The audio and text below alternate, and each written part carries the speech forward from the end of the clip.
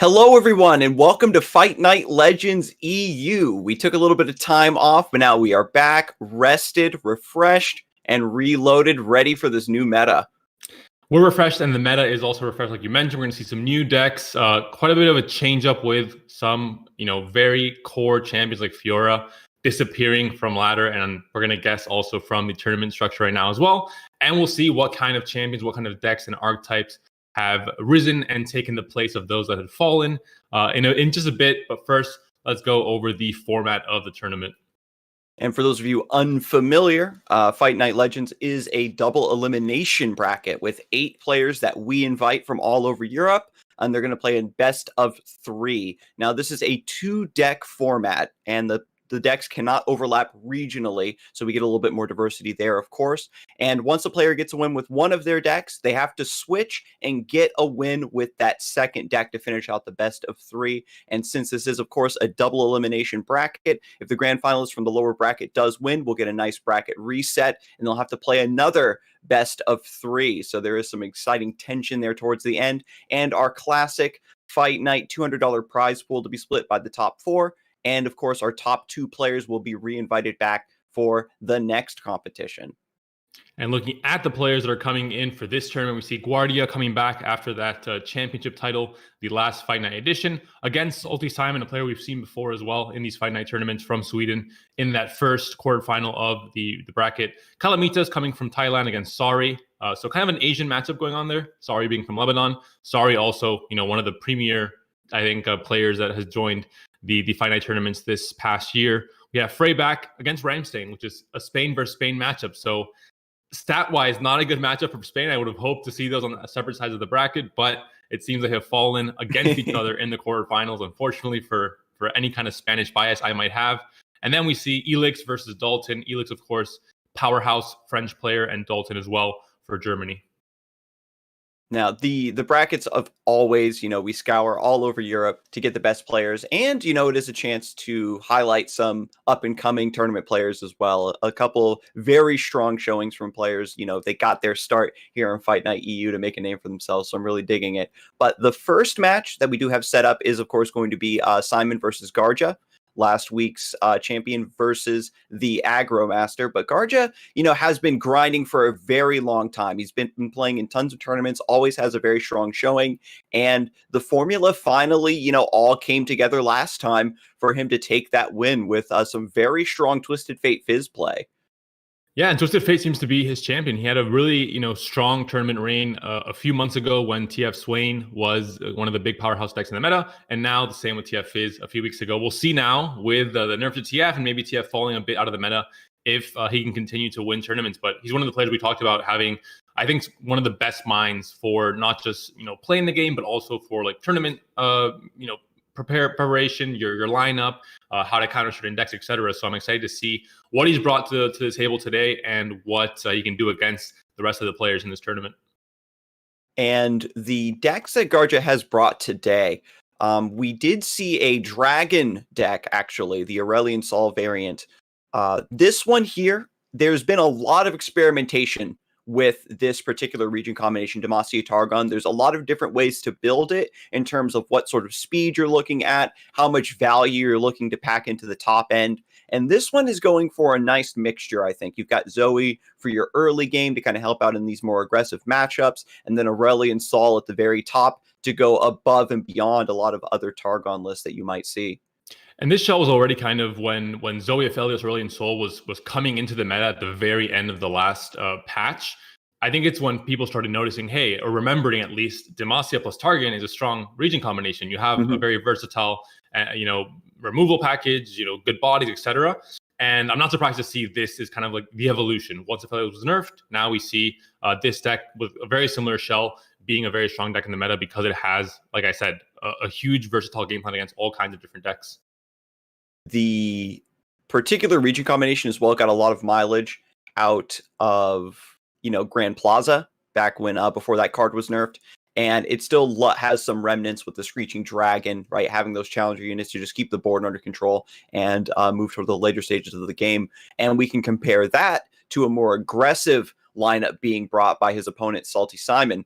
Now, Simon brought a Nightfall variant I want to talk about here too. Now, this version has some interesting changes to the standard formula in that it brings gifts from beyond. Now, this card, after they had changed Aphelios around and nerfed the moon weapons, in order to keep that mana total parity, Gifts from Beyond was decreased from 2 mana down to 1 mana, and I think it's a perfect fit for Nightfall now. You have a 1 mana burst speed spell as a Nightfall trigger, and then you have a fantastic 3-mana spell that you can just sit on for the perfect moment. You get Infernum for a little bit more damage, you get Gravitum for a little bit more defense, or to get a blocker out of the way to swing for lethal, and I'm really happy to see it being brought here. We also have the Atrocity and Moonlight Affliction at the top end for the finishers. There's a lot of different cards that you can run for finishers in Nightfall, but this is probably the best combination here. And although the mana total used to be the same for Gifts from Beyond, it used to be 2 and 2, and now it's 1 plus 3.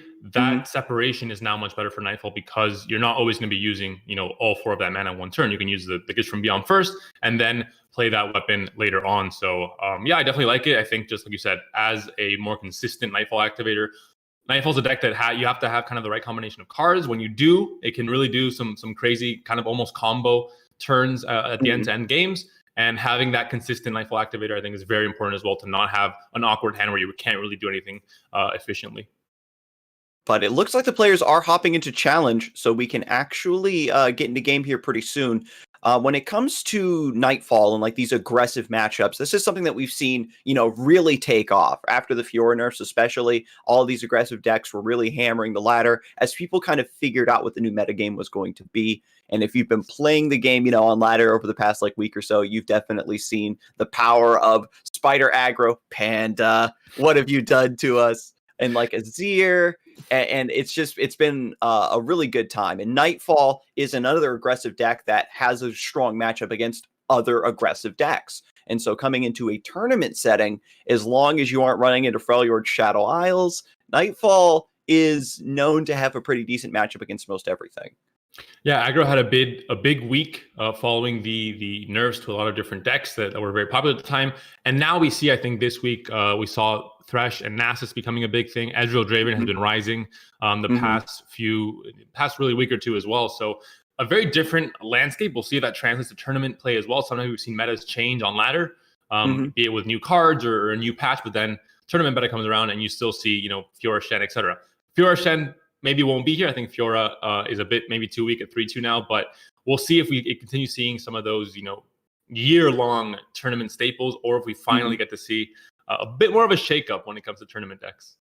Yeah, the now that we have the top layer of decks cut away, players are starting to look to the past, and now I think that's why we're seeing the Ezreal Draven come out. I wonder if anybody will be as bold as to bring Swain Twisted Fate or something along those lines. A lot of these older decks, again, they're still playable. So when the meta shifts, it maybe opens up some of the a spot for some of these older decks to come back out of the woodwork and find a position. And I think it's only a matter of time, to be honest, before some sort of Jarvan Shen comes up to kind of fill that Demacia Ionia archetype, because that style of combat-focused, barrier-focused deck has proven to be very potent, even outside of a Fiora win condition. One deck we can see that Guardia has brought is Draven Ezreal, deck that, like you said, was huge when it came out, or when it started becoming popular. It had a huge 2-month window where it was very, I think, fun to play, but also just good. People underrated it a little bit at the start, and then it became more and more prevalent, and then it fell off, and now it's back. This version here is looking, pretty standard. It has an even split between Ballistic Bot and House Spider, which I'm a pretty big fan of, actually. Thorn of the Rose is kind of the newer edition, still one copy of Chump Wump. And of course, we have the Tribeams doing their thing. Whispered Words as some extra card draw is interesting to see, with the Rummage being cut. Usually, I think the deck didn't really have that much problem with drawing when you had things like Rummage to cycle out, things like the Ignition, like the Draven Axes, and you had some Dredgers as well. But in this case, Guardia opting for one copy of Whispered Words here as well. This is a very toolboxy approach to the deck. The list, I think, has built it after it was so popular in the metagame, and it saw play from so many different regions, and a lot of these players started to borrow technology from one another to just optimize the deck further. And we had this sort of tried and true list that only had 1 or 2 cards of variance in between different players, right? Depending on if you wanted to tech for the mirror, etc., etc. But this one, it's got a little bit of everything. We got the Guillotine, a Culling Strike, and Garja as a player, we saw with the Twisted Fate Fizz, keeping an open mind to use your resources effectively, using iterative improvement on enemy units. A deck like this, where you have a lot of strong tools and a wide variety of tools and just need to employ them effectively, I think this really showcases his overall like philosophy as a player and just play style, right? Yeah, and I mean, it's a deck that, like you said, it's very versatile. You can build it many different ways, which is why it suits a lot of players, because kind of like Fiora Shen, kind of like a few other decks that have a big, a wide spectrum of matchups that they can do well in, and you can kind of tech the deck in the way that you want, in the way that you think the meta is going to look like for a certain tournament. So I think it's one of these decks that a lot of pro players like, are very comfortable with, let's say, because it has a very open game plan, I think. And Thorn of the Rose, I actually do really like. It's another 3-drop for Tri-Beam and Probulator. I've been seeing it a lot more on the ladder as well. A lot of players are beginning to be less afraid of developing that 1 HP. And Guile is an excellent card that punishes your opponent from developing. But it looks like we are going to start the game right now. So I'm really excited to see which decks the players are going to lead off with in this matchup. We got Garja on Demacia Targon, Salty Simon showing up with Discard Aggro. Discard Aggro, a deck that also has, kind of always been good. Maybe not always been super in the spotlight or super overrated, but has always been a decent aggressive tournament deck. And considering Salty Simon's lineup with Nightfall as well, it kind of makes sense. He's going pretty aggro with both of his deck choices. And the attack token on turn 1 with Legion Rearguards is a fantastic start. You get the 3 damage right off the bat to put your opponent on the back foot. This is actually an inclusion in the list over Precious Pet. A lot of players have been opting for this simply because the resiliency, that extra HP actually does matter a lot for getting that damage through consistently.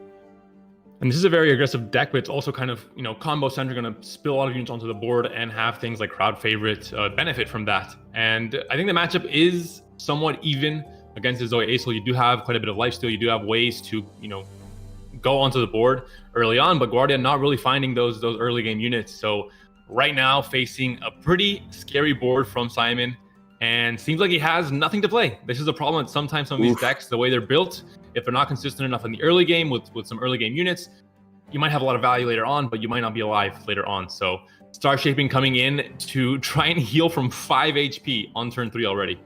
This is the matchup, I think, that showcases Star Shaping at its weakest, where you're healing for 5, you're drawing an expensive card, but your opponent already has you on death's door. And Garja, there is like 2 copies of the Fangs, there's some guiding touches in here, but just entirely whiffing on the early game. We see there was 3 Dragon Guard Lieutenants, a couple Bright Steel Protectors, and Zoe all missed out here. So no blockers coming down, and now crowd favorite is the cherry on top of this fantastic board. And Star Shaping, of course, is good against an aggressive deck, but not at that point in the game. When you're playing Star Shaping without a board, you're really not getting any kind of tempo on the board. So you're now, this next attack, you're still at a huge disadvantage. You still can't really stop any of this. You haven't made any trades in the turns before this. So this might just be GG. We see double get excited in hand. We see 7 mana as well. This is a card game. Sometimes you just get the wrong hand against the wrong deck and you lose without it being really a game. But we'll see if Guardia has any way of stopping this attack. Yes, we get the Hush to cleanse the crowd favorite, single combat to deny, but of course, this is just all theater. The Get Excited comes through, and then that is going to be the lethal here with the Vision. An excellent curve out here from the Discard Aggro deck. It's a list that has a reputation for being high rolly, but to be honest, that seemed pretty standard to me. The deck just gets on the board early, and if you don't develop in turn with them to trade down some of that board, the crowd favorite comes through and just beats you down. I think that the Discard Aggro for sure was probably the one that was going to be the hardest to get the win against, but now that Salty Simon has gotten that win, he'll be forced to try to pick up the second win with Nightfall, and Garja potentially sticking with Demacia Targon. Could be hopefully a better outcome here. Yeah, I think Discard Aggro has a pretty high ceiling in terms of how consistent it can put out, a lot of units and have a good synergy in the first 3 rounds, which I think are the most important for the deck. It has a high roll potential where it has sometimes the super nuts first 3 rounds where you really can't do anything with any deck to stop what it's trying to develop. In this case, I think it was, like you said, I think it was a pretty normal. It wasn't like the craziest high roll you can possibly get with it. And Discard Aggro, again, proving that it's a deck that has been here for a long time, hasn't been at the top of anyone's radar really for that long. but it's always put up, 54, 55% win rates on ladder, and that's pretty impressive to not really have any nerves or anything touching it for quite a few months since that Jinx buff a long time ago. It's a deck that comes along to just keep the meta a little bit honest. As we see, like, decks get greedier and greedier as time goes on, you start to cut away your early game, and if you don't have enough 1 or 2 drops in your list, then discard aggro comes through to show you, to punish you for that. But we've got now Salty Simon on Nightfall, running 3 copies of the Flight, and getting that on turn 1 is fantastic. In a slower matchup like this, you don't mind that it goes back into your deck. You just kind of want to draw cards, build up your resources, build up a war chest, so to speak, and then have that really explosive turn towards the mid game, which Nightfall is known for. Exactly, and that's I think one of the big problems why Nightfall hasn't been played as much, and why maybe some players pick it up and then don't continue playing it, because they don't fully understand the concept of the deck, because it is pretty unique in terms of aggro decks. It doesn't play like a normal aggro deck. It has, of course, some early game damage, but like you said, you just played a unit that disappeared from the board, so you already lost that tempo advantage that you have if you would play, an early game curve with an aggro deck. But you're fine with that as Nightfall, because you're going for a very explosive turn 5, 6, or 7, where you end the game and maybe not 20-0, but 14-0 in one turn with the right combination of cards. You get your opponent down, and then you have Doom Beast or something to finish the job. And we see here getting the Flight off of Stalking Shadows. When it shuffles itself back into your deck, it goes into the top 3 cards, a bit like a Yeti. And so Stalking Shadows, very high likelihood of finding it. And now an ephemeral copy of the Flight. When this attacks, it actually shuffles itself back into the deck before the ephemeral triggers. It's a very interesting interaction. I'm glad we have a resident Nightfall expert here to explain these subtleties, because I haven't really played much Nightfall in my time playing Runeterra, so I'm counting on you, Scar, to really pick it up and explain to the viewers all the minute details that these players are going through. Yes, it is. It's my pleasure. I love this deck. And double Flight I actually wasn't expecting here. This could get a little bit interesting, because having 2 copies of the Flight potentially shuffling themselves into the top of your deck means that you're going to be drawing 1 drops off of the top more consistently, and that can spell trouble. The first Flight will shuffle itself back in. There's a chance that the second Flight will immediately draw it. But at the very least, this is still damage. Regardless of the board state after combat, this is still damage coming through, and Garja still once again being pretty stubborn about getting these early game units down. Wants a dragon perhaps to get this lieutenant to proc and have it get challenger. Yeah, we've been focusing on Nightfall as an archetype, but we haven't really been focusing on Guardia's hand, and it looks like it's the same story as the last game, having just the wrong order of cards in this hand, not having enough units, having things like Sharp Sight to block elusives, but not a unit to put that Sharp Sight on, and having a lot of reactive spells that you need units on the board to really get any use of them. So a very awkward hand. It happens sometimes with some decks the way they're built. You have a very big toolbox approach, but if you draw the wrong cards at the beginning of the game or against a specific matchup, it's a non-game. You can't really do much about it, regardless of your own player's skill, let's say. But the healing for 5 off the Solari Sunforger is going to do a good job to stabilize here. A lot of the early game damage was just mitigated. This was something that Demacia Targon was very reliant on back during the Grand Plaza iteration, right? Where you would try to beat them up early to punish a slower turn 3 development of Grand Plaza, but then Solari Sunforger would come down and just heal you back up from all that early game damage. 2 copies of the Flight are still putting in work here, however, for Salty Simon. So this is going to be 4 damage perhaps consistently, and Garja might be forced to sacrifice a Zoe to stop a little bit of the bleeding. Bright Steel Protector coming in as, one of the best units in the game at making an attack not look so good anymore. It really does flip the table completely now. The barrier on the Sunforger, no more lifesteal, of course, is just a Daybreak effect, but still makes these trades a little bit less attractive for Salty Simon. So this is an interesting idea. You're going for the overwhelm. You're still getting 1 point of damage even through the barrier, but by attacking with this Nightfall unit, it is a stack for Nocturne, and of course baited with the Unspeakable Horror here. We'll see how Guardia reacts. He has quite a few spells to work with here. He has the single combat to try and make use of the barrier before the Unspeakable Horror pings it off. A second Unspeakable Horror comes in. Does a second single combat come in? I'd assume, it's the same sequence here. You're still trading 2 for 2. I don't know why Guardia wouldn't do it. So 4 cards leaving the hands of these players, and we're in the same place we were at before. This barrier still gets the kill and gets the value for Guardia. Now, again, it is important that the Crescent Guardian does still work towards Nocturne's level up condition, and because of the Nightfall effect on Unspeakable Horror, Salty Simon picks up a Lunari Priestess and an Unto Dusk. So still coming out a little bit ahead of that exchange with the card advantage. I don't know what happened to these players' hands, but they're not doing a good job of drawing good cards. Looking at Salty Simon, he's had like 17 flights. He's on his way to becoming a pilot, it seems, with the cards he's been drawing. And now we have, 3 Unto Dust with nothing to proc them on, really. Just cards in the kind of the wrong order. We talk about Nightfall. When they have the right cards in the right turn around this time in the game, they can have some explosive, almost OTK turns. But with this hand, I don't think that's the case. This, unfortunately, it was, I think, the double flight. Having 2 copies early where they're constantly shuffling themselves into the top of the deck and then redrawing themselves, you kind of get stuck in this really cursed loop. But the Lunari Priestess is a fantastic pickup of Unspeakable Horror because it can start picking up some of these mid and late game threats. Great Beyond, notoriously hard to deal with, even by Targonian standards. That being said, as we go from the mid game to the late game, I think Guardia and his game plan and his deck start to, gain a few points of percentages on the possible win here, because the further late you go, I think, the deck that Guardia is running with Acel has a much more efficient curve for that late game. I think Nightfall has a specific window where it can do some crazy things where your opponent just doesn't have the mana or the cards or the resources to stop those game plans. But as we go later into the game and things like Star Shaping and Hush, etc., become more and more available for Guardia, it's going to become harder and harder for Salty Simon to try and find the win here. And yeah, even something like a Screeching Dragon hitting the board here in the next couple rounds is massively going to swing this board.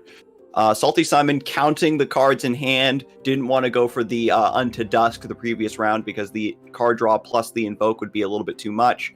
And so here we go. Gets the Golden Sister. Now again, this is important. You reproc the Nightfall effect, but you don't get to choose the invoke. So Golden Sister being generated, randomly there is quite strong from this position. I would not be able to explain all these subtleties. I have never really played Nightfall, so I wasn't aware that was the case. So again, it's good to have you, Scar, on the table for Nightfall. I'm sure you're very glad to see this archetype. I'm grinning ear to ear right now. I just love watching this deck work because there's so many crazy nuances to the plays that you can go for and the different lines the players try to focus on. And now that Salty Simon has a Great Beyond in his back pocket, this is going to shift the entire game plan. Garja, however, is still stuck on one game plan. Get to the late game, get my dragons down. Unfortunately, not a single dragon to be seen. Lieutenant doesn't even get challenger here. We have a Star Shaping to try and generate some kind of a late game bomb from that celestial pool, of course. But the rest of the hand is also, still continues to be awkward. It's kind of the theme of this series, I think. Double Zoe in hand with a Zoe still on the board there. The flights can't really attack for Simon because now there's suddenly a few elusive blockers for Guardia. So things are going to slow down a bit. Salty Simon might have some issues with his hand size. The flights may be drawing a few too many cheap cards, and he has to try and find a way to not burn cards he's going to be drawing. So we'll see what he goes for this next turn as well. Mm-hmm. Holding the flights back just because you don't want them to shuffle into the deck anymore. It's like when you draw an Avros and Trapper in the late game and you're like, oh, I actually kind of need a specific card out of my deck. I don't want this 1-mana 5/5. And so now it's like, okay, where's my Nocturne? Where's my Moonlight Affliction? Where's some of the more aggressive things that this deck can do? And yet another elusive card drawn here. So this is the problem, like you said, with the flights. Sometimes maybe drawing one at the right time is good, but when you draw too many, like you said, it's a cursed cycle. I think I like that expression a lot. I think it perfectly explains the game for Simon until now. He entered the cycle and he just can't escape. There's too many flights happening. So just developing here, what is nice is that in the later stages of the game, the flight are fantastic elusive chumps, I mean to say. And so we have this small blue and green bird blocking the big orange bird. But now with Gifts from Beyond, you still have access to maybe a nice stun to sidestep some of these bigger elusive Celestials that potentially are going to be coming from Garja's side soon. And now with the Unto Dusk, you see this Lunari Priestess is still alive. You can keep fishing, and Cosmic Inspiration. I want to mention, you said a fantastic pickup. You said you described the flight as a small blue-green bird. I went on a kind of a card art binge the past week. I looked through basically every single full screen card art from every Runeterra card. The flight is not a small bird. I thought it was I thought it was a hummingbird like dimension. Not at all. It is a very big bird. You are right. It is a big bird. You got to put some respect on the name. But it might be one man, and the way it's represented in the card art makes it look small. But if you expand that card art, it is suddenly a very, very different size of bird. And speaking of expanding on the cards, Fang's now coming down to bring the Trickster into play. Both sides now are just saying, which one of us is going to run out of elusives first? Because then the heavy blows are going to start coming down. Cosmic Inspiration, giving it +2/+2 to everything in Nightfall is enormous. Because again, it's everywhere. So even the cards that are going to be generated in the future still retain this buff. And the flights have become even bigger birds now with that buff. And again, this is a deck that had a very explosive mid to late game power spike. Now with Cosmic Inspiration, suddenly it doesn't care anymore. Now it's a late game deck because all of its units are going to get extremely buffed. And the longer this game goes, the longer you can reap that value for every single unit you do end up playing. So I'm going to say it's maybe now it's swung back in favor of Simon. We'll see if Guardia's draws become a bit better. Currently has, again, two dead Zoes in hand he can't really do much with. Sharp Sights when he has elusive blockers are not that useful either. The triple Zoe draw was actually a nightmare here. The window that opened up towards the mid game when Simon was destroying all those flights, didn't really have a lot of threat anymore. I was hoping for, Screeching Dragon or even like an Eclipse Dragon or maybe even Jarvan to come out of the deck to kind of punish the slower developments and kind of kick Garja into overdrive. But now it's the same slow, just defensive developments. It's one of those things where Targon doesn't mind playing defensively and trying to extend the game as much as possible. But the more time you give Nightfall to just gather resources and bide its time, it's the higher chances that you're going to get comboed out. Some sort of Moonlight Affliction play to remove 2 blockers, and suddenly you're taking way more damage than you were calculating. Salty Simon does have a single copy of Atrocity as well, so as long as you choose the correct target, something like a Hush still won't be able to shut it down. And the attack pattern here, very interesting from Salty Simon. Like you mentioned, I think the Flight doesn't want to recycle them even more than he already has, but it makes him kind of lose out on the value from Cosmic Inspiration. You want to, usually play out Cosmic Inspiration, get these full swings on, trade favorably, and then have a board that survives, whereas your opponent's board is usually decimated. In this case, looks like he's not doing a full swing here, just attacking with 3 units, maybe purposely trying to keep this Zoe on the board because he predicts there's more Zoes in hand. That's why the hand has been so brick for Guardia. We'll see if it's that, high IQ, the mindset that Salty Simon is in right now. But again, top decks here, very, very important for Guardia. If there is a line, where Salty Simon could be attacking with the flights, now that they're buffed, getting a 1-mana 4/3 elusive is a little bit better of a top deck that you don't mind recycling. And maybe you are forcing the Zoe to be traded off. Notably, with no Diana, and by having to use the double Unspeakable Horror very early in the game, this Zoe has not been under threat this entire time. So I haven't been tracking the progress, but she's got to be like 7 out of 10, 8 out of 10 by this point. Yeah, I agree. I mean, she's been on the board for quite a while. We haven't seen a ton of, small, low, cheap mana spells play. That's when Zoe really goes off and levels up very quickly. But just through, the matter of time she's been on the board, I think she has to be somewhat close, and that can definitely be a problem.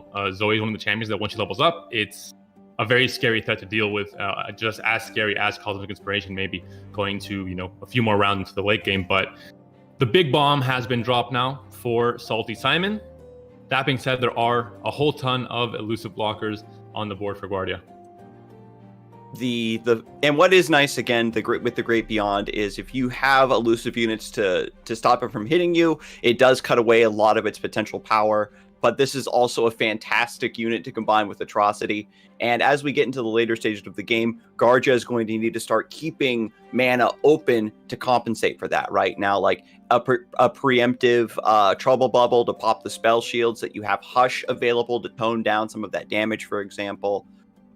Could be the line that Garja is going for. You can, of course, just lose out on a little bit of value of Star Shaping here and try to invoke another Immortal Fire, or maybe a Great Beyond of your own to try to swing through here.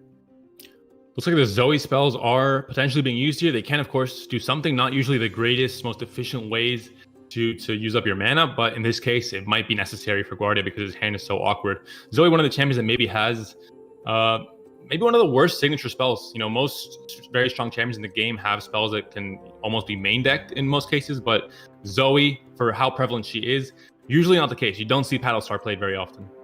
This is, I could count the times, I think, on one hand where you actually have the means and the time to play Paddlestar, like 2 back-to-back slow plays where it really matters. And that is 2 more cards, 2 more separate cards that does feed into Zoe's level up condition. So she's a lot farther away from leveling than I suspected. I know that Sharp Sight has not been played yet this game. So if it's 9 out of 10, maybe you just go for the Sharp Sight here just to flip Zoe and try to get that win condition online. And with that Paddlestar played, I think Salty Simon can make assumptions about, Guardia's hand. He's at a position where, we're in the late game. Suddenly, you have to really make use of your mana and the chances you have to make plays to not just lose the game outright if you make a single mistake. So a slow, unusual play like Paddlestar is a pretty much a pretty clear sign that the hand is not looking all that hot for Guardia. The Scourge being picked up there, I did like the concept of Supernova. But with the biggest threat on your opponent's side of the board having Spell Shield, the Supernova is going to be a pretty worse development. With a wide board like this, however, if Garja can maintain, maybe 2 or 3 units, and the Scourge becomes a fantastic development here. And Diana showing up incredibly late to the party. Is this going to be enough? Will finally Zoe go down before she flips? You can peel 1 elusive blocker as well to open up a path for the Great Beyond. And Nocturne also there in hand. 10 mana still to work with for Simon. He has Double Pill Cascade to get a few more attack buffs onto the stack before he goes in for that full swing. And also to cycle, of course. We'll see if maybe a Hush is baited out onto this Diana before she can challenge, and then Nocturne comes in without much of an answer. We'll see what Guardia is, kind of wary of. We've seen a very slow mid game from Simon without any of his key champions, and now all of a sudden he has both on this turn 10 swing and might catch Guardia off guard. You have, there's potential for a Trouble Bubble, like I mentioned, or you just have to Hush to pop the Spell Shield. If there's another slow development, then you can stun the Great Beyond. There is, on Salty Simon's side, I wonder if the Nocturne being developed here and then just going all in with the Moonlight Affliction, or you just go for Burst Moonlight Affliction now, where you can silence 2 elusive units, pull the 3rd with Diana, and then you can get 18 damage potentially through. A little, almost. Sharpsight would stop that without interacting with the Great Beyond itself by adding the elusive blocker trait to something like the Fangs, for example. So there is some counterplay there, which is why I think Guardia passed there. I think he's pretty well aware of what threats can be developed and what can occur for the most part. And he has maybe not the cleanest answers, but enough to stay alive if that were to happen. So waiting patiently to see if Salty Simon decides to develop something like Nocturne, for example, and then react with more information. After development 2, you might have a better idea of which unit you want to give barrier to, that sort of thing. The Immortal Fire hasn't been popped yet, right? Does it still have its first life, its second life? I believe it has been popped because it has been blocked a few times by elusives with the flights, etc. I think one of the flights did end up killing it last turn or the turn before that. So that could be, Diana maybe taking that down if you don't care about Zoe from this position. And Moonlight Affliction still an option in hand for Simon. It's a one-of copy in this Nightfall list, so maybe something Guardia isn't, statistically playing around because he knows it's a one-of, but in this case can be pretty explosive in with the current board state and the very high attack units on the board with both Cosmic Inspiration and just the buffs on Diana and Nocturne. Exactly. The attack debuff means that the Fangs can no longer block potentially. The Trickster can't block, and yeah, you can just pull the Immortal Fire to the side, or even with Moonlight Affliction here. So there is a potential lethal, I think, as long as you hit the right targets and have Diana pull whatever can block Fearsome and Elusive. I think at this stage in the game with Nightfall, there's always a potential lethal. We'll have to find out exactly what it is, but this is, the scary turns with Nightfall a bit later than you normally expect. I think normally it's, around turn 6, 7, or 8 when a Nocturne tends to come down leveled up. But in this case, a bit later, but still just as scary in terms of how your deck is built to suddenly make a devastating attack kill you basically in one turn. Yeah, and Salty Simon here, like, doing the math, thinking, okay, so which do I not want to block? Nocturne's leveling up. Which unit do I want to pull? And Garja now, again, still with this incredibly awkward sequence of draws, like the triple Zoe, no Aurelion Sol, no Jarvan, not even a Screeching Dragon to help even out this board. Salty Simon was able to develop pretty freely throughout the entire game and felt next to no pressure. Sharp Sight can be used to raise the attack on one of these units and provide a fearsome blocker. Hush, I believe, can also take away the can't block. I'm pretty sure, so kind of counter the Moonlight Affliction. I'm pretty sure as well. Not sure if it's better to hush one of your opponent's units instead. In this case, we'll see. Guardia will kind of do the strategic math and find out if he can actually survive this attack or not. Yeah, you've got Hush to maybe strip some of the attack from Diana, and then Sharp Sight to potentially block the Great Beyond. I remember it was bugged for a little bit, where if you Moonlight Affliction, you couldn't self-hush to get rid of the can't block, and I think that has since been repaired. If you Hush Nocturne, then the AoE Fearsome goes away, so then the Trickster is able to just naturally block. But it depends on if Garj is looking to just survive this turn, or does want to block as much damage as possible. Well, I think step one is definitely surviving the turn. I think that's the priority list. That's the number one option. If not, well, you lose the series basically. Priority number two is, can you survive in many different ways? If you can, what is the best way to do it where you have the most value and the highest chance to maybe crawl back into the game on your next attack token turn? So we'll see what Guardia goes for here. He has Hush the Nocturne. The Zoe has leveled up as well. We talked about it being a possibility that has now occurred here for Guardia. So if he can survive, maybe he has a chance, especially with the 10 mana bomb in hand, a chance to swing back into this game. But Simon's still at 17 HP and has still a lot of card cycle with both the Gifts from Beyond and Double Pale Cascade in hand. And of course there's a world where like Gifts from Beyond fish through your deck with the Pale Cascades and the Unto Dusk to just try to get the Atrocity and end it here, because Salty Simon is still taking 10 damage and no healing in hand. There's a second Zoe coming down. Elusive Party on the board for Guardia. And yeah, the next couple top decks could definitely spell it. If you get like Challenger, here it is with the Scourge now, granting AoE Challenger. When it attacks, you're going to get Overwhelm. So here it is, Gifts from Beyond, showing the utility and the power for this list. Gravitum here to stop this in the late game. And giving a great kind of toolbox versatility in the late game with a deck that Nightfall kind of has its own game plan. It really focuses on having its own combo and its own, crazy turns, but maybe loses out on some interactivity, missing things like Hush, etc. In the hand here. And things like something like this from Beyond that has a very versatile range of answers really helps in shoring up that weakness. And even with this this swing turn, you pull the Elusive to the side, you're still threatening 9 damage, which is respectable, but you can't take down the Great Beyond. So things are getting really dicey here for Garja, just barely trying to survive against the Atrocity. And Salty Simon thinking about it, like, oh, well, if I fish through my deck, I can't cast Atrocity anyway. So this Lunari Priestess that he got off of the Unspeakable Horror has gotten so much value with these Unto Dusks. This is a card that has almost been exclusively reserved for Doom Beast, and the using it to repeatedly invoke off of this unit has gotten fantastic cards every single time. And we'll see what Simon goes for. If he wants to play out this one mana unit now, or if he wants to wait till next turn, or maybe just wants to play it out now and go for a just instant swing the moment his attack token is back on his side of the board at the start of the next round.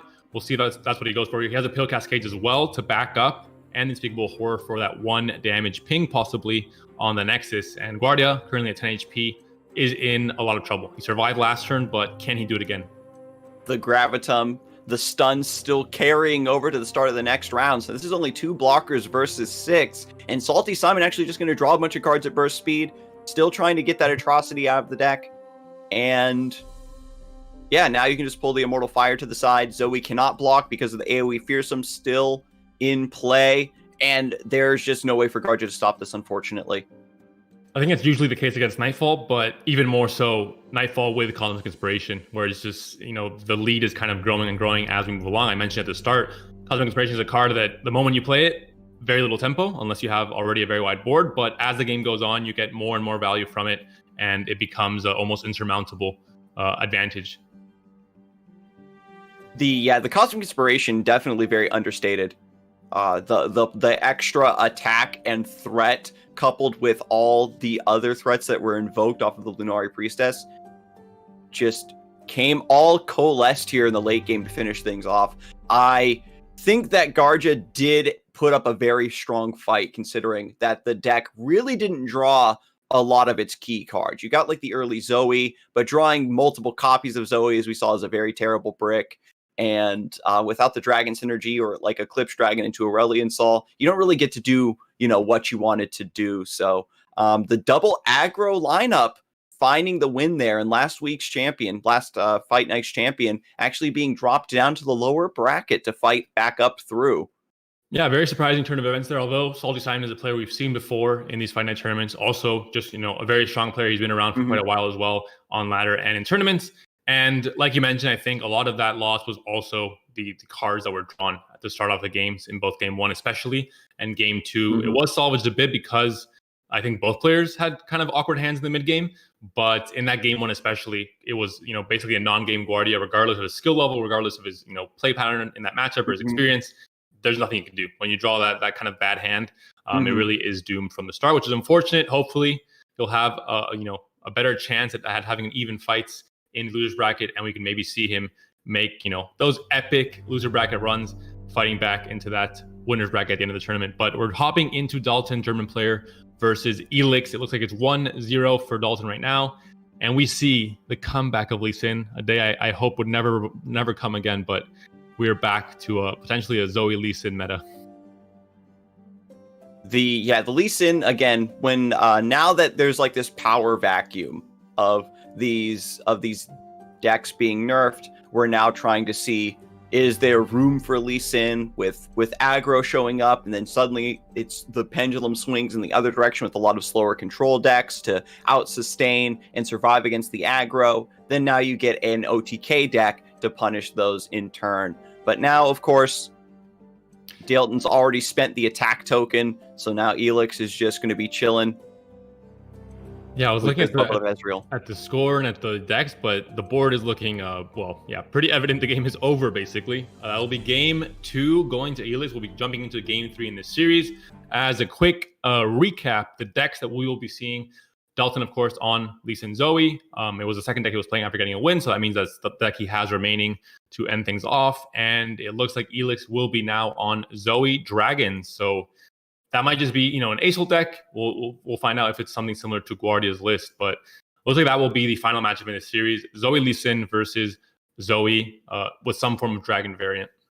Yeah, there's a lot of different, like I said before, there's a lot of different ways to build that deck depending on how much late game you want to pack in. In a tournament setting, it is very likely that it is going to have a bit more of a late game focus, perhaps like Zoe, Aurelion Sol. And if we can get, the Eclipse Dragon on round 8 or what have you Eclipse Dragon on 7 into Aurelion Sol on 8, then that's really where the deck showcases its most powerful play here. But Zoe in the opening hands, it's also a strong potentially alternate win condition. And I love that we see Zoe in Dalton's hand and then Zoe in Elix's hand here. She's the cooler version. She's the popular kid at school with the foreign kid comes in with the cool name that you can't pronounce. That's the card we're seeing there. But Guardia has to maybe get some tips from these players because they're drawing much better early game curves here. Definitely much more suited to any matchup, really, just to have a nice clean curve. Zoe, of course, a champion that if you play her early, then you can really try and go for that level 2 very quickly if your opponent doesn't have clear cut removal in the first few turns. Of course, if you both play Zoe, then I guess it's going to be an even trade on turn 1. I was wondering if Dalton would go for a line of keeping his Zoe alive and combining it with Mentor of the Stones instead, but just wants to get that threat off of the board. If your opponent gets like AoE Elusive or AoE Spell Shield, then your Dragon Kicks for Lee Sin become like a lot worse. And Elix having the second Zoe does put him at a slight advantage here. And Lee Sin is in hand for Dalton. This is a deck and an archetype that now is Zoe, but with the different champions it used to have before, it always had a similar problem of maybe having a very strong singular win condition in Lee Sin, and when you didn't draw that win condition, suddenly your game plan kind of crumbled going into the mid to late game. Zoe did help a little bit in making that secondary win condition, but not super reliable. Aphelios Lee Sin was also a deck that obviously could really use Aphelios to a strong potential and have a second win con that way. But the key part here is that Dalton does have Lee Sin in hand, so he doesn't have to worry about, will I draw this in time, or am I just going to lose the game because I don't draw my very important champion? And when you have Lee Sin in the opening hand, you're able to take plays that are built towards that condition a lot more confidently, where you don't have to go, I'm going to take this line and hope I draw Lee Sin, right? So we're going to be seeing spells that normally would be held, maybe be spammed out a little bit more in order to get Lee Sin leveled up as quickly as possible.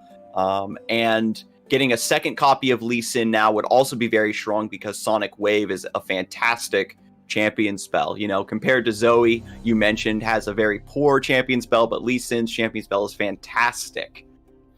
A bit of an awkward hand, though, for Dalton. Finds Lee Sin, great, but what else did you find? I mean, you have the Mentor of the Stones, can't support anyone, can't trade with a Mountain Goat next turn. Already 2 Mountain Goats, a strong early start for Elix, getting those gems, getting that trade, and now still having a Mountain Goat remaining that can still get more gems as we move along.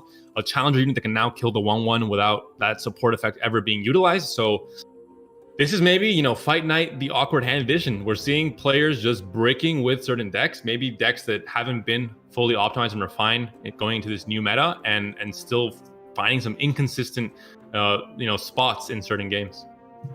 And it also could just be, all the bad RNG getting put in the beginning of the bracket, and maybe these players like blossom into their full power as the bracket goes on. But this board, holy smokes, this is looking rough. When you're staring down like Screeching Dragon and you just have a 1/1 in play, it's going to be bad. And Dalton doesn't want to develop the other Mentor of the Stones, because if they both die, then your hand is filled with gems and then you're burning cards. So you kind of have to just take it on the nose here. And no spells to protect Lee Sin either. We'll see how he navigates it. It is looking, quite awkward here. Again, like you mentioned, you haven't really played spells, so even if you do have Lee Sin, he hasn't really been, awakened to the state where he can actually win the game because he hasn't leveled up yet. You have a Zenith Blade, sure, but maybe you don't have really the resources to play Lee Sin by himself now, because he has to actually go in as a blocker because damage is being threatened on the board right now. Ooh, yeah, even opting for the gems here to squeeze in a little bit of damage. The Mountain Goat, a fantastic early game unit. We saw previously, with Garge's list, having the Dragon Guard Lieutenant and the Bright Steel Protector is very good for if you develop it early on curve or just towards the mid game, having that barrier is super strong. But Mountain Goat proving to still be one of Targon's best 2-drops. Eye of the Dragon has been drawn a bit later than I think Dalton would have liked. It's usually played at very early game, and you can get a lot of value out of those Dragonlings as the game goes on. Lee Sin is on the board, though. No Hush in hand for Elix is at least a small silver lining here for Dalton. We'll see, if this combo can be pulled off. Lee Sin, of course, without the right counters, can just completely take over a game that didn't seem to be an issue at all, but suddenly you're being threatened for 18 damage and your game's over. Elix now sitting at 20, so we'd need 10 attack plus the kick and the level up coming in from Dalton, and of course a Zenith Blade that's being played now to grant Lee Sin overwhelm. And who knows, Elix not knowing what the rest of the hand looks like. My opponent hasn't been developing, so knows that it's mostly spells, has to worry about deny, and etc.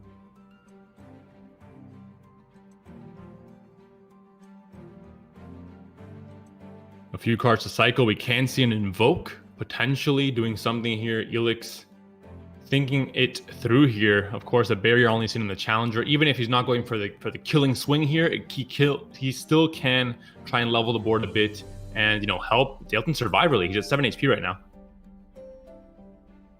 The weakness, yeah, exactly. The weakness of these Lee Sin decks is that when you whiff on your early game, if you don't get that Eye of the Dragon, lifesteal wall set up, you really can get out tempoed in the early mid game.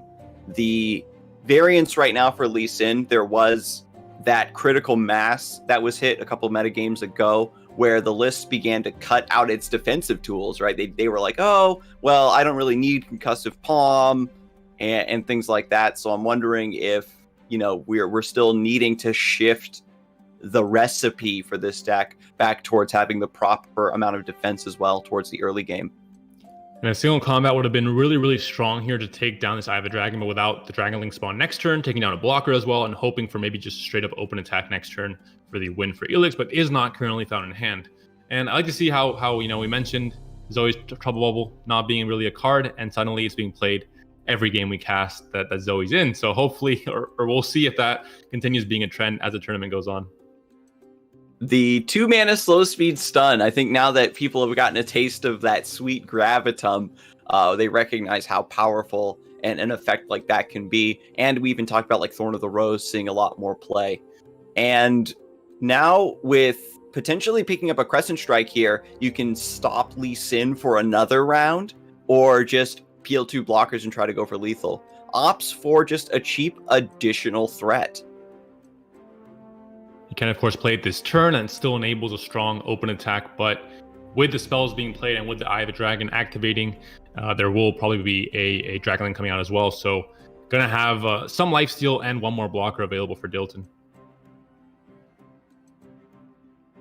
And 2v5 is not what you want to see here. Even if you are developing, the Dragon Guard Lieutenant and the Screeching Dragon are both just going to set up fantastic value trades. This second Zoe from Elix as well has just been chilling. It's just like we saw in the previous match, where it just sits there, and as you're naturally developing and playing your good cards, she's just that hidden win condition in the back line, threatening to level up, and then, AoE Challenger or AoE Overwhelm just becomes an ever-present threat from that point onward. I have to mention that I just quickly saw a sneak peek there. Paddlestar in French is Astro Pong. I am switching my client's language to French. I do not care what anyone says. I'm going all in on that because Astro Pong might be the best card name that exists in Runeterra.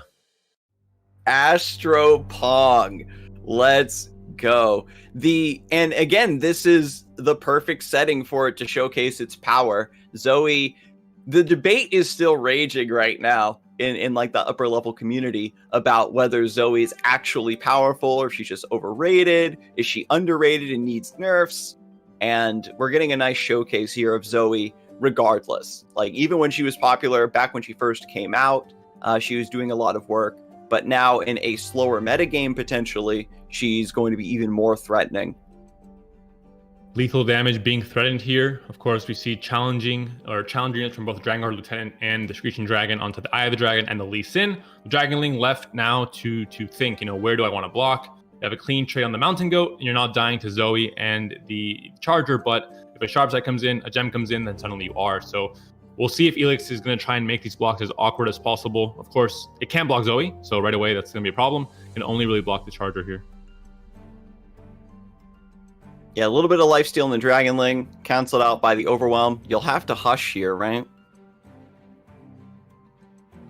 Has the Deep Meditation as well to try and find maybe more answers.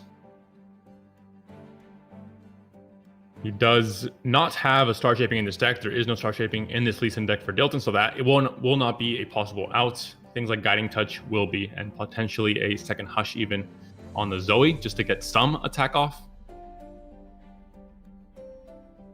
Yeah, you can Guiding Touch. Maybe you hush the Charger. If you hush Zoe, then it's probably better to just to clear her. You have to worry. There's also Sharp Sight in Elix's hand, so it's going to come down, I think, to probably what is top decked from the Guiding Touch here. And Dalton now surviving on 2. Sharp Sight would kill, but of course there is going to be a Guiding Touch in hand there and still 7 mana to work with for Dalton, so he has the answer to survive that. 7 mana also for Elix though. Is there a chance for Sharp Sight, Guiding Touch, and potentially a second Sharp Sight?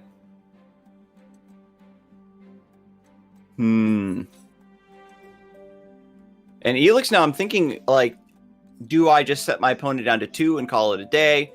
Just probably threatening the lethal is best, because now if you force your opponent to just keep spending their spells like this on defense, they're going to have less options for triggering their Lee Sin going into the future and just barely surviving here. You could Hush the Dragonling, takes off the lifesteal. Now it's perfect lethal regardless of Guiding Touch. So that's going to be it. You deep med for 3 mana. You can maybe find another Guiding Touch. But I mean, you have to go for it for your You're only out. But right now, lethal is presented. Guiding Touch is found with 2 mana still available. Dalton finds the top deck right when he needed it and survives one more turn. And sometimes with Lee Sin, that's enough to win the game because Lee Sin is going to be leveled up, very strong, and there's no more Hushes now in Elix's hand. So he went all in, he took the big risk, and it did not pay off. The top deck saves Dalton.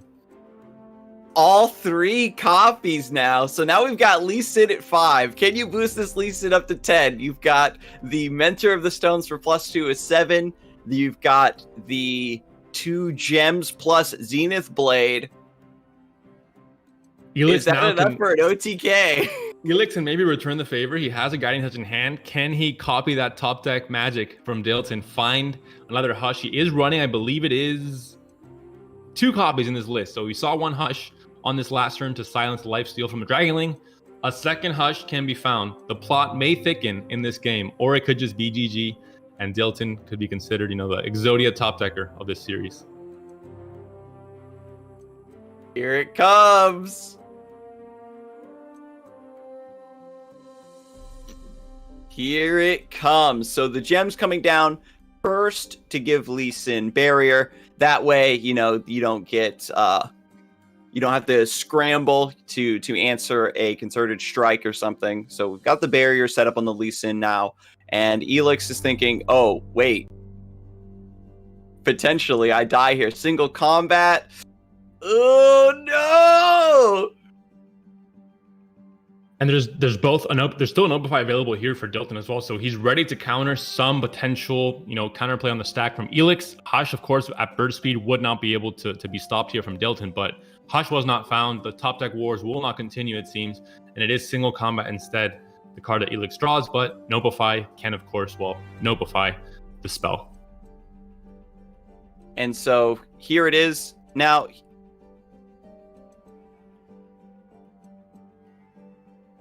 and because the +2/+2, again on the Mentor of the Stones, boost Lee Sin up to 10. And so here it is. This is heads up. The dragon trying to suicide itself, so the kick doesn't get the damage in, but Nopify comes in to stop that. So an attempt at a creative play there. Dalton celebrating. Maybe more the top thing than the skill level. So I think he knows very well what happened there. He takes the series though in the final game 3 and lives to continue with his Lee Sin, trying to do crazy stuff. We've seen him in past metas. I'm not too surprised to see how this game ended because Lee Sin, at any point in the game, even though it's looking doomed, you're at 7 HP on turn 5, you're looking at a huge, mid-range deck from your opponent, it can still do crazy things and win the game pretty much like we see here, 20-0. So congrats to Dalton, and that was quite the top deck. Yeah, Lee Sin always finds a way. A lot of burst speed spells, a lot of burst speed card draw, is exactly what you need in a deck of that nature. You're trying to cycle through, trying to get that win condition. Having the Lee Sin early like that was what we talked about. Having it in your hand early allows you to manipulate the rest of your plays around that outcome. And then a big problem with Lee Sin decks is if you don't get it, then your win condition is gone. But it all came through at the end. But we're going to take a closer look at the rest of the bracket to see how that played out. Salty Simon, of course, advanced here against Calamitus. And Ramstein actually is going to be the challenger for Dalton in the next stage of the bracket. Sari and Freybach are going to be moving down to the lower bracket to try to stay alive in this tournament. And Freebuck, of course, got reinvited after his second place showing last tournament with that, very spicy Doom Beast list that you can try to play Doom Beast a billion times with PNZ. In this case, takes the loss there in that Spanish Civil War in the quarterfinals, and Ramstein makes it through instead. But we're going to go to a quick break. We'll see you guys in 5 minutes for more Runeterra action.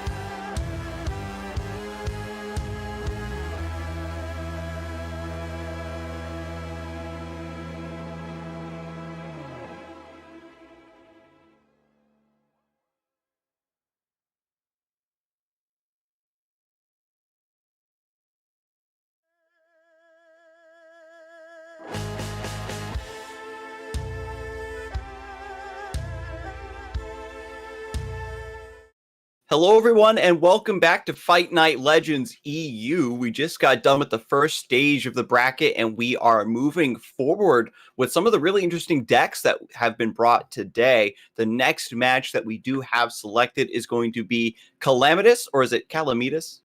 Calamitus versus Salty Simon, who we actually just saw pick up a fantastic win with a double aggro lineup. A lot of new things happening in this series, in this matchup. I think Sweden versus Thailand has never been a country matchup we've seen in this EU Fight Night just yet.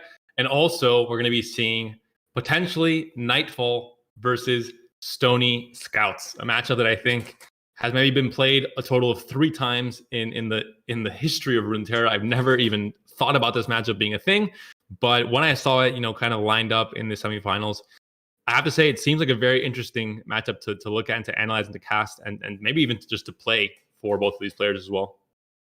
And let me tell you, I'm one of the 3 unfortunate souls that was able to run into that matchup as a Nightfall player. They play the Stony Suppressor, and your deck just does not do anything anymore. Having your spells cost 1 more in a Nightfall deck means that all of the really cheap burst speed plays that you can do in all your combo developments just get delayed by a turn or 2, and you just fall so far behind against the pressure of these scout lists. Like, we already know the power of Misfortune and Quinn, but now coupling that with the old school Bannerman package means that you're going to have that much more stat resiliency on board. Ranger's Resolve and Sharp Sight to just keep your units alive means that you get to develop and then just punch through. The triple Relentless Pursuit still seeing play in this variant. I'm really glad to see this deck getting a bit of a spotlight, because the old school, Grand Plaza Scouts usurped a lot of the sort of tempo-y factor of the metagame. But this style of deck, I think, is still very potent for tournament play. And Nightfall does usually have, I think, a slightly favored matchup against Scouts. But I think, the stats that I've looked at and the matchup I've looked at don't really account for Stony Suppressor being in the deck. That was a card that was kind of teched into the TF Fizz meta. It was one of the a few players did bring it to tournaments as a counter to TF Fizz, because, same kind as Nightfall, you have a lot of very cheap spells, maybe even more so in TF Fizz, and your deck really just crumble once they all cost 1 more.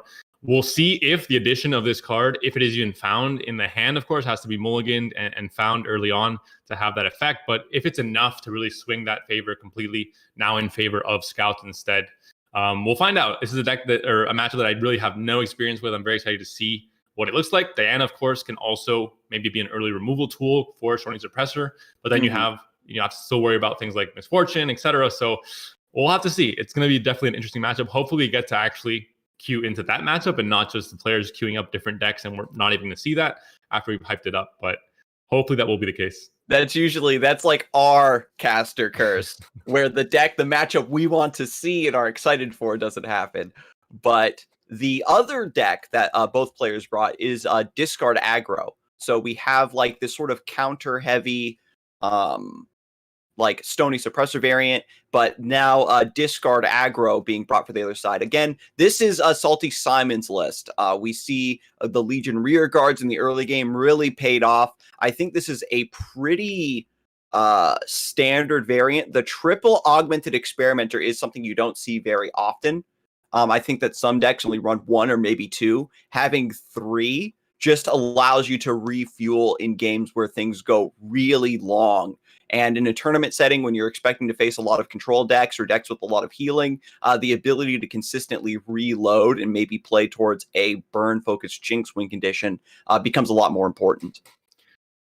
And we're going to see Calamitus' version now as well to see how exactly it differs. Like you mentioned, I think there might be a swap there from a third Poro Cannon to a third Augmented Experimenter. We'll see. I don't know if the list has changed, if the lists are just identical. Yeah, no, he's running the Draven's Biggest Fan on 1 mana over the Legion Rearguard. And this has been another sort of debate within the Discard Aggro players, as some players think that Draven's Biggest Fan is great because you always want to play Draven on 3. And then there's other players who are just like, no, if you draw it in the late game or you already have Draven, it's just kind of a dead card. I'd much rather have a stronger 3-drop. But in the mirror match, having Draven consistently on 3 does matter a bit more potentially. Yeah, I just because this list has been so refined and optimized, and it really hasn't had any crazy new additions in the past few months. I wasn't surprised if it was just the same exact list, kind of like the Spider-Man meme of like, no, I'm Yeah. Discord aggro. And we've hyped up outside of turn 1, they're going to be playing the same game plan. We've hyped up, a very cool matchup in Nightfall versus Stony Scouts, but classic, the caster curse. We're going to see a Discord aggro mirror. We'll see who draws their Dravens and who draws the better Draven and House Spider alternate art here. Teasing the new skins, thinking it's Nightfall. They got the wrong deck there, looking a bit darker than usual. Hopefully it gets fixed. It does get fixed in the end there. And like you mentioned, pretty similar cards in hand. Who would have thought in a mirror match that you would see, Dravens and House Fighters and Battlecasters in both players' hands? Ooh, Salty Simon actually going for the development here, not wanting to take the 3 damage open attack. And looking for just the clean trades here. Legion Rearguard, a 1-drop into the House Spider, or potentially, yeah, maybe this is a better option. You take one more bit of damage, but your opponent has one less blocker on the next turn. And Calamitus has the Draven on 3 with the attack token. In these mirror matches, attacking on odd turns matters a lot for this deck because you get your Draven on 3, you get to attack. Thankfully, Salty Simon does have a 1/1 to chump block this, but getting the spinning axes or doesn't block, needs to keep this alive to play for crowd favorite. Exactly. I think it's, you have both the crowd favorite and the battlecaster, and now the vision as well, kind of rewarding you for having a wide board. I think Simon understands that that's his game plan, and he has to play around this. So pretty medium-sized crowd favorite here. Doesn't go for like any sort of axe onto a jury rig or axe onto flame chomper available. So just trying to force the opponent to block. Which one of these players has to sacrifice their board first? The axes are coming in. The trade is potentially coming in here for the Draven. Of course, there is the mind game play here with the axe onto the vision for Simon, but looks like the attack, well, it actually will be quite effective here at killing the Draven, buffing the spider up and killing the Draven, not before it kills the crowd favorite though. It goes for the Whirling Death and just going to buff this up, make sure that the thing goes through. So Draven is able to at least clear this crowd favorite before it goes down. I like the setup here with the spinning axe on Draven into Whirling Death, because if both strikes connect, then Draven would level up. But unfortunately, just going to end up being a very defensive play. Calamitus does have the Augmented Experimenter in hand to refuel, but Salty Simon still maintains a really large attacker here with the Draven and has Jinx to develop on this in-between turn before you get to this key 6 mana. And we're going to be at 5 mana now, so Experimenter can't be played. And this top deck, very important for Calamitus. He finds some cycling here with the Urchin, so he has a chance to discard with Rummage, discard those axes, and finds another Urchin. So really finds the perfect card here, just have a bigger board, have some blockers ready, and play Experimenter for the refuel next turn. Another crowd favorite. Oh, this is so good. Now, Salty Simon might actually take a turn off. This is very aggressive. We saw Calamitus had no board and suddenly now has a full swarm with double Battlecaster now swinging through. So this is going to force Salty Simon to, I thought that developing crowd favorite and sacrificing it on the block would be the way to go, but instead develops Jinx, takes the damage here, and wants to set up for Augmented Experimenter, it looks like, to flip Jinx and try to close things out. If you get the rocket to wipe these 1 HP units, you can come back into this game immensely. So let's see what happens. And that was, like I mentioned, the kind of the crazy high rolls that can occur. Calamitas was looking at a turn where he had Experimenter and only 5 mana to play, and he had a Rummage and 2 axes, and suddenly he found a way to redevelop his entire board and have another Battlecaster to buff everything and put his opponent down to 7 HP. So a very big high roll turn for Calamitas. Maybe not enough though. We'll see if this Jinx will be effective enough to really take over.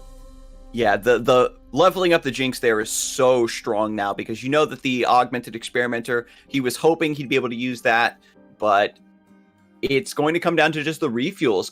Calamitus has not seen a Jinx yet, and now Salty Simon has a double advantage of having the rocket, and every copy of Jinx that you draw will become a Get Excited. So the board control is now through the roof for Salty Simon. There's the board being played out. The crowd favorite going to be maximum stats once it comes down after the Poros are played out, and still obviously enough mana to do it. You don't have a discard target for the vision, unfortunately, and you don't really have a way to cast it unless you don't play this last portal. Play the card favorite now and play the vision from hand. It could be the case here for Calamitus. Yeah, a 6/5 crowd favorite is still pretty strong because with vision, with the overwhelms, with potentially having a wide board here, you can swing through. But look at this burst speed manages to empty the hand to get this rocket. This is going to peel 2 damage and set the crowd favorite down a bit lower. And of course, if the last portal is played after the rocket, you still have your own portals to block with, so it's going to be fine here. Actually, you can have the battle chompers maybe drag it out of the way, but that is actually maybe 1 more damage coming through for Calamitus. If you attack with crowd favorite here, Salty Simon would of course be incentivized to block with the Battlecaster to not take that damage. So I'm wondering if there's an open attack here and then the Flame Chompers pulls the 3/2 and you just say, okay, well, if my opponent doesn't sacrifice Jinx, I win with vision. And if they do, I'm happy that they're sacrificing their win condition. Well, vision would put him 1 off. I believe he's a 7 HP. He blocks with a 1 HP unit, and that's 6 HP coming through. And you're at the mercy of top decks now, but you do, of course, know that your opponent has a portal in hand and nothing else. Doesn't really have a way to redraw a card, for example. You obviously can't just accept this right now, or else you do lose the game. So Simon has to be careful not to click spacebar by accident, and has to commit at least one of the blockers here. We'll see which one it is. If he plays Jinx, he's a bit safer potentially. He can still play out both portals from hand and have the Battlecaster attacking to give him a +2 buff. If he blocks with a 2/1, then he's at the mercy of... Actually, yeah, Get Excited can't do it because you need to have... Well, if it discards a portal, you can actually. Yeah, so this is tough. I definitely miscalculated. I thought this would be potential lethal being set up with the vision. But yeah, it's... You can see agonizing over this decision. When you have these aggro mirrors, especially with discard aggro, this is where the true skill of the deck shines, is playing to like your percentages. And so blocks with this to go down to 2 HP. And fortunately, both players aren't running Mystic Shot. It's a card that I've always advocated for in discard aggro, at least 1 copy. But, you know, with Twisted Fate out of the metagame, it's not as important. And with Jinx being left alive, Salty Simon is still very favored from this position. The top deck is a vision from Calamitus, so not ideal. The Hyrule does not come in here to save the game, and the rocket coming in once again for Jinx, the killing of the crowd favorite here. If the portal is played, it also dies to the rocket, and obviously the 4 damage going to the Nexus. Yeah, it's going to look pretty bad here for Calamitus. He is going to be losing this game 1, and he had a very strong kind of Hyrule turn in the mid game that really put him back into the game after a slower start, but could not really capitalize on that and can't really fight against leveled up Jinx. Yeah, the Jinx win condition is definitely the be-all, end-all. If it's either you lose to Jinx or your opponent gets like a back-to-back crowd favorite or something and just immediately puts you in the dirt. So leaving the Jinx alive to just continuously cycle, get that extra burn was the correct line of play, and Salty Simon does take that game 1. And game 1 means that there is not going to be any more discard aggro mirrors. Of course, Calamitus can stay on the deck and continue playing discard aggro, or looking now into this Nightfall deck that Salty Simon has to play as a second deck in the series, we could see a switch here from discard aggro to the Stony Suppressor list and try and find that huge counter with the Suppressor on turn 2. Yeah, you get the Nightfall getting countered by Suppressor Scouts, and then you try to hope for discard aggro into Nightfall. Actually, he sticks with it. Says, I'm just going to stick with this discard aggro. This is probably going to be the deck that's going to be hardest to get the win with. Versus Nightfall. My experience with this matchup has been very 50-50, to be honest. If you don't get your Nocturne or your Diana, you have a very difficult time answering like Jinx and stuff effectively, or Draven on the back line. And with this potential swarmy Hyrule opening into a crowd favorite, it's also a lot of early damage being put through here. One of the Battlecaster, it'll be a trade of the Onlooker with that Flame Chomper because of the 1 attack buff. So very useful buff there. The Battlecaster stays alive. Crescent Guardian comes down. No Nightfall proc coming in before. We talked about this deck having very explosive combo turns, but also being a bit awkward when you don't have the right Nightfall activators, the right cards in hand, like you mentioned, the champions being, you know, key cards in this deck in certain matchups. So things are looking still a bit awkward here for Simon. We saw it in the last, the quarterfinal series with having 30,000 flights played and kind of diluting his draws quite a bit. And in this case now, much of the same, having, a lot of spells, but not enough units really to fight against this very scary looking board. I look down for a second, I look up, and I'm looking at a terrifying board from Calamitus. Yeah, and being unable to proc the Nightfall on the Crescent Guardian is enormous here, because you can't trade up into the crowd favorite now. We talked about discard aggro high rolls.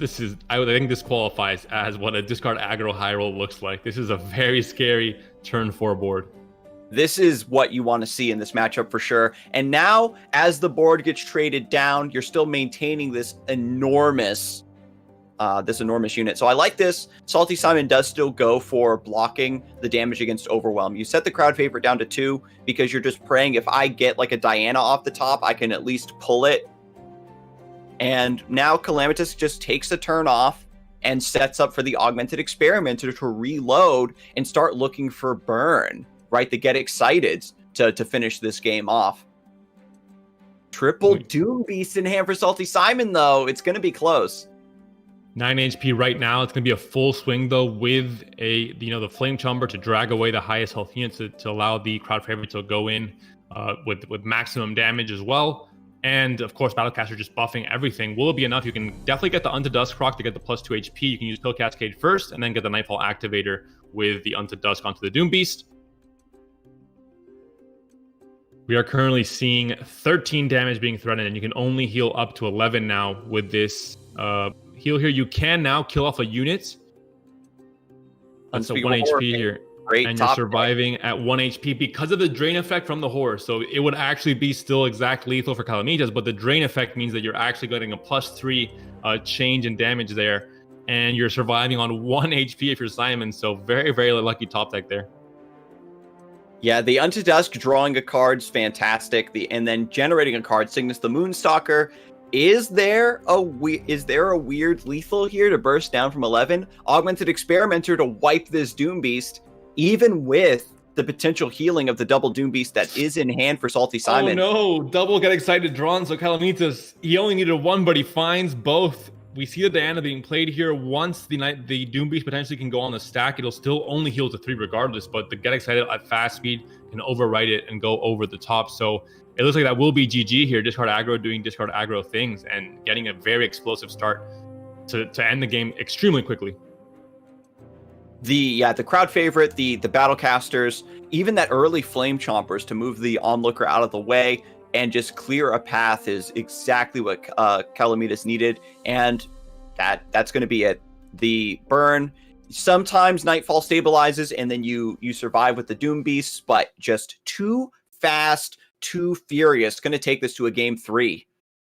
A game 3, and it's the game we've been hyping up the entire series long. We're going to get it, kind of hyping up, letting that that excitement kind of fester, and now finally it's going to get to us and we're able to watch it. It's going to be exciting. Stony Scouts against Nightfall, a matchup we talked about. We haven't seen. I haven't really seen ever in tournaments or on ladder. I haven't really played either of these decks, but we'll see if Stony Suppressor is, first it has to be found, of course, and played on curve to really have a strong impact.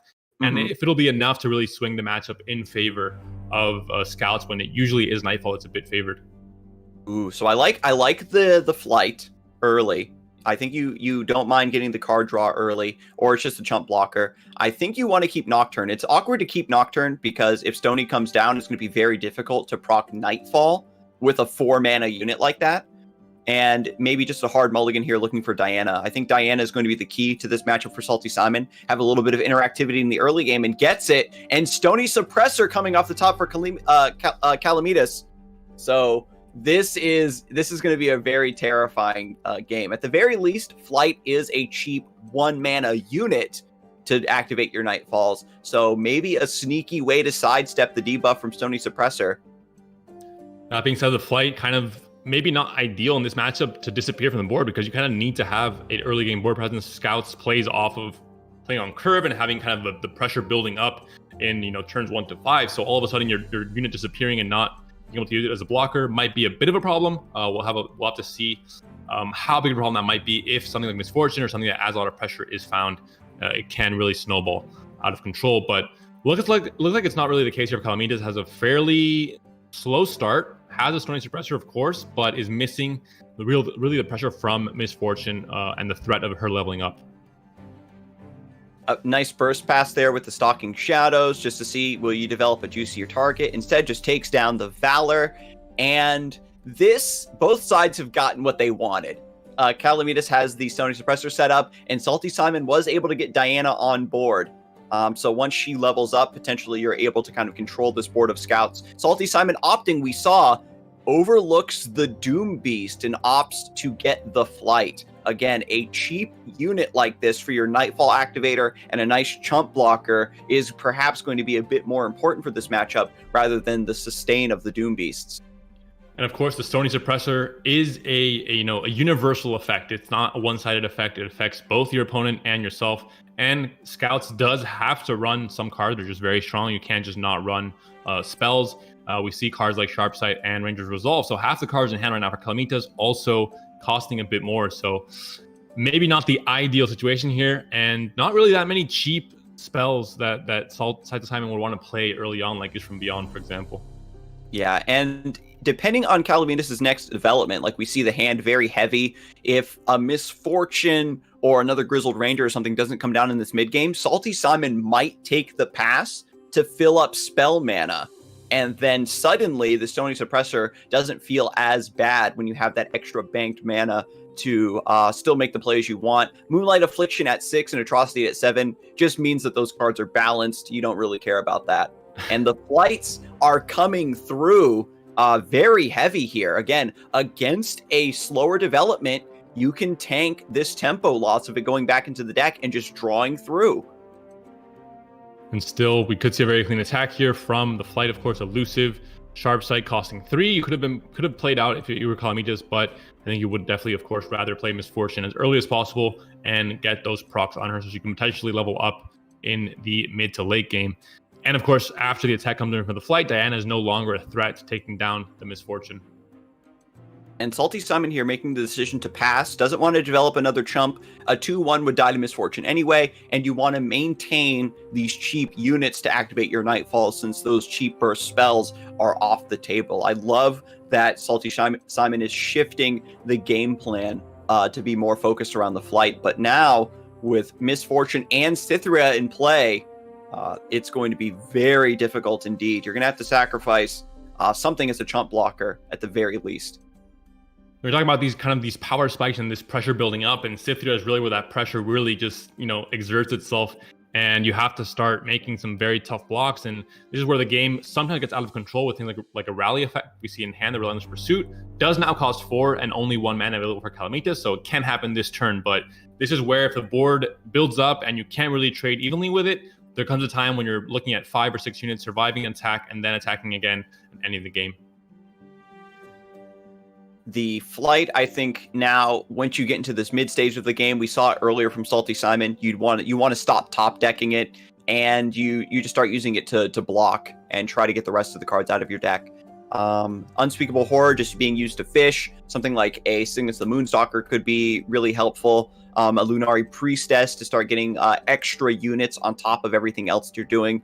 We saw pay huge dividends in a previous matchup, and gets a Shade Stalker. Not too shabby. 3 HP is pretty decent for blocking in this matchup, and just having an elusive unit in general is quite nice. Floats the 3 spell mana to make things a little bit easier here heading into the later stages of the game. And a very weak 1-drop in top deck found here by Calamitas. Looking at a stage in his hand right now that he has a lot of spells to be played, but they cost more. He's run out of fuel to some regard. He's kind of hit the power spike, and we're still seeing Simon at 20 HP. So that power spike didn't really equate to a big advantage for Calamitas. And now it's where the combo nature of Nightfall can really take over, and you might be in trouble. Maybe not just to a big swing, but maybe with Atrocity coming in later on. Diana getting a lot of buffs, for example, in her attack, and potentially ending the game. And Calamitas is now already at 13 HP with a lot of elusive damage being threatened this turn.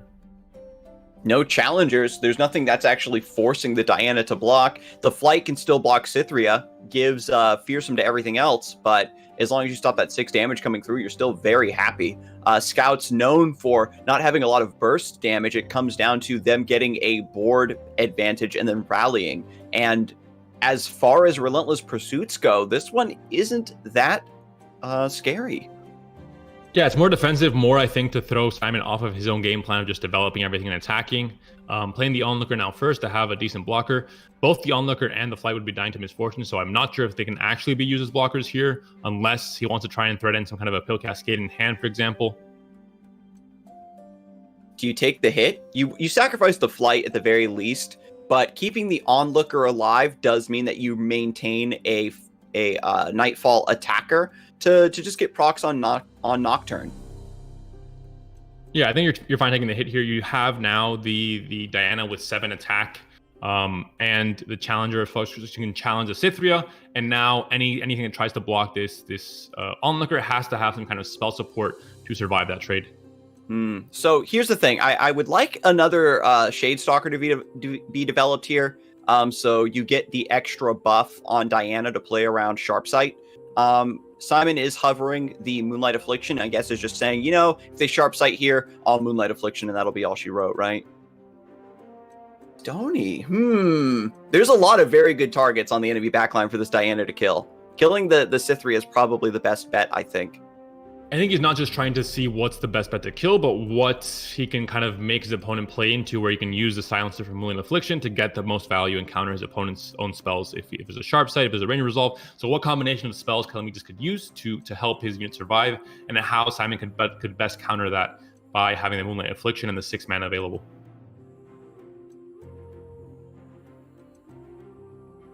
Because you go for Sharp Sight. Then it gets silenced, and then does it actually just saves it. Okay, so both players taking some very heavy hits here. Just letting it go down. Calamitus says, I need the Sharp Sight to block elusives to stop Salty Simon from trying to beat me up with the Lunari Shadestalker, or maybe getting, Cygnus the Moonstalker of Unspeakable Horror. And now Quinn coming off of the top to reinforce this board that was looking pretty rough before. And the double silence on Misfortune and the Quinn here. Nocturne can come down as well, take some attack off of one of these units as well. And we're going to see a big swing coming in, possibly next turn from Simon with the Atrocity backup to try and get the win. As long as he survives this first attack here from Calamitus, and with this huge attack debuff for the entirety of the board for Calamitus, I think it's looking pretty okay here for Simon. You do have Sharp Sight on the Valor or the Fleet Feather Tracker here to clear the Diana or the Nocturne. And now Calamitus has another very powerful decision to make here. Do I kill the champions? Actually opts to kill the elusive unit, says, and gets to double dip here as well with the Scout on Valor. Takes down Nocturne, leaves Diana alive. Now this is important. Nocturne with granting AoE Fearsome is a lot more detrimental to this board, but Diana being alive makes her a stronger Atrocity target. Theoretically, with Stony Suppressor still alive, it'll be difficult to get Diana up to the attack power that she's going to need, but Unto Dusk does proc Diana twice, so that's going to be +4. You draw another card on top of that. We'll see. I think Simon trying to think if he wants to use a Dust Petal Dust as an activator, or just use the Unto Dusk without the secondary effect, just the cycle effect. If the kind of the 4/1 on the Onlooker will matter, if it makes a big enough threat on the board. Of course, it cannot be blocked by the Stony Suppressor or the Fleet Feather with a Fearsome, so it would maybe force both either the Quinn or the Misfortune to block. Is there a world where can you Dusk Petal Dust and activate another Nightfall, use Diana to kill the Stony Suppressor, and then it'll drop your Atrocity down to 6? Well, Atrocity is you can still play it this turn for 7. And with so little cards in hand for Calamitus, there isn't a big range of answers that can really happen here for him. So yeah, a very easy play here. Now you have the Atrocity for 7, and I think there's really nothing in the deck for Calamitus that he could use to stop this. Looking at the list, he doesn't have like a Still in Combat, for example. It's not really a spell that's played really in Scouts. So looks like this will be GG in Game 3 going to Simon. The Shen gets played from Calamitus, and that will be it. Simon takes this very interesting matchup we haven't really seen before, Nightfall versus Stony Suppressor. Stony Suppressor did put in the work, but maybe not exactly enough to stop those combo turns from Nightfall that were able to end the game here. The Scout deck, we had the mid game with Bannerman and stuff that just didn't show up. we had the very thin developments on round 5-ish, and then in just to a Cythria that really got sacrificed without doing a lot of impact. Even the Misfortune didn't get a chance to level up. And Scouts, again, we saw, even like in the Grand Plaza variant, you needed to have very specific cards, very specific windows in order to showcase its true power. And even though you had the Stony Suppressor to hold Nightfall back, all it did was extend the game. And once you get to the later stages of the game, if you don't have your opponent on the ropes, Nightfall is always favored. The biggest thing I think was the Diana able to really fight for a lot of free value and tempo in the early to mid game, getting her on curve and allowing her to challenge with a quick attack and taking down, I think it was like maybe 3 units for free essentially, was I think very strong and definitely swung the matchup somewhat in favor of Salty Simon. Yeah, so congratulations to him. It is always nice to see Nightfall performing well, and we're going to jump into the next set. It's Ramstein versus Dalton. Now, Ramstein is up 1-0. And Dalton is trying to get a win on the Lee Sin deck that we saw him clutch it out with at the end of the last set here. Scar, this is a Lee Sin mirror. I am in a nightmare. Please pinch me. I want to wake up. I don't want Lee Sin mirrors to become meta again. This is the darkest timeline. I thought TF was the darkest timeline, but there's a darker one, and this is it. Lee Sin mirrors. We've seen it, a few minutes ago. It was very, very prevalent to see these matchups. Not the funnest ones. A lot of, very dependent on finding Lee Sin on certain card combos in the mid game, on finding Hush, for example. I think a very polarized matchup for both of these decks.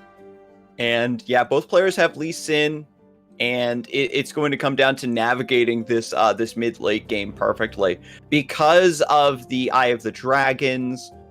Both players are just going to be at full HP for most of the time, so it does come down to the Hushes lining up against the full Lee Sin OTK, right? And I mean, with mirror matchups, it's very mirrored right now. I have a dragon on the board for both players. We're on turn 5. Spell mana bank for both players as well. We're not entirely sure what the Lee Sin counters are at right now. I think we see a 1 out of 8 there for Ramstein, it looks like. It's clipping there just a bit for me. But regardless of that, a lot of spells in hand, a lot of gems in hand, especially for our player in the bottom there. So there might be some issues with the production there. All right, so they are going to fix that on the side. I was taking a quick look at the players' deck lists. With the Concussive Palm is still in as well. So without Bastion or Denies, things like that, then the Concussive Palm is also going to be a major factor in stopping this OTK. But Ramstein being on a 5 mana here to develop Lee Sin with an attack token does put him in a position to actually just, rather than relying on the OTK, just get this early game removal and tempo play going. And there we see hands for both players. We have full information now once again. Dalton, we flipped the tables there. Dalton now on top with all the gems and all, access to more gems with Mentor of the Stones and the Mountain Goat also in hand.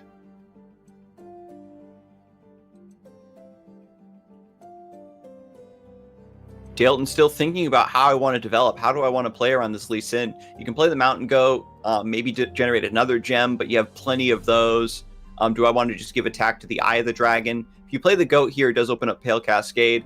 As long as the Eye of the Dragon survives, getting that free attacker is a nice bonus on top of everything else.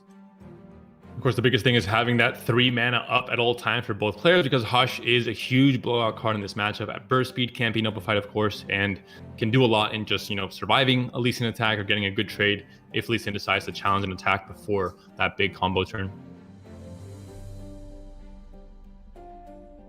And Dalton, you want to keep some gems, of course, for your own Lee Sin. We see in the very far left of the hand, you can preemptively start digging with the Pale Cascade. Maybe Ramstein doesn't want to attack here, right? This is a very interesting mind game that he's stuck in, because maybe if I just offer to end the round, maybe Ramstein doesn't actually have the resources to properly buff up this Lee Sin or give him the keywords that he wants to give him safely, and just force your opponent to burn 3 mana. There's 1 gem coming down, maybe, a bit scared of a potential, burning cards with having too many gems, like you mentioned before. If you generate too many gems, suddenly you're not drawing the card you should be drawing if you have already 10 in hand going to the next round. So 2 gems being played there on the Mountain Goat. Yeah, just buffing it up slightly disincentivizes the Eye of the Dragon from attacking. It means that Ramstein 100% needs to have barrier in order to safely attack with the Lee Sin. Once again, passing. This is a little bit better for Dalton. You aren't burning as much mana, and just making sure this Lee Sin doesn't attack you and develop the board means that maybe your Lee Sin can do some work next round. And Hush, not in hand for either player, but it is kind of the standout card, I think, in this matchup. 2 copies of it in each of these decks. So it used to be 3 when it was, a bit stronger than it is now, but now at 3 mana, it's only being run as a 2-up in both of these decks. Bastion can also be very, very important here for Dalton as a protective spell, as a preventive measure against that potential Hush in the future. Yeah, it looks like Zenith Blade coming through. Dalton thinking about maybe denying this to stop the overwhelm, but it's probably more important to just save deny for Dragon Kick. They're going to get the next Zenith Blade in the cycle anyway. So, at the very least, Dalton, can use these gems to maybe take out the Eye of the Dragon. And Lee Sin, the OTK isn't quite there yet. He's pretty buff, but not quite. And 4v1 is always nice to see because your Lee Sin, right, can just pull the other to the side and let the rest of your board start swinging in. And at the very least, you have to remember too, is that if Ramstein gives his Lee Sin barrier on reaction, then even if it survives, it still gets recalled to hand, so you're going to lose out on those buffs. This is actually very terrifying for the mirror, where both sides have Lee Sin, and it's a race to see which one can get leveled first with the attack token. And that gem play for Dalton means that now he only has 3 mana, cannot play Deny for 4, which means that Concussive Palm is an option if Ramstein wants to take it, if he wants to maybe keep his Eye of the Dragon alive. I'm not sure how important that is. I'm not sure if he wants to really use the mana at this crucial stage in the game on keeping the Eye of the Dragon alive, where I think we understand and know that this Lee Sin is really the key win condition here, and trying to get kind of a lethal OTK turn is the goal for Ramstein, especially now that there isn't a Hush in hand right now for Dalton, and really any way to stop potential Lee Sin from going off. Of course, he has deep med though, and he has a chance to draw into that Hush next turn as well. Yeah, the Lee Sin going down to 2 HP doesn't really matter here. I think you just want to stop some of this damage coming through. We saw in the last set with Dalton, being able to survive at 2 HP is all you need, right? As long as you don't die, you don't lose. And the longer you can extend the game, the more shots you get at Lee Sin going for that OTK. There was that set, I recall, with Lee Sin versus Soraka Tahm Kench, where Lee Sin presented the Dragon Kick lethal 3 or 4 rounds in a row, and it was just Hush after Hush after Hush. So we're going to see the first couple attempts definitely being denied here. So no Concussive Palm comes down, 6 mana now to work with very little counterplay now after the attack swing and the challenge from Lee Sin already occurred. Eye of the Dragon, the second one, is here now played for Ramstein. He still has 5 mana to work with. Can potentially play a Sparklefly as well with the elusive. Oh my goodness. I got a quick glimpse there. His Lee Sin's 2 out of 8. Still a lot of homework to be done to flip this Lee Sin to turn him into a real threat. Dalton with a lot of cheap spells in hand. The Mentor of the Stones to get more gems is looking much more prepared to level up this Lee Sin, and is actually just going to preemptively draw some cards. Now that the attack has already gone through, there's no need to worry. And you're just looking for the resources you're going to need to press the advantage that you've created here. Sending your opponent down to 10 means that you don't need to buff your Lee Sin up as much, as long as you can just flip him naturally. And getting the procs for Eye of the Dragon to get the Dragon Link next turn as well, with 2 spells being played there. Sparklefly coming down as well. And Bastion also, Hush and Bastion may be the 2 most important cards in this game, because they both are important factors in, does this Lee Sin kill me or not? Do I have the answers for it? Both in protecting your own Lee Sin and interacting with your opponent's Lee Sin on his attack token turn. So we'll see what Ramstein goes for here. If he can level up this Lee Sin, it does have Overwhelm already. So that is kind of one stage of that preparation already done here, and Dalton's does not. So we've got Challenger going onto the Dragonling, and the +2 attack going on to Lee Sin. 7/5, Overwhelm, Challenger, Barrier. Going to present the question, can you protect this Lee Sin? If it goes down, this is going to put Ramstein so far ahead in the mirror. We do have a Hush coming through, but I think that with the other with the Bastion, for example, potentially reinforcing this play, another Resonating Strike in hand, or maybe just Concussive Palm to just say abort mission. We'll see what happens here. And Dalton top decked the Hush, so that's the key card we were talking about. He finds it after the Deep Meta was played last turn, didn't find it, found the Notify and Pill Cascade, finds the Hush now, and has a Bastion, and has to have a mana to work with, so you can play both of these cards out here. Yeah, the Spell Shield going on a Lee Sin is amazing. Now gets the Barrier stacked up here, burst speed on reaction to this combat. And only the 3 damage of Overwhelm coming through. Hush not having to have been expended here from Dalton. This is one attack token turn that could have been, maybe not lethal, but a scary turn that it could have swung in favor of Ramstein. And Dalton is happy with just surviving and kind of deactivating this first attack from Ramstein. And then next turn now, he has his chance to do his own attack and try and get his own advantage. Yeah, forcing the defensive spells out, you're protecting your win condition, but you're also furthering it. Like now, look at that, 6 out of 8. Dalton can go for the swing here. 5, 10, you have double gem to go up to 7, threaten to 14. And then you can just maybe, I wonder if you want to kick your opponent, and then you try to kick your opponent's Lee Sin. Because again, even if it survives the dragon kick, it would theoretically still get, sent back to the hand. And then cleansing that Overwhelm, cleansing the buffs that you've stacked up from this position is just so good. This is going to force Ramstein to just go for, Sonic Wave and Bastion. And there's still Hush to take on the barrier. So, I mean, there's quite a few.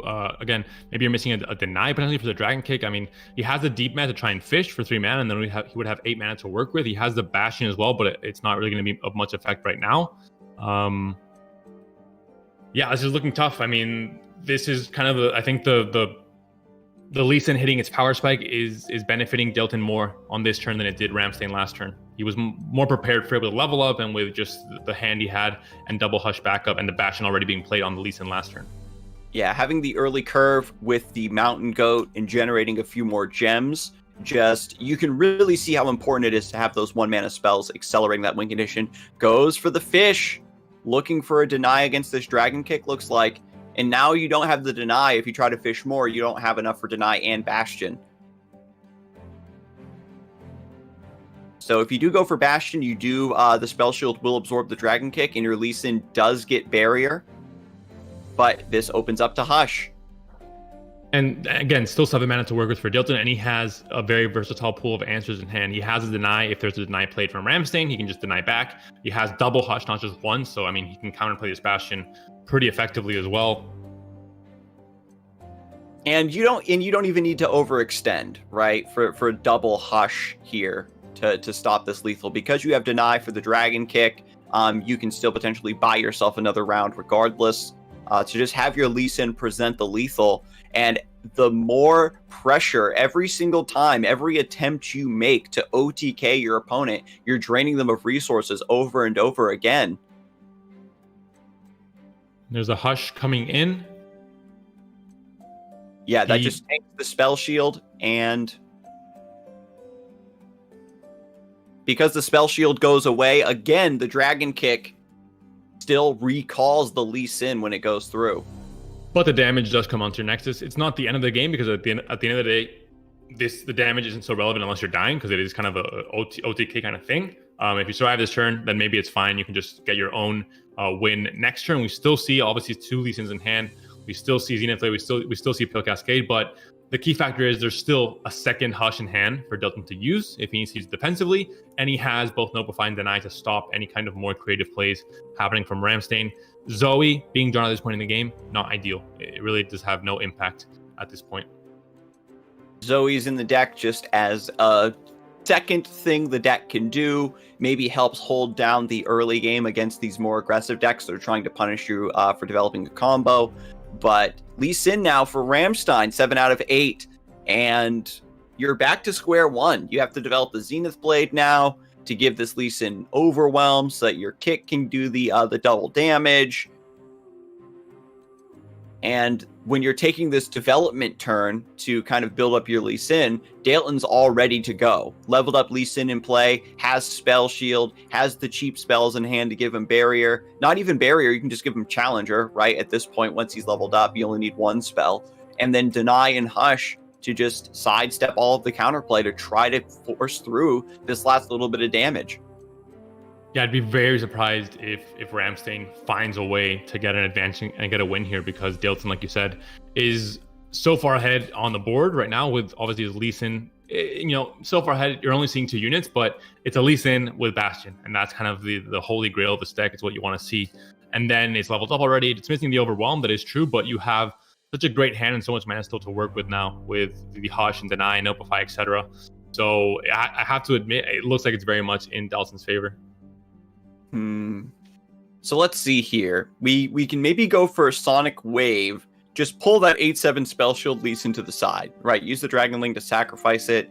Maybe the Lee Sin Dragon kicks the Mountain Goat at the very least, tries to force some damage through that way. You get a little bit of damage through off of your elusive units, and maybe you just whiff Concussive Palm here instead to take the Spell Shield off of Lee. Again, you're looking at that, but you're still not taking into account that Dalton has 12 mana to also do things with. I know, it's so scary. Like, and even without counting that if you had no mana right now, you still wouldn't find lethal on this attack token turn from Ramstein. You're just chipping away damage. And like I said before, chipping away to 5 to 6 HP doesn't really matter that much, because most of the time you just do a lot of damage with Lee Sin and his own Dragon Kick and Overwhelm going into the late game. Yeah, and Dalton now, being in such a strong position, can just sit on all the mana, right? You save, you don't need to develop anything.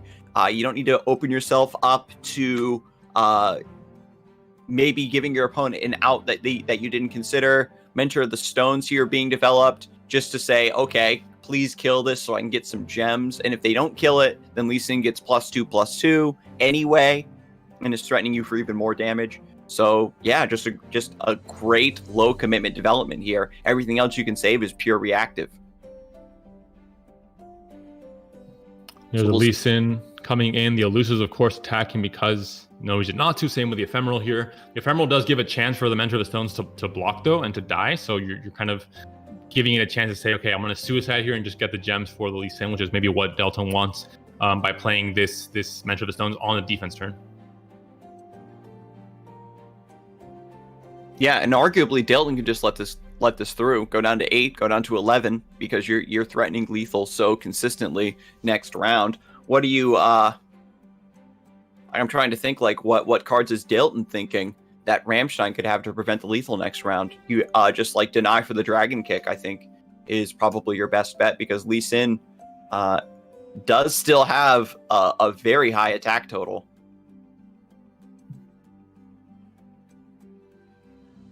The only thing missing is really the Overwhelm. Obviously, Dalton hasn't found the Zenith Blade to play onto Lee Sin, but that's really it. Everything else is kind of perfect. Looking at his next attack token turn with leveled up and Bastion, and yeah, 8/7 is strong enough considering that there's only 6 HP here for Ramstein. Mm-hmm. And now you've got, just the extra attack power on the Lee Sin. You don't need the Overwhelm as long as the Dragon Kick can connect. And maybe this is where Ramstein finds the out, where the Lee Sin is potentially threatening damage only through Dragon Kicks, and spell-based damage is exactly what Ionia specializes in surviving against. The Messenger, hoping to find maybe a Hush, does not find it, finds a Deep Med instead. Should be discounted next turn as well, I believe. 2 spells have been played this turn and can maybe fish for a Hush again the turn after this one. But still, there is a Bastion on the Lee Sin. Yeah, so you can use Hush to pop the Spell Shield, but then the Concussive Palm gets denied.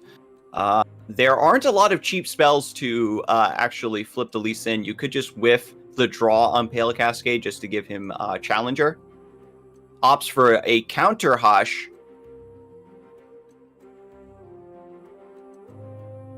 Again, just a cheap burst spell to give Challenger. And by hushing the Lee Sin, Ramstein can now no longer give this Lee Sin barrier potentially, so it survives. And lethal is being presented here. We're going to have some easy blockers, of course, for all of the, the Mentor of the Stones and the Avid Dragon. But the big thing here is Lee Sin, and can you stop this Dragon Kick from killing you? Deny was not found in hand here for Ramstein. Has 10 mana to work with. Can try to fish here with the Deep Meditation. I like buffing up the Mentor of the Stones here. Again, it's one of those things where you need to block them, but you're feeding into your opponent by them getting the gems. And there's the deny off the Deep Meditation. It's just that if you go for deny here, then it gets denied. It's just so sad. You do not have enough mana to play. If you would have drawn maybe both denies, you don't have enough mana with 7 to play both. You would need 8 mana. So I just think it's just been, a slight advantage happening every single turn for Dalton in terms of his setup and his own game plan with Lee Sin and the Bastion, etc. And it's piled up to the point where there isn't enough mana or resources for Ramstein to answer it in this turn. Yeah, you could try to go for some kind of healing chain if you go for Guiding Touch into Guiding Touch if those are all stacked up together on the top. Well, it's exactly 10, no? You heal 2 with a Dragon Link and 2 with Guiding Touch. It's still 10 damage coming through from the kick on Lee Sin.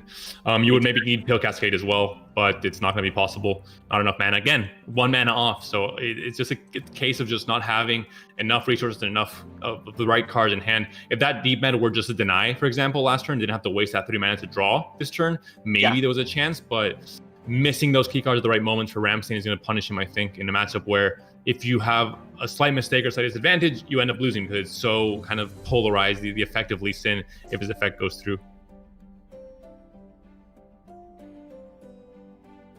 And that is unfortunately going to be all she wrote. Just a Hail Mary draw here. Healing Potion? No. I haven't seen that card since Ezreal Karma was a thing, and that was, as an aggro player, tough times.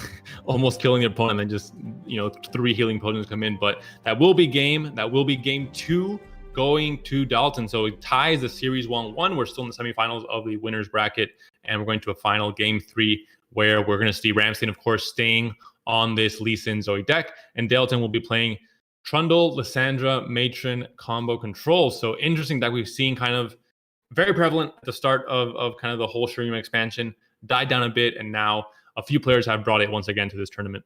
Yeah, having the Freljord Shadow Isles was just a way to counter some of the swarmy aggro lists, notably Spider aggro, which was very powerful during the previous fight night, has a rough time against this deck specifically. A lot of aggro decks, like Discard aggro, or even some of the burn-focused aggressive decks we've seen can kind of go over the top even as their board is being wiped. And with Matron, it was still the reason it was such a premier archetype at the beginning of the expansion is because blowing up your opponent's deck is one of the best ways to kill Targon. And Lee Sin generally has a very favored matchup against this Trundle list. The Trundle list that Dalton's running is running 2 copies of Three Sisters, so has some Frostbite effects to try and counter this Lee Sin, but most of all the other spells that Dalton's running can't really deal with Lee Sin effectively. They have a lot of board clear spells. Ramstein cares about Lee Sin and Lee Sin only, really. Everything else is kind of just a distraction, basically, in the early to mid game. So we'll see if the Three Sisters and maybe Frostbite effects are enough to try and stop some of these lethal attacks from Lee Sin. We see the Spirit's Journey in hand, which is a card that very spicy tech.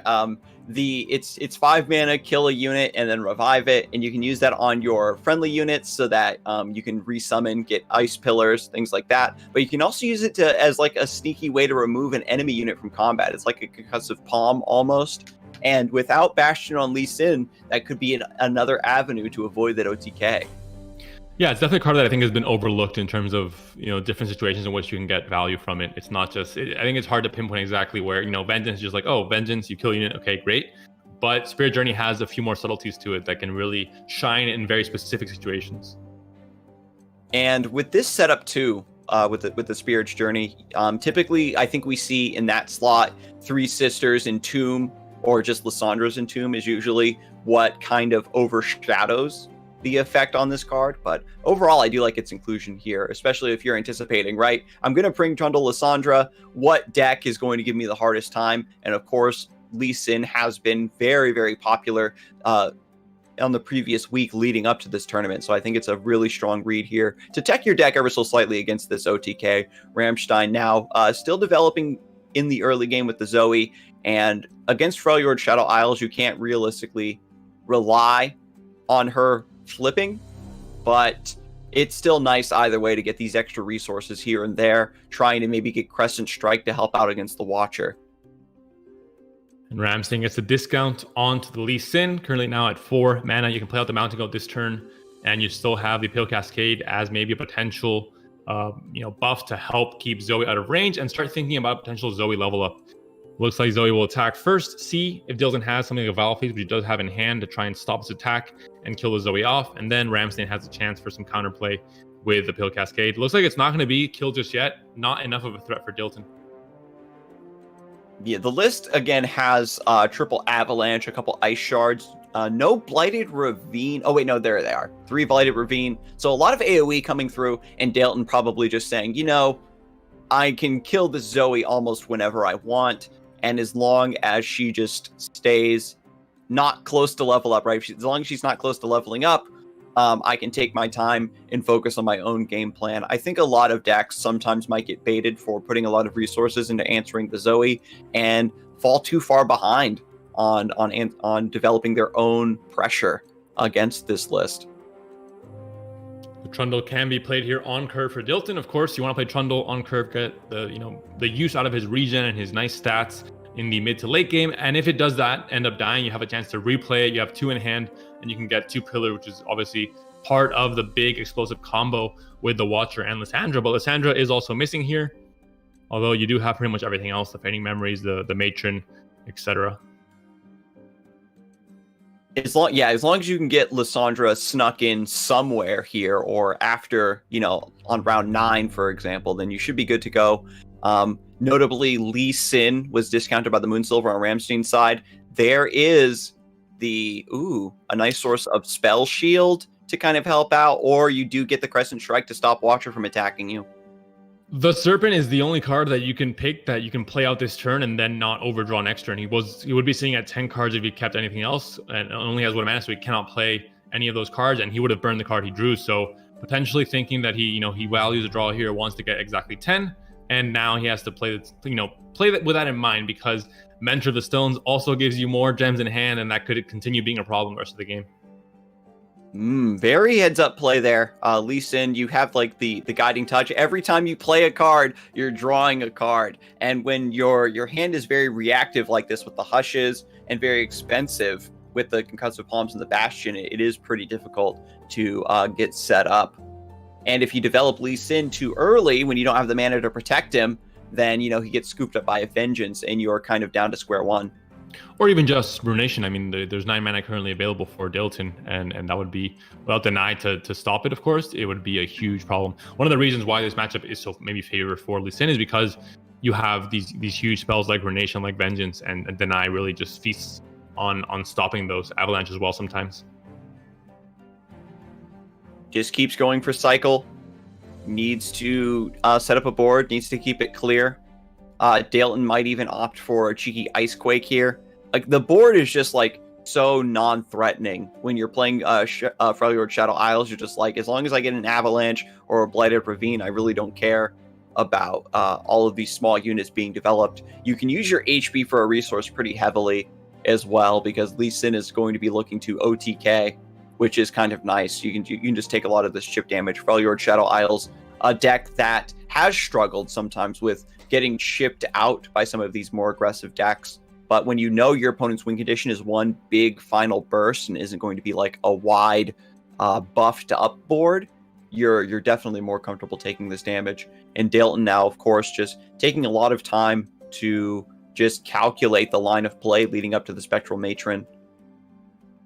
And if you play too reactively here, if you're Dalton, it creates a problem because Zoe's still on the board and she continues getting closer and closer to a level up. So you can't just continue just passing it and losing out on 9 mana, for example. And Ramstein knows it. It's why he kept up exactly 5 mana to still threaten at least in development if Dalton commits too much. And looks like Ice Quake is being played here to try and clear the board, and gives Lee Sin a green light to be played here without any kind of counter, and the chance to maybe find a deny and the mana available for it next turn to protect it.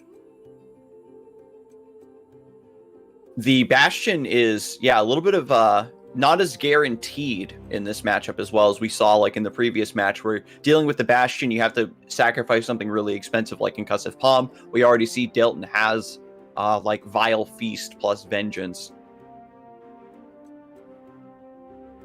And so Ramstein still thinking about developing this Lee Sin here. As you mentioned, all the mana's tapped out. There is a window to develop here, but with no Zenith Blade, Lee Sin not super close to leveling up just yet. It doesn't seem to be that great of a condition. So Ramstein is just going to maybe just get a buffed up Sparklefly to just sneak some more damage through, give it a little bit more sustain. I'm not sure that's adding really enough pressure, though, in this mid to late game for Ramstein. And going into the very, very late game, we'll see if Ramstein has enough answers on defense to stop, the huge Watcher combos from going off. That being said, Lissandra still has not been found. So that's a pretty good thing for Ramstein. I'm not sure if just Trundle will be able to do much in any of this game when you have things like Hush and things like, Lifesteal as well from the Sparklefly, for example. And now with the second Lee Sin, you can play this first one, right? Just play this out, chill. You can even buff it up with the Mentor of the Stones. Yeah, this second Lee Sin is actually amazing to just tank this Vengeance, clear a path, doesn't reveal that you have the other Lee Sin at 4 mana. And again, that's from Moonsilver. So Dalton knows that there's something that's been discounted, probably thinking good targets for discounts in this matchup would be something like Deny or a Bastion, right? So yeah, Sparklefly just going to try to push some damage through. And could be the case later on where maybe, Ramstein has 4 mana in hand and passes, and Dalton thinks that, he can't play Lee Sin, so I'm going to do a certain play and not have to worry about killing it this exact turn, and then Lee Sin's played for 4, and it might catch Dalton with his pants down. So we'll see if that might be the case. It could be a bit of a mind game element to it as well going to the late game. Playing Lee Sin for 4 mana also will give you a little bit more flexibility with what spells you can play to proc his keywords, which is nice. Trundle finally leveling up here. Ice Pillar making its appearance. Going to level up Trundle, and now with the refilled mana, we maybe have Spectral Matron coming through too to summon an ephemeral Spectral Matron and just go for a wide offensive swing here. Lee Sin being played here would be quite risky. Ruination still available, but that would mean you're taking down your own Trundle and Ice Pillar as well, so maybe not ideal for Dalton, and you still have the Bastion to back it up.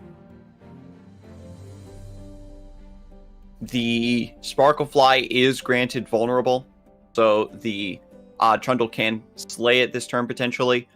But with an additional development of like 2 more attackers with the Spectral Matron, that might be too much damage. Looks like it might have shifted from Lee Sin to Sparklefly. Now suddenly Sparklefly becoming the main star of the show here for Ramstein. We'll see if this strategy pays off, and if Dalton can potentially just punish this potentially. I'm not sure exactly how he could do it, but Trundle attacking obviously is going to get a huge attack buff. We see 2 Matrons in hand there and the Ruination as well. But there is still 6 mana for counterplay here for Ramstein with things like Hush. I think that Ramstein is definitely just trying to run interference here. The first Lee Sin tanked the Vengeance. The second Sparklefly being developed maybe tanks another removal and just clears a path for this final Lee Sin. Once it's been leveled, you're just going to try to go for the OTK. The 7 HP that has been dealt means that you don't need to do as much work buffing the Lee Sin, which is nice. And there's the Spectral Matron. This is what I talked about, having these additional attackers on top of everything else. Like you can just pull the Sparklefly maybe with the Ice Pillar, and you pull that to the front of the line so that they lose out on the lifesteal, and then you hit for 17. 18, wait a minute. That would be lethal, right? Because Trundle's ability to gain attack power, so you're forcing your opponent to have Hush or die. I believe that is the case, yeah, but Hush is in hand there for Ramstein. I'm still not... I think you can play this safe with, in Ramstein's position. He had the chance to play Lee Sin with the Bastion backup. Lee Sin's leveled up, essentially. He's already 8 out of 8. It was a great chance to play it. If you don't have to play Bastion because your opponent commits mana somewhere else, like the Spectral Matron play here, you have the Bastion you can play on this turn, and then have that, or the Zenith Blade rather, to have that Overwhelm already there as well for next turn, and then try and go for lethal that way. So a bit surprised to see this development on the Sparklefly instead. And like you said, it might get punished here by Dalton. Yeah, so the attack comes through. I think you want to pull the Sparklefly up to the I guess it is lethal. Yeah, with the buff on Trundle. So pulling the Sparklefly down to the bottom doesn't matter too much, but I think pulling it to the top is going to be slightly more correct. But Concussive Palm will bail Ramstein out here. And if we take a closer look at, of course, the Lissandra Trundle list, there is no atrocity. It does need to hit you. So taking a big chunk of damage isn't going to be as detrimental as it would be, as we saw from like Feel the Rush type builds. And the current possible win cons are very one-dimensional for Dalton because he hasn't found Lissandra. So there isn't this threat of the Watcher. You have to have a Hush, you have to have X cards to be able to deny it or to stop this from happening. In this case, it's really just the damage coming through, and it's really just Trundle and the Overwhelm. So the Sparklefly with lifesteal surviving here, it was a risky play from Dalton, and now it kind of gets punished because you get that lifesteal back, and the Sparklefly is still alive, and it's still an elusive unit, and it still has 5 attack. And so now it is time for the counter assault from the Lee Sin combo deck. You missed out on your combo, Lissandra, and now it's time for me to do mine. Three Sisters was found right in time, so you have a chance to play a Flash Freeze from that as well. If you do Ruination, it's not looking great. It's pretty even on terms of the board right now, and there's still mana available for Bastion for Ramstein. So find a spot to play it out. He doesn't have a Vengeance. A Vengeance Val Feast would have been maybe scary in killing this Lee Sin and proccing that or taking away that spell shield from Bastion with a Val Feast, but not in hand right now for Dalton. Has enough mana to go for the Zenith Blade and probably Spirit's Journey or something, or even an Entomb gets put on the stack, and then you have Bastion maybe to protect against that. And looking at Dalton's hand, there is enough mana for those plays. Either Spirit's Journey or then Three Sisters Flash Freeze, for example. You have Vile Feast to pop the spell shield.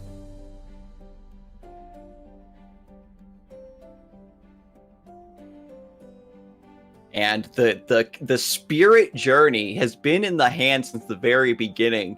And you know that Dalton has the tech. Says, I have one extra answer in my deck for some other shenanigans that might come my way. This is a card that, some players, I think when the Watcher deck was very popular, there were a few different variants of the list running around, and there was a few flex spots that were open. And this is a card that sometimes found a 1 of or a 2 of spot in some lists, similar to, I think it was this 5 mana ramp spell that gives you +2 or grants you +2 health. Oh, the Cold Resistance. That one. It was also found in some lists. I'm not sure how optimal that was, but they have been experimented with already in the past month or two. So I'm not too surprised to see it here, but it is not in every list. I think it is definitely uncommon to find it in these Trundle Lissandra lists.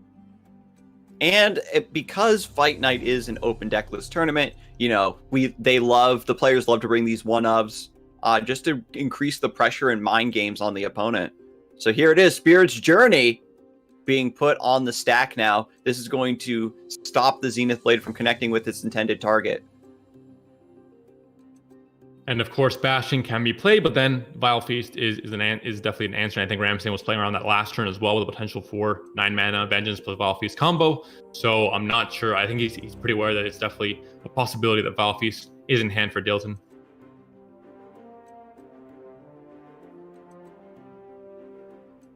And again, it is in the same scenario. Well, I can get the Overwhelm on Lee Sin avoided. You still get some damage potentially off of the Dragon Kick regardless, but without the Overwhelm, taking that double damage factor away means that Dalton is feeling a lot more comfortable from this position.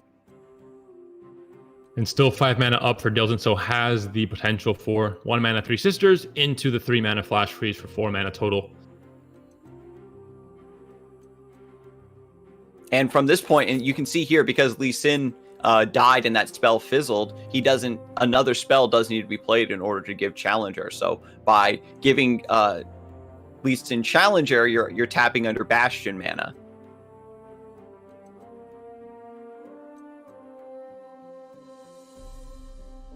There's the Deep Med found, but only 2 mana available. Another gem can be played here. Going to be up to 6 attack here for Lee Sin with the barrier, but Flash Freeze again can still an option here for Dalton, playing very patiently here, playing very reactively, and making sure that this Lee Sin can't really get not just the try and go for lethal, but try and get the kill here on Trundle as well is pretty big. And when you look across the board at Trundle and Spectral Matron, if the unit survives, they get recalled. But these are units that you kind of don't mind being recalled, right? Trundle comes down, gives you another pillar. He's going to buff himself up anyway. Spectral Matron getting recalled means that you just get to replay her and summon another Spectral Matron. We saw how Ramstein struggled to deal with that previously. The fact that Dalton doesn't have Lissandra at this point is actually huge. The threat is forcing Ramstein to take like really specific lines here in order to just try to push through as much damage as possible before it comes through. But you can see there, the menacing hovering of the Lissandra portrait there. He knows that there's a potential for it to come down and for the Watcher to end things here. There is no counterplay currently, no concussive palm to stop the Watcher. He's making sure that it's actually in the deck because he hasn't seen a single Lissandra yet, which is very unusual. Whenever I play this deck on ladder, it's just, turn 3, turn 4 Lissandra every time. I believe Dalton is also running at 2 copies of Entreat, so he has 5 chances at finding this Lissandra. Has not found her yet, and that could be crucial here. I think Trundle dying there and not really using Flash Freeze shows that Dalton's aware that what his win condition, what his lose condition is. Trundle and Overwhelm with a 5-attack Sparklefly and now a pretty decent board for Ramstein isn't really going to do it. He needs a Lissandra, and he'd rather save this Flash Freeze for when Lee Sin's actually presenting lethal damage. Very smart. And now we have, Spectral Matron in hand. Not really good targets for it. You can develop a Avros and Sentry here just to try to get some card draw through. But just wants to attack. Force your opponent to block with something.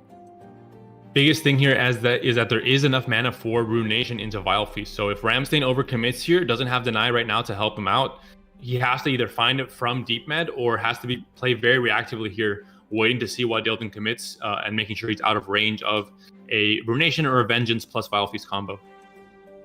Now, notably that we do have the Sonic Wave in hand, so if you just don't do anything here, just pass or develop maybe one unit. Yep, there's the Ruination. Got the Deny already off of the Deep Meditation. Finds it just in time, and this is a huge tempo swing in his favor now. A 9-mana spell traded off for a 4-mana spell. Yeah, almost reconsidered, I think, going for a Bastion over this. But yeah, it goes for the Deny against the Ruination. I think Dalton had the read, right? There's probably no Deny. I have to go for this. I haven't drawn Lissandra yet. I have to try to get this Lee Sin off of the board. I have to get this Sparklefly off of the board because now I'm down to 3 HP and I can't stop both with my current hand.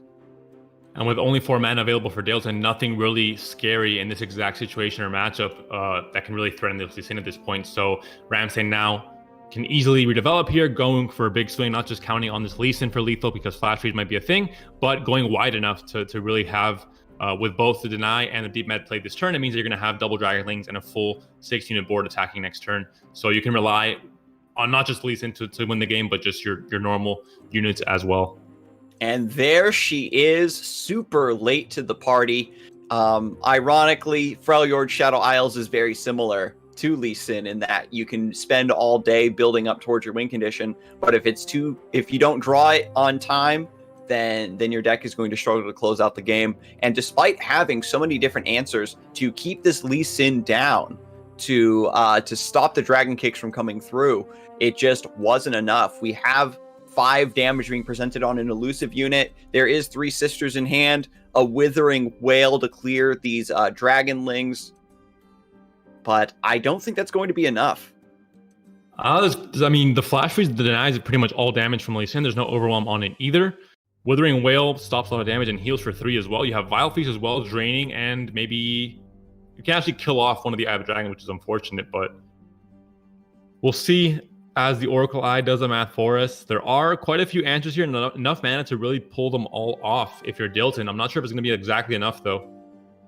Yeah, because you go for the preemptive Flash Freeze, and then there's Sonic Wave, Resonating Strike to give some attack back to Lee Sin, or even to the Sparklefly or this unblocked Eye of the Dragon. There's Guiding Touch to keep drawing through, and just look for more buffs on top of that, right? You have exactly 11 mana for Withering Whale, 3 Sisters, Flash Freeze, and Vile Feast. So you can play all your attempts at defensive and draining spells here from Dalton on the stack. are those enough? And is it flash feeders in tome? There are a few decisions to make here, but yeah. So it's gonna be. I completely forgot the Lee Sin had spell shield. It's like when the barrier effect and the spell shield effect are all going at the same time. Heavens to Betsy, but yeah, the Bastion on the Lee Sin is rough. So here it is, Withering Wail to pop the spell shield, and then Entomb. That will be exact lethal presented here from Ramstein. I'm not sure if there was a chance for him to survive. I'm not sure he could find another way, maybe Entomb on his own matron to deny the kick, because there is no overwhelm damage coming in from Lee Sin. But Lee Sin gets Entombed instead, and that's going to be GG and the game for Ramstein. So an unusual, I think, play from both players. Lissandra not being found by Dalton really changed his game plan, and also Ramstein had to, had a few weird plays with Sparkle Fly being developed and the certain Zenith plays being played kind of out of the usual rhythm of the game on Lee Sin, for example, but finds the win in this final game 3 and wins this series and moves on to the winners final. Spanish player in the winners final. Scar, are you actually surprised? This is a weekly occurrence. I've seen it over and over and over again. You've got to believe in the power of Spain at this point. The caster blessing coming through from Panda, and just honestly raw training. The Spanish community is very tight knit. They're always shopping decks together. They're always new players. Just every week there's a new top ranked Spanish player. It's like, oh no, he's been like doing so much work for all these months and got this tournament. You know all the stats because you're just like, you're on SpanishRuneterraWins.com. But I think we've had maybe like 10 different Spanish players make winners final this year in the past 10 to 14 tournaments. And I have to look at the stats, but 7 to 10 players I think have really put in, not just showing up to the tournament, but also making it to the winners final as well. So a good showing from them. We're going to check out the bracket to see what the current outcome of the matches look like. We saw, of course, at the very start of the semifinal, Salty Simon take down Calamitus 2-1, and now Ramstein taking Dalton 2-1 and moving on to the winners final. Calamitus has already lost against Elix in the losers bracket, so he's already out of the tournament. Elix is now patiently waiting for the winner of Dalton and Sari to advance that losers bracket as well. So, I mean, Salty Simon, very strong decks being brought, a double aggro comp, but Nightfall with the flexibility to last into these mid-game and late-game scenarios. Yeah, we're going to be going to a break, and we'll be back in a few minutes to check out that winners final, Ramstein versus Salty Simon.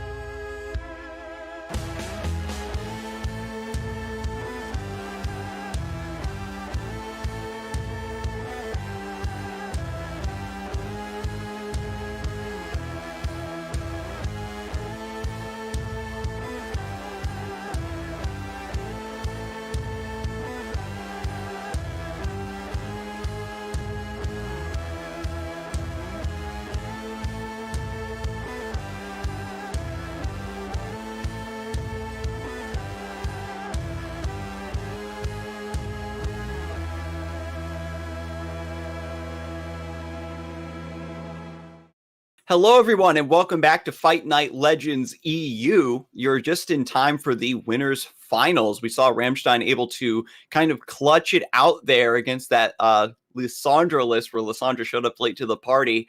And now we've also got Salty Simon in the winners finals as well, running a double aggro lineup with some very interesting games coming out of a Nightfall setup, a deck that has just enjoyed a resurgence onto the metagame. And I just noticed that this winner's final is a Spanish player versus a Swedish player. So both my nationalities fighting it out. I'm not sure who to rep this time. Let's go with Simon. I like his list, and I usually root for the Spanish players, so I'll switch it up here. A quick plot twist, but going to be an exciting list, or an exciting matchup. We talked about a few lists in the break now. We're seeing a repeat of Stony Suppressors potentially. Is that a suppressor now? I believe it is. Ooh, hang on. Is it Bannerman Scouts or Suppressor? It's just regular Bannerman Scouts, so no suppressor to help out the Nightfall matchup. So a little bit less spice. I saw Scouts. I thought, okay, it's gonna be another suppressor list, but looks like it's more of a just mid-rangey and more traditional Scouts list that doesn't really have the Sonic Suppressor. Sonic Suppressor, of course, found a space in the meta because of TF Fizz, and now some players are still seemingly confident in its ability to get some better matches for Scouts, but it looks like Ramstein is not one of those players opting for a more traditional Scouts version. And again, we saw the ability for Bannerman to potentially just curve out better. It's a list that, again, if it hits its curve, it's very, very potent. And we'll see if the Bannerman does pay off, because Demacia has been very strong. And we know that these tempo lists always show up from time to time to punish some of these slower variants, just because developing a good mid-range board and then rallying is the way to beat some of these matchups. And it was something that Fiora Shen did quite well. And so Bannerman Scouts here to maybe pick up the torch here. Yeah, and I could see a little bit more Scouts with players that want to maybe play Demacia, with Fiora Shen not really being a great option anymore. We have seen, some Lulu Shen variants come out. We've seen some Jarvan lists. I mean, there has been a lot of experimentation with Demacia, I think, in the past week or two since the patch. But I think Scouts is possibly going to be one of the decks that really starts showing up a bit more in tournaments after having a pretty big window of time where it kind of disappeared for a bit.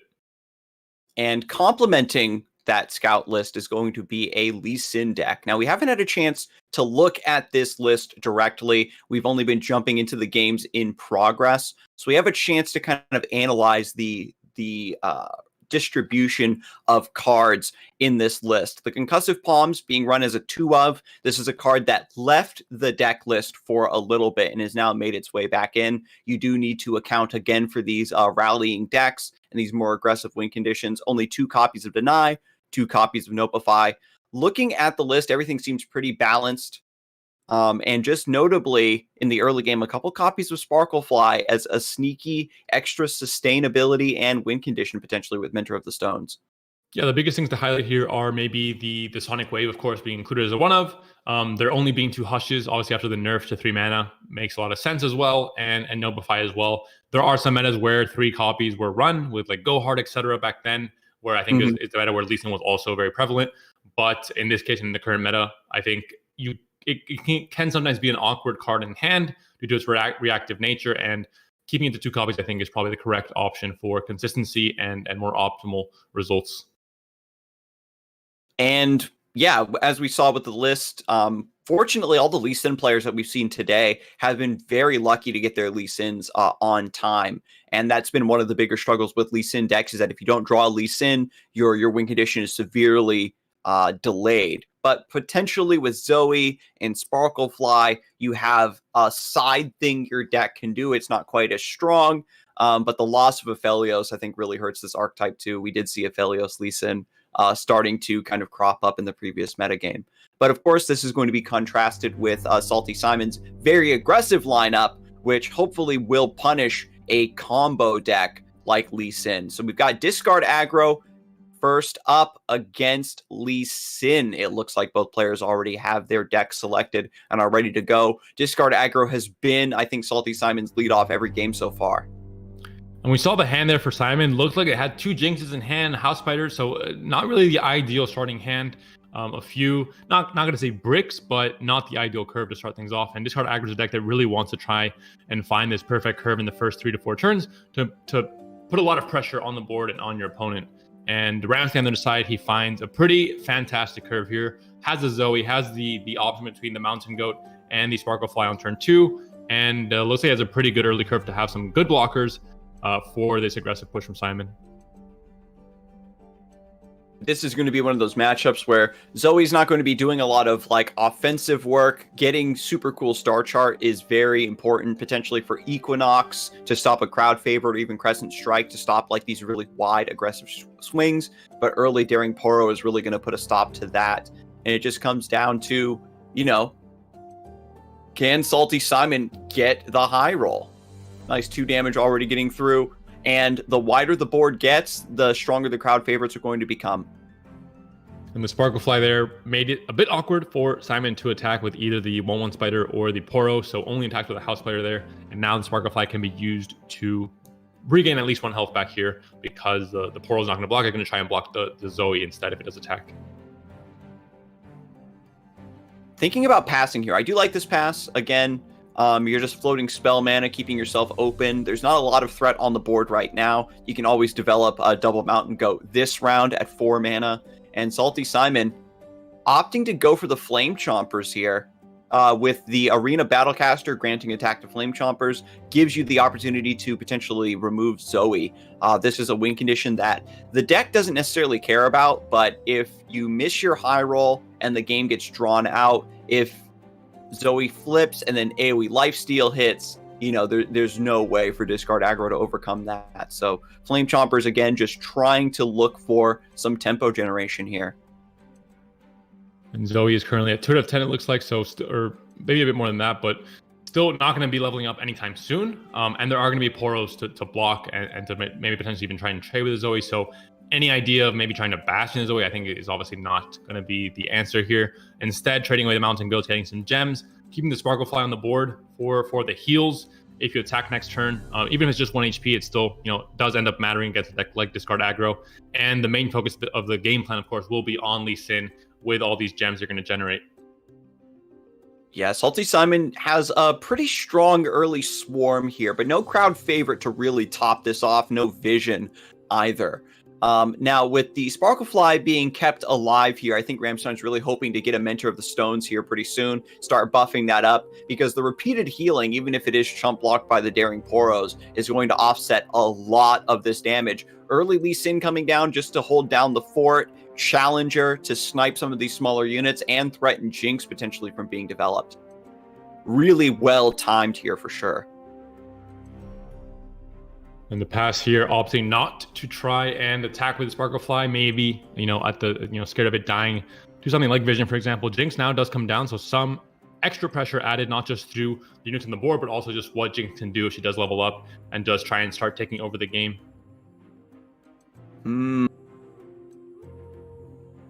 Now, this is very interesting, right? You can just do double gem to give Lee Sin Challenger and Barrier and kill the Jinx. You don't have to worry about it. And the issue becomes if they have another burst speed spell, or Get Excited, or Rummage to flip Jinx, and then they draw. There's no Mystic Shot to worry about to pop the barrier, so I think it is safe for Lee Sin regardless. Yeah, I think there's no way Lee Sin can die in this situation. Even if Get Excited is played to pop the barrier, then Jinx doesn't have enough attack to kill Lee Sin. I think there's not enough to do both Get Excited and flip, unless you have a Poro Cannon in hand, for example. Okay, so opts to use the Sonic Wave here. This is going to give the Sparklefly Challenger, so you can just potentially trade for free into this Flame Chomper, or just forcefully get rid of one of these Daring Poros. And as you mentioned, 1 HP of healing goes a long way. And the kill on the Jinx goes even longer than that, because now the game plan is still a lot more one-dimensional for Salty Simon, and Ramstein's sitting at 15 HP with a lifesteal unit on the board. He can buff still with 2 gems in hand. He has Concussive Palm as well, so he has a few things he can do here to try and stop any kind of game plan from Simon. Playing the Jinx early like that was very daring. You had the 3 mana up, bluffing, with Get Excited to pop Barrier into a Vision or something on the discard to fully buff Jinx so that she trades 1-for-1 into the Lee Sin, but Ramstein just calls that bet. And if Salty Simon is, if that does go through, then you can see the line of play here with the Augmented Experimenter. I don't mind the Bastion here simply because Lee Sin isn't really in danger of anything this turn. The lifesteal is very important. You're able to just get a straight 1-for-1 trade with that spell on the stack, for example. And yeah, Lee Sin is really not in too much danger of dying to anything spell-based in this matchup. Get Excited is there, of course, but you can kind of play around that with barriers and with the health that Lee Sin has, and the gems to heal him as well. The Flame Chompers have been so well timed. Being able to pull these Challenger units out of the way in order to get the damage through with Daring Poro. Opts to just let that go through. Lee Sin is probably more detrimental, of course, giving it Barrier and having it clear your Augmented Experimenter. So this is going to be a little bit more damage on average. Down to 9 HP now on Ramstein's side, but Salty Simon's looking pretty thin on resources. Fortunately, the second Augmented Experimenter is perfectly spaced out here. You could go for a larger development here, try to deal 3 more damage, take another crack at removing this Sparklefly, because look, with the Sparklefly, it's already healed 4-ish HP so far, and that's actually keeping Ramstein above the burst range of double Get Excited. The gem being played here on the Sparklefly. The Experimenter, of course, is still a damage option with 3 damage coming in. Lee Sin now has Barrier, so cannot really, get any kind of a kill there with the Experimenter. Sparklefly now at exactly 3 HP, but the Pill Cascade backup there would play around the Experimenter being played. And the Lee Sin's just going to be clearing this board. This is so important against discard, right? You attack their board, you're maintaining your blockers, and then by keeping their board thin, their Vision becomes worse, the Arena Battlecaster becomes worse, the Crowd Favorite becomes much worse, and the Sparklefly's still just chugging right along, doing work, trying to get this damage through. Even opts to pull the Daring Poro to guarantee this hitting the Nexus and healing for full. Yeah, it's a tough call which one is better. If you want to try and bait something out where maybe Salty Simon tries to buff this Poro is attack to try and get the kill on the Sparklefly, you have a chance to counterplay with Pill Cascade maybe. You can rummage and get excited, for example, and then still have counterplay with Pill Cascade. So we'll see what exactly is found here from Simon. Yeah, no good draws off the top, but again, Rummage is only 1 mana, so you can still play Augmented Experiment or post-combat. But after this connects, you're basically back down to square one, right? 15 HP this late in the game when you're discard aggro. This is going to be difficult. This is going to be very difficult. Jinx off the top would be fantastic here. Maybe playing Jinx into another couple cheap units or spells to flip her, and then the continuous rockets is what you're going to be relying on. But there's no way to stop Lee Sin from just killing Jinx anyway. And the hand is looking, maybe out of fuel for Ramstein now, but he has a lot of key answers to, if card favorite is drawn, he has the Concussive Palm, and he has a Hush. He has, still some very important and diverse reactive spells in hand to counter maybe this attempt at a lethal attack turn from Simon. The Zoe inclusion in this deck, I mentioned as sort of a side win condition, is mostly just an excuse to run a little bit more early game against these aggressive lists, and it's paying dividends here. The Sparkle Flies, the Zoe, the Mountain Goats just all did so much work from holding back Salty Simon's early assault, and now getting into the later stages of the game here. You're really struggling to find ways to get damage through. I think what really decided it was Salty Simon taking the big gamble, developing that Jinx, trying to bluff, and it just getting eaten for free by the Lee Sin.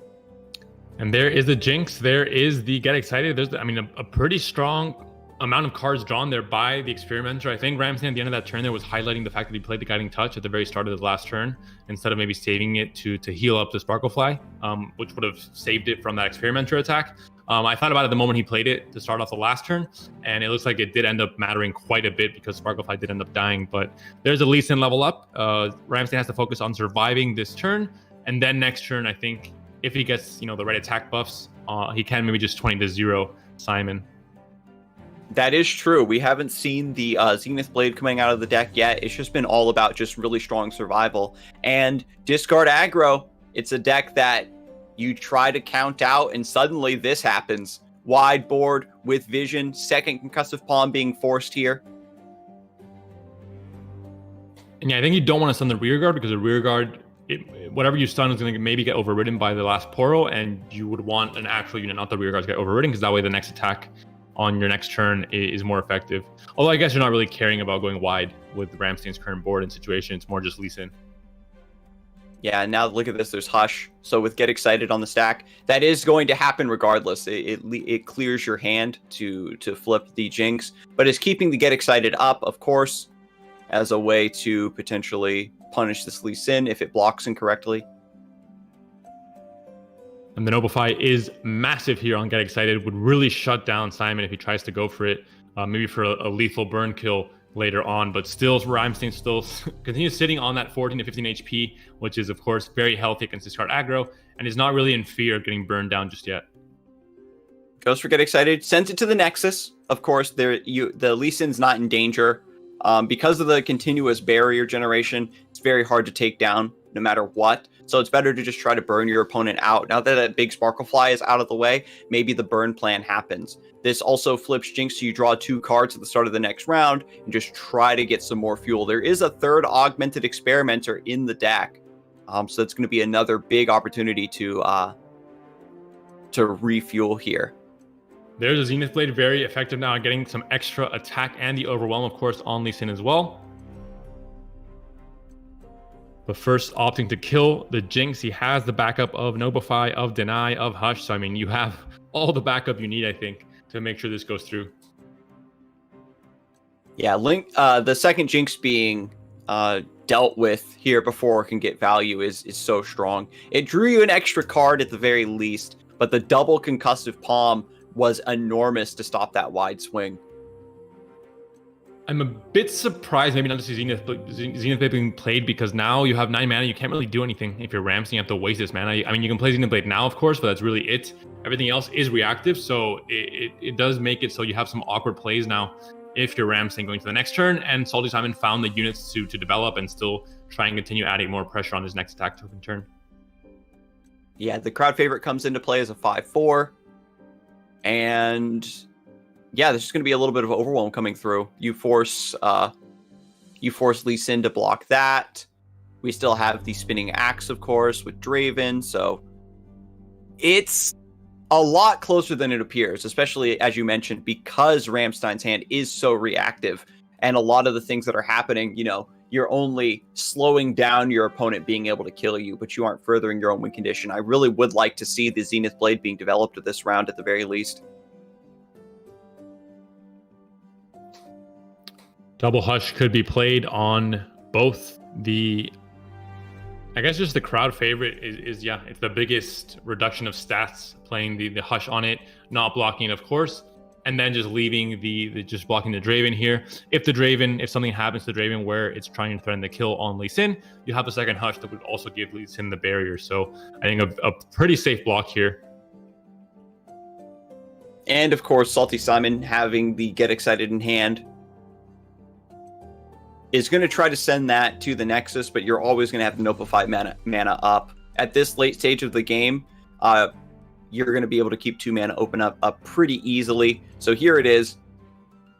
And you can't go for the Get Excited on reaction there. You know what I mean? You try to scoop up the Lee Sin before the Zenith Blade connects. Doesn't even go for second Zenith Blade either. Wants to go for the Daybreak, so that you get the third Zenith Blade out of the deck, it looks like. And the Urchin is a good draw there to try and cycle these axes and try and find some fuel. We saw 2 Experimenters played. We saw, I believe, 2 Jinx played as well. So Salty Simon, games don't usually last this long with discard aggro. They usually end quite a few turns ago. We're on turn 9 already. Another crowd favorite is found. The Hush last turn took down the stats, but didn't really deal with the unit itself. So now we're going to have 2 big crowd favorites. And Lee Sin has to start putting in the work. I'm not sure you can get the lethal this turn. Yeah, the Zenith Blade is just +1/+2, so even with the Dragon Kick, it would only be 12. And at the very least, you can clear one of the crowd favorites.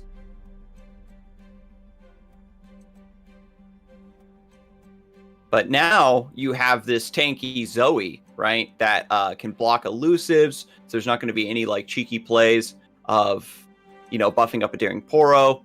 But all things being considered, this game is still quite close. The card you want to see off the top is maybe another Jinx. You play Jinx and then she immediately gets hushed so you can stop the rocket, probably. Depends on how fearful Ramstein is of the crowd favorites. And there's a Zoe getting some card advantage now as well for Ramstein. Could potentially find another blocker or a Crescent Strike, for example, or there was a few spells Equinox. That could be... Oh my goodness. Ooh, a lot of good options being offered here. I do like the Trickster, to be honest. Just for the health, in case he needs to block an overwhelm unit, I think it's going to matter more than the Charger. At this point, if you survive the next attack from Simon, you're going to win because your Lee Sin can't be killed at this point, and your opponent's at 5 HP now. Yeah, and because you have Notify, you don't really, and Deny, you don't really need the Spell Shield. I think the Trickster is definitely the right choice. Because there's always a chance that, Flame Chompers or something pulls the Zoe to the side, and then you can't block a elusive unit. So just having that extra insurance is fantastic. And now Guiding Touch off of the top. The last Experimenter is very clutch. The Get Excited gets played out just to not lose that value. Notify is an easy response, of course. And we'll see what this Experimenter can do at providing a huge advantage. We've seen, of course, discard aggro with very little mana. With the right cards, can really snowball with Poro Cannon and a few others. Can do some crazy things. We'll see what this last Experimenter draws. You can deny this! So it denies the card draw. This is just a 6 mana 3/3. Being developed against this board. There is not going to be enough juice on the board in order to threaten lethal here. And that is going to be the concede in game 1 of Salty Simon versus Ramstein. Now, the Lee Sin, I think, is probably going to be the strongest out of those 2 decks, the hardest to get a win from. So now that the win has been gotten with Lee Sin, Ramstein will be forced to swap to the other deck, and maybe the aggro deck can farm that one in return. And I was saying it was, very strange to see discard aggro still, in a game so late into the game, turn 10, and that's where you really see that it's kind of out of its element. You've gone through all these steps of trying to get your crazy card draws with Experimenter and Jinx, and once that's failed, you kind of start just, losing gas, basically. And Lee Sin felt very comfortable the whole game through with Lee Sin on the board, wasn't going to die to really anything in that deck, and you had the backup of Notify, Deny, and Hush for 5 or 6 turns, so you could have a guaranteed chance there wasn't going to be any kind of surprises from Salty Simon. Looks like Simon's staying on discard aggro, and Ramstein, of course, is changing now to his Bannerman Scouts deck. The Legion Rearguard attacking with the attack token on turn 1 is fantastic. Gets things off to a really strong start for Salty Simon, and Ramstein actually whiffing. There's 6 1-drops in the deck, Penitent Squire and Fleet Feather Tracker, and gets neither. And it's just looking like a pretty good hand here for Simon. Maybe missing a Battlecaster, but he has a Draven for turn 3 when he attacks. He has the crowd favorite as well, and looking pretty strong here.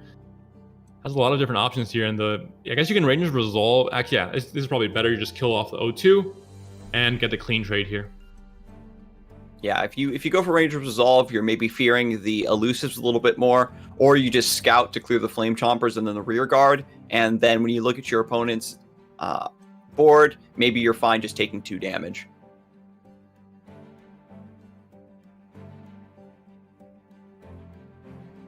Are you going to get better Rangers Resolve down the road? You have 2 in hand. Maybe you could sacrifice 1 there.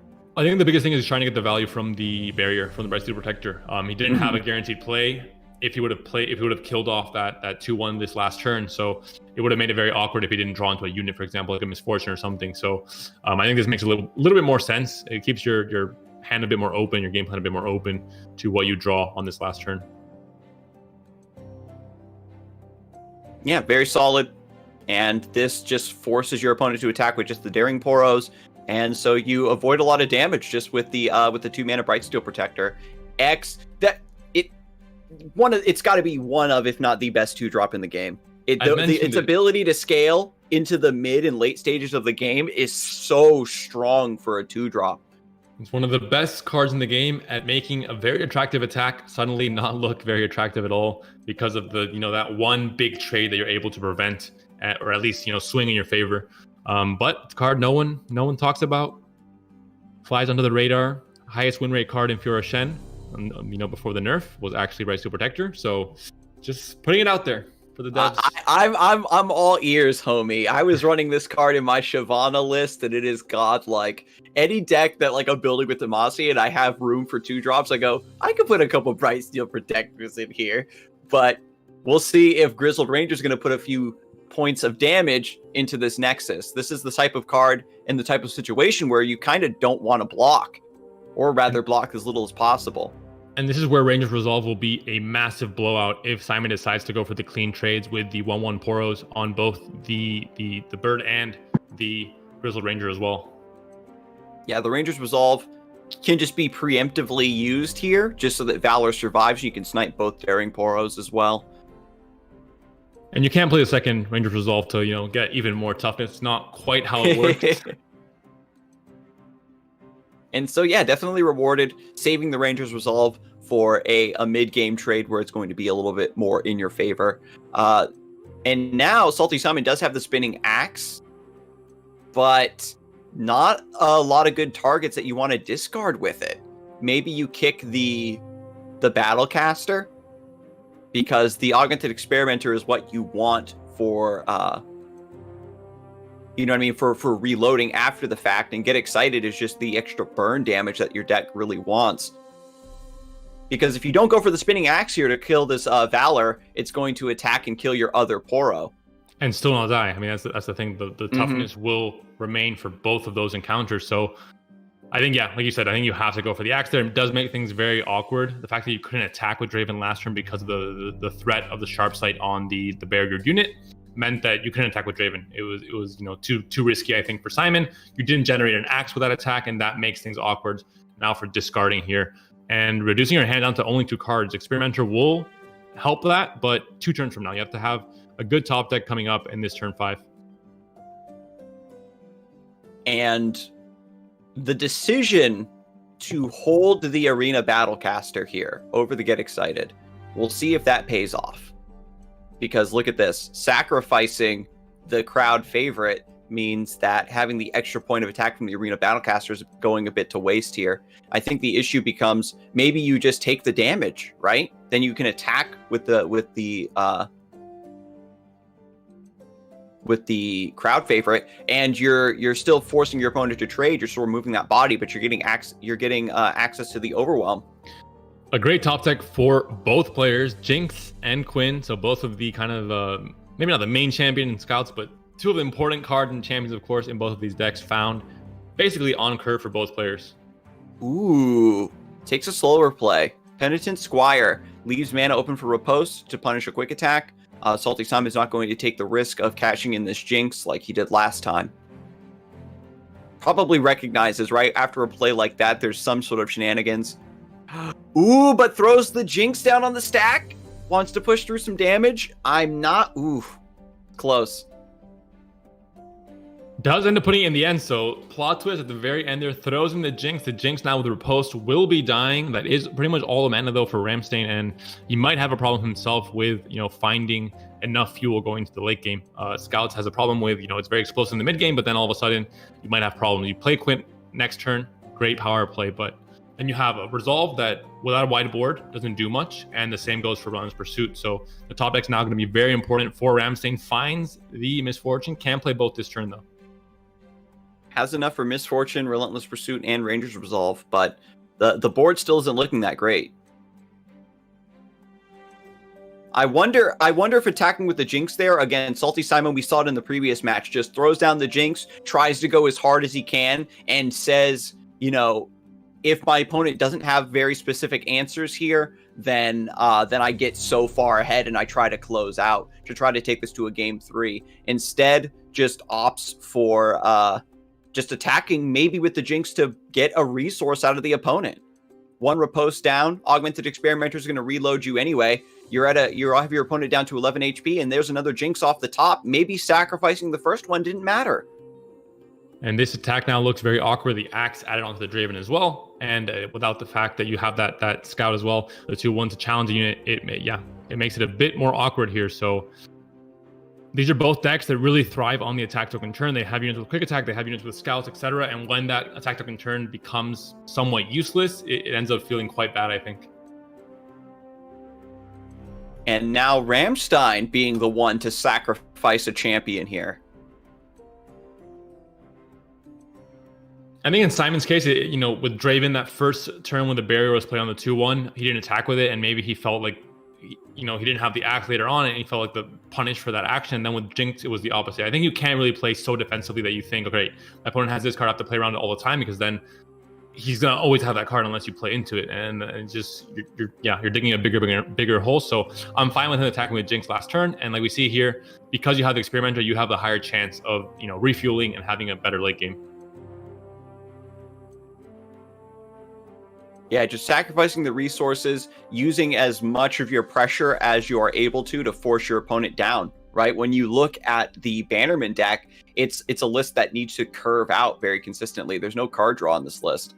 And so when you have your opponent down to 2 cards, and you know that you can keep drawing with top decking Augmented Experimenter or top decking a Rummage, you're feeling really good about yourself. Even these spiders, the inability to stop a Bannerman or an attack specifically, their ability to block damage is all you need. And he can level up the Jinx this turn if he plays the Poro or the Jury Rig from hand instead of discarding it. It's an option if that's what he values. With the Bannerman coming down, I think there's definitely not a chance for a lethal just off the attack this turn. There are enough blockers here for Ramstein. Not enough mana for Ramstein to play Pursuit though. Yep, so here's the attack. You don't have third Ranger's Resolve. Puts the axe on the Jinx just in case. I love it. But yeah, there's the flip as well. Discarding the House Spider with the Spinning Axe and playing the Jury Rig from hand, just as you said.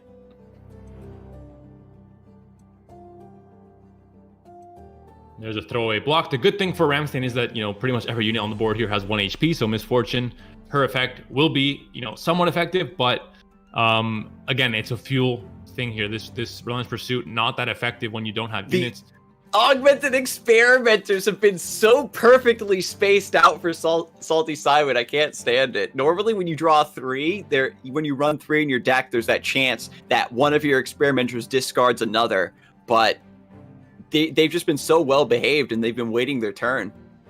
And you have just a whole ton of chump blockers here as well to really not feel any kind of pressure from scouts. You're at 17 HP. You have the card advantage, and you have the board advantage as well, with a full board of blockers available and the House Spider after to kind of regenerate more units. Now, this is also interesting, right? Using the Augmented Experimenter to set Miss Fortune down to 1 HP, so that she'll die to the rocket here. Doesn't want to just, like, pop the barrier on the Quinn. Knows that now that I have a 2-2 and a 3-3 in play, I can still get my damage through on block against the Love Tap. And there's really, I think, not anything you can do here for Ramstein. If you attack with just scouts, that gives a chance for that slow speed spell to be played, and the rocket will kill Misfortune. Then the barrier disappears as well. I mean, yeah, there's just really no great option here to just full attack, and it's still not great, obviously, because you're at 10 HP and your opponent has a full board. That's definitely the best bet. Quinn's gonna take 1 damage. You get a blocker here. Salty Simon just can go down to 8 here pretty easily. Just take the hit from Misfortune here. Down to 12, rather. I think there's not even much of a reason to play it safe. I mean, Scouts doesn't really have any kind of, burn type spells. It's really just the pursuit, right? If you have a board. But because Ramsey doesn't even have a board, and because Simon still has a lot of blockers, there's really no way for this game to get out of hand, I think, at this point. That's true. I was wondering if the Quinn would get blocked with a unit that pops the barrier, so it takes 1 damage. But of course, maybe it doesn't matter. It's not going to die directly to the rocket or your next rocket, but your opponent is such low HP, you don't need to take lines of play to deal with their board when you can just go straight for the throat here. An open attack with the Jinx is actually amazing. And there's a Shen emote from Ramstein, the Shen emote in response from Salty Simon.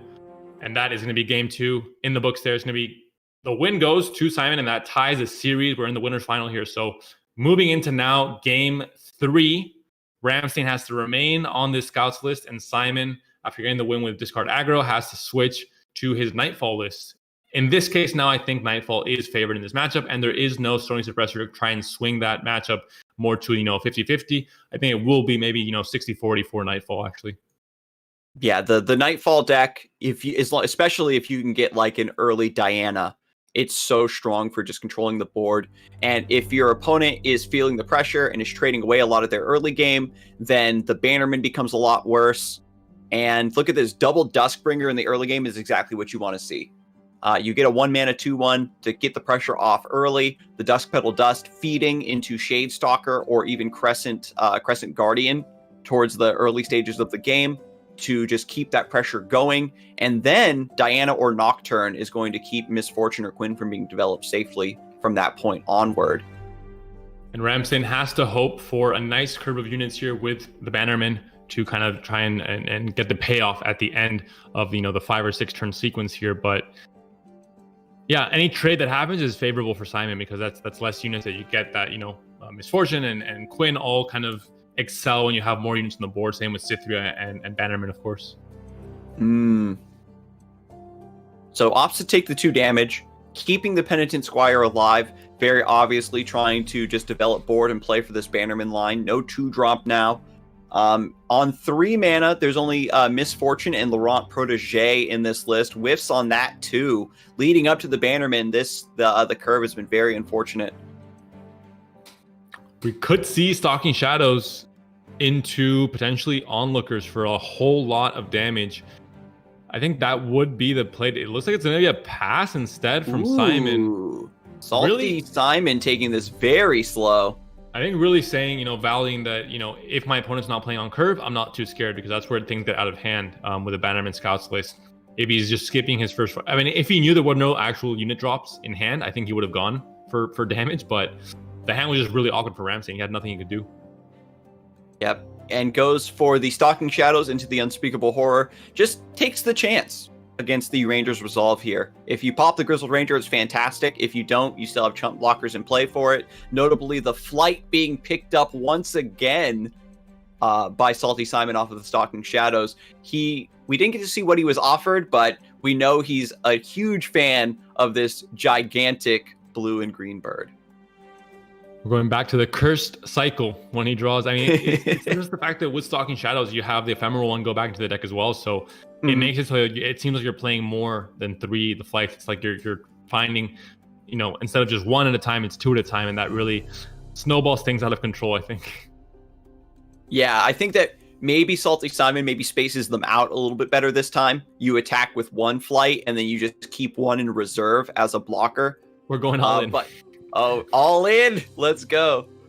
And then the flights keep drawing each other. The first one shuffles in. The second one has a chance to draw it right off the top and then shuffle itself back in. Doom Beast is also great on top of this. So many elusives coming through and no sharp sights for Ramstein here to stop this. And every little bit of damage matters. And this deck from Ramstein's deck does not have any type of healing. It just puts pressure on the board. It plays, for the board, but doesn't have any type of healing, which means that these Doom Beasts and these Unto Dusks, with the right amount of elusive damage coming in before, could potentially be a problem. And that's something that we've seen time and time again. Where Nightfall, the Doom Beast really carries it in aggressive matchups, but its ability to kind of have that little bit of burn damage to finish off your opponent after you've done your early homework here with your aggressive game plan. And Ramstein opting for Quinn looks to be setting up for a very sweet Bannerman here next round. Not just Bannerman, but Bannerman into Rally potentially is looking like the play he wants to make next turn, and that would be a pretty scary board to look at. And this is one of the things too, right? Cashing in the flight, your board isn't as wide to keep up with this. So next round going to be on 6 mana. You can go with another Blinding Assault here if you don't plan on rallying next turn.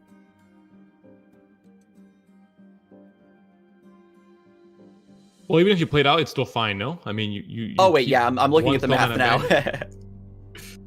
And that would be, obviously, the optimal, I think, play here with a full board, getting the full value from Bannerman, and then the Pursuit to really punish, because your opponent, looking at the board and looking at the threat, he's going to maybe try and use some sort of fast-speed spells and maybe waste some mana, etc. And then you can punish him by attacking again with a full board, or whatever survivors there are from that board.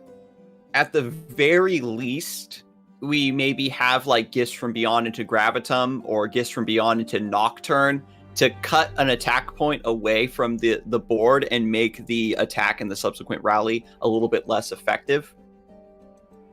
But, oh no! A whiff! The only card is 3 copies of Misfortune. And so we now know what Ramstein's next card is going to be. Everything was looking so good. The math checked out. You can get the full. This is like the ideal curve. You have a full board. You play Bannerman. You play Relentless Pursuit. We talked about last game where he had, he couldn't get the payoff from the Bannerman from the Pursuits. This game, the complete opposite, and it whiffs. Tragic occurrence here for Ramstein. We'll see if still, just with a full board and the Pursuits enough to put a lot of pressure, especially with the Queen already on the board, but that plus the Nightfall makes things a lot less appealing here for Ramstein. Yeah, because even with the attack debuff, the Valor's still having 2 attack, still lets you scoop up the Doom Beast, things like that, and it's just the plus one's so heartbreaking. The plus one's missing from the Bannerman, and the minus ones coming in from the Nocturne means that because it was going to be 2 attacks with the Pursuit, it's 4 times as bad, basically, not just 2 times as bad. So a huge swing in value, basically, with those 2 things happening means that what looks like a very, very menacing attack suddenly is not that menacing at all now. Yeah, the Nocturne to stifle that was ridiculous. And now this just buys Salty Simon another turn. 2 flights back in the hand. They've actually reappeared. They migrated south back into the deck, and now they've come back into the hand. So this is going to be 6 more damage being threatened. And then we even have Unto Dusk to proc this Doom Beast. We could see a lethal here.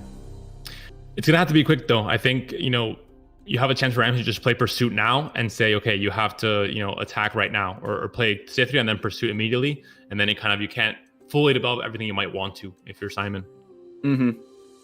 Yeah, I do like the Pursuit here to just put a stopper on the combo things that Nightfall wants to do. By getting down the flight, you do have some activators, so you can do Unto Dusk on reaction to this. Maybe you save it for post-combat, but this is, again, very rough. We know that Misfortune is also coming down on top of this, potentially a double rally. And you're still 20. You're still 20 HP, so I mean, maybe you can let this attack go through and not really be too scared of it. There's only the one challenger that's a problem right now, and maybe Ramstein wants to develop more before actually attacking. So this might just be kind of an idle threat of like, hey, if I want to attack, I can. Or what are you going to do about this? You maybe can't develop, but we'll see if Simon reacts to this in a very aggressive manner. I think that the Unto Dusk right now, just to draw a card and open up your options versus trying to make use of a little bit of the Doom Beast healing to offset the damage that is incoming, is the decision that Salty Simon is kind of agonizing over right now. Stalking Shadows is always going to be a strong option to get an ephemeral blocker to block some of this for free.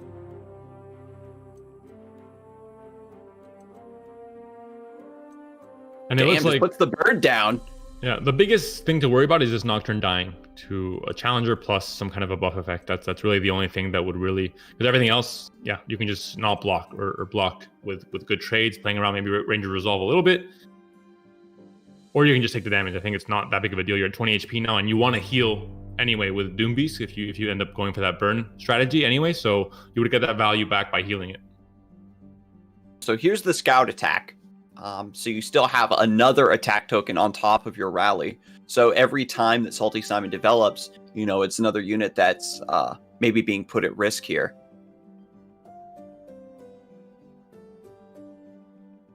And this kind of very slow and doubtful play from Ramstein, I think, might be giving some information to Simon that because this Quinn isn't locking on immediately, it means that maybe there isn't any kind of attack buff. There's no sharp sight, for example, and this Nocturne is fine blocking into it. That's why maybe Ramstein is doubting so much. So we'll see how far into this Simon reads in terms of, Ramstein thinking so much about this attack, about adding Quinn or not, and maybe deciding to block with Nocturne. Maybe it's just too important to keep Nocturne alive.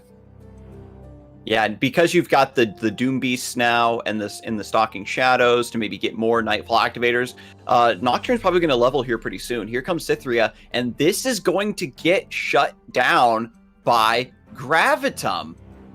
You have Gravitum, you have a few options here. We'll see what exactly gives you the most, if just removing a blocker is the best option, or if there's other options that are possibly better. There is a world where you play Misfortune, maybe Tattered Banner Misfortune, and then you open up another Relentless Pursuit, and this is sort of how another way that Scouts wins, right, is just by rallying so many times over and over again that your board is just gone and you can't stop the onslaught. But goes for Cytherea, tries to put as much pressure on this immediate board. Yeah, this puts down all the attack on the board, and this makes everything that just you can't block with anything. So that's going to be it, I think. Only 8 HP for Ramstein here, so not enough HP to survive this huge attack. We talked about Nightfall being this huge combo deck, and this is what the combo looks like. It's suddenly you're fine, you can block things, and then suddenly you can't, and you're out of the game. And that'll be GG here in Game 3. And Simon takes the series and moves on to the grand finals of this tournament. Yeah, I was looking so hard at potentially the rallying and the lethals coming from the Demacian side, and we knew, right, that Salty Simon already had an attack token anyway, even without needing to develop the board.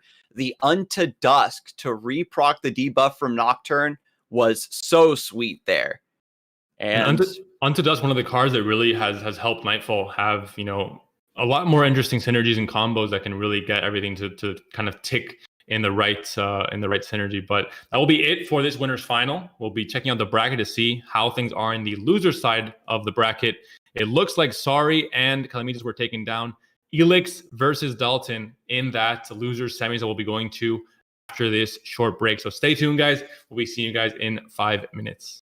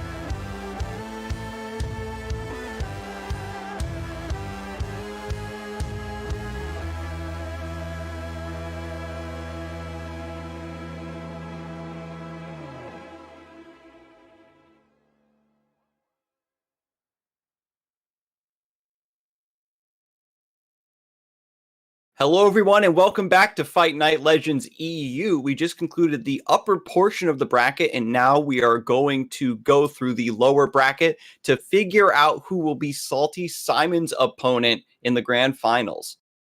We're going to have a chance to see quite a few different decks that we've seen maybe once or twice in this tournament already, but didn't really get to see them go off like we would have liked to. Trundle Lissandra, we saw it before, but Lissandra was not drawn in that matchup that Dalton had against Ramstein's Lee Sin, and we kind of missed out on a big part of that deck's possibility of winning or its game plan, really. Same with Ezreal Draven. We saw it briefly mentioned in Guardia in the very first series we casted, but he didn't actually play. He just lost 2-0 playing the target Demacia he was running. So we'll maybe have a chance to see Ezreal Draven as well getting some action now that it's become quite prevalent in the meta alongside Thresh Nasus on ladder at least. Yeah, the whiff on the Lissandra during that last set was pretty unfortunate, and that is, contrasted with the Lee Sin players today getting Lee Sin pretty much on curve every single time. It's a list that, especially when it was very popular and being brought to tournaments a lot, we would have these games where Lee Sin's like in the bottom fifth of the deck and you just can't draw it to save your life, and then you lose because your win condition just isn't there. But Lee Sin has been showing up in the mid game when he's supposed to, and it's really showcasing like the power of Lee Sin, not even when he's flipped, but just in his base form, being able to clear your opponent's board with barrier and challenger. I think there was a game, actually, the finals of the EU Masters between Portugal and France, that France didn't draw Lee Sin, and they lost that series and eventually the tournament because of it, or part of the reason, at least partially. So it's definitely happened before in very important and high-stake moments, and players understand that this is a possibility. The addition of Zoe now makes the deck have a bit of a secondary win condition, but not really, because you have to find Zoe early on, and most decks have a way of dealing her with before she can flip. Yeah, and Lee Sin, like as we saw, Lee Sin flipped, barrier, spell shield, very hard to remove from the board once he does come down. And so the deck having such a strong singular win condition, it's difficult to say whether it should have also a strong follow-up win condition as well. Because Zoe, we saw her flip, I think, very early on in Garge's game only. But these Lee Sin Zoe decks, they haven't been flipping Zoe either. Usually she's just kind of there to hold down the early game, and then you just buff up a Sparkle Fly and call it a day.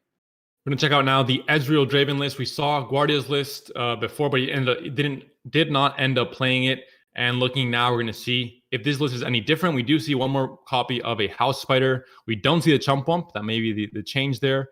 And maybe a bit of a difference with the 3-mana cards. You sometimes see Guillotine added as well. In this case, Double Culling Strike is the option here. Yeah, Double Culling Strike does hit a lot of very strong targets right now. And again, the addition of Thorn of the Rose is fantastic. We haven't seen any really crazy Tri-Beams either, but there's so many 3-mana cards in this deck that I'm going to be looking forward to it. So overall, I think this is a pretty strong build, not as toolboxy as Garge's, of course, but just not deviating too far from an established formula is, a very good recipe for success in a tournament.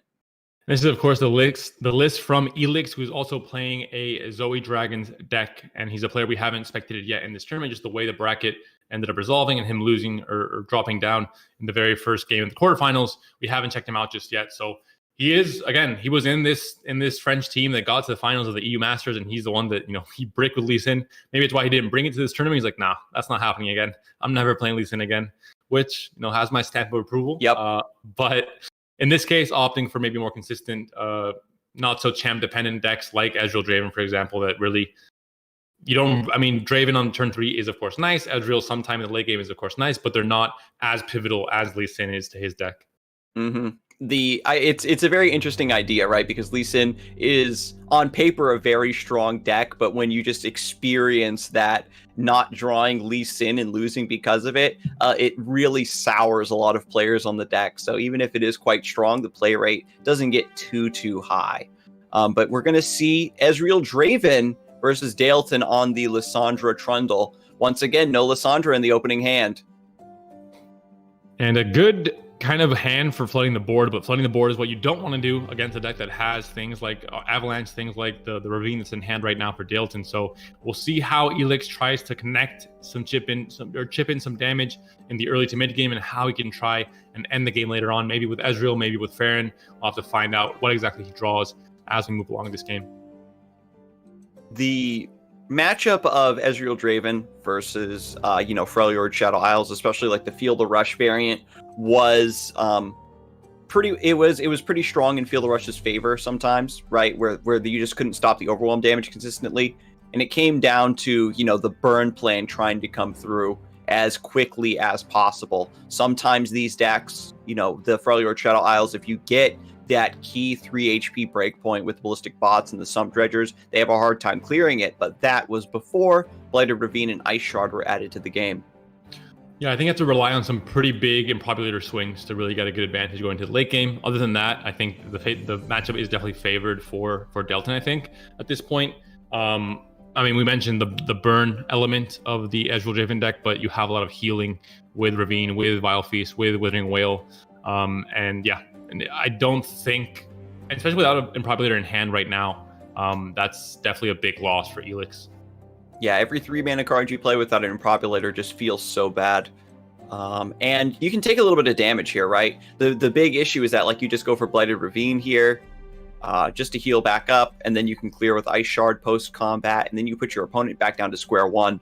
Captain Farron was also nerfed. 1 less Decimate means less reach overall for the deck. So overall, maybe it's just going to be one of those games where you try your best, try to level up Ezreal maybe.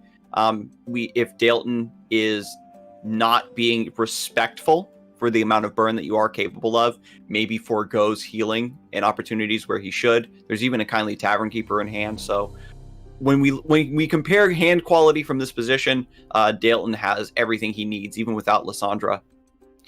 And this Vile Feast is just for Dalton to make sure that his opponent attack here doesn't pass, because a pass would actually be pretty bad because he couldn't reset the board. I think he wants to definitely play Trundle next turn on curve. So he has to do something that would, create an action while still making the attack, relevant for Elix. And now, of course, the Draven would die to the Blighted Ravine. So yeah, I like this block here. The Spider's gonna die anyway to the Ravine, and you can heal back up to 20 basically. Yeah, very good overall. If you get the Draven off the board, that's less axes. The axes in this deck basically only matter for get excited fodder and rummage fodder.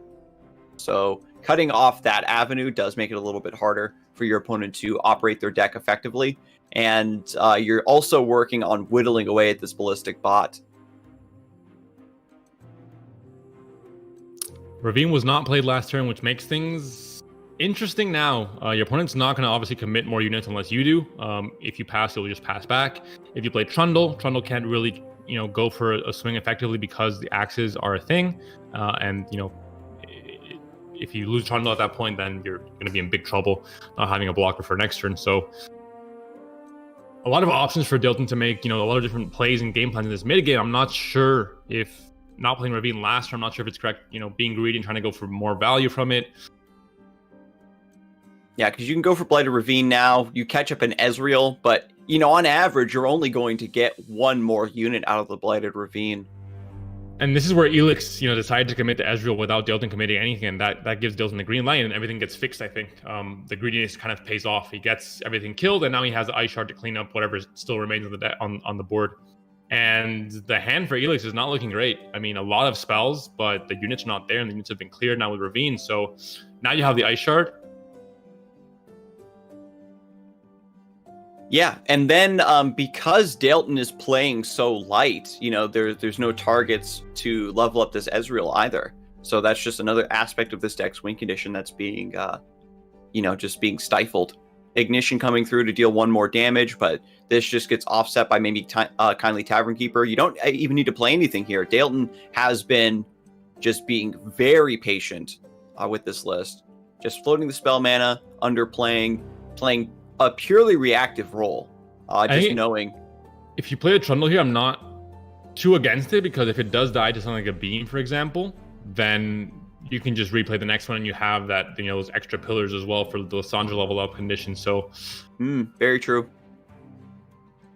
Yeah, hesitating here to play the Trundle, but because your opponent's already attacked, you don't need to fear the 5-1, and you need the pillar anyway. And if they have a way to clear Trundle, then if you play this turn, the next turn, the one after that, it's still going to be there. There's still going to be a response. So just go ahead, play it, trade the cards, and move on with kind of the game, I think, for both players. Mm-hmm.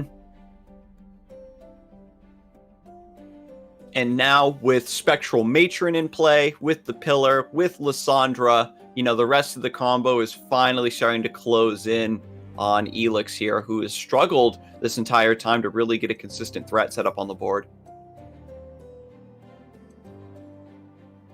There's a full development coming in again. An Avalanche again would have been a huge punish here, a second Ravine, but is not in hand. Going to heal up instead with the Tavern Keeper. Opt to play out another unit on the board. And still attacking with Trundle I think is too risky, obviously. I mean, there's a Thorn of the Rose there that would kill it. But just with the axes and you know, the amount of counterplay you have with things like the Ravenous Flock as well, you want to keep it alive for now as a blocker first. It's tricky, too, with Thorn of the Rose, because you play Guile, and you're just passing the action back to your opponent to just wipe your board anyway. When you're up against Freljord Shadow Isles, you have to try to avoid the avalanches and stuff as much as possible. So just swings in here. Dalton is more than happy to trade in this Trundle again to play the second and get another Pillar.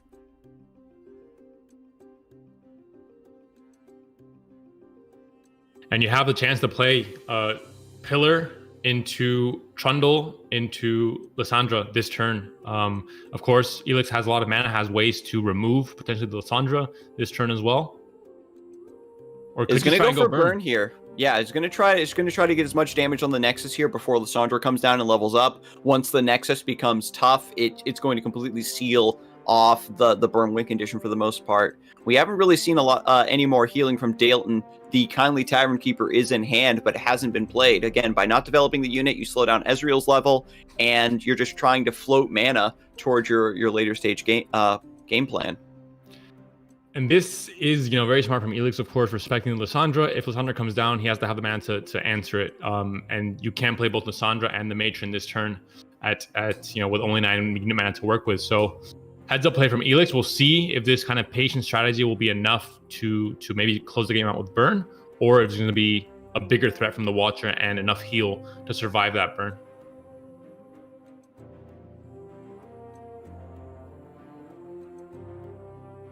So if you Spectral Matron the Lissandra, wait, no, doesn't she only work on followers? Yeah. Okay. So the problem is here that you can't play Lissandra and Watcher this turn. If you play Lissandra now, she's already leveled up. That solves one problem, but then you can't play the Spectral Matron, so you can't get the combo off this turn. It's, yeah, if you could play Lissandra last turn, but I think Dalton was very sure that there's going to be a beam to answer, and then it wouldn't really matter anyway.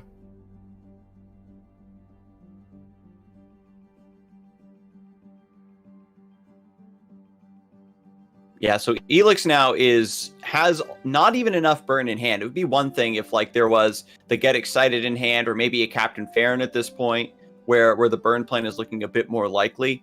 But right now it's just hoping for the right top decks from this position. With Dalton right now, even without the combo, this huge overwhelmed Trundle is threatening to end the game here pretty soon. Just passes back. Oh my god, Farron off the top. You have the 3 sisters, so you have the flash freeze to stop all the damage. You have Vengeance as well if you think that's relevant. You have 2 Lissandras, you can play one out. There's still enough damage for Beam to kill this Lissandra. You can still play the second Lissandra and then still flash freeze the Trundle as well, or the Farron as well. So here it is, leveled up Lissandra.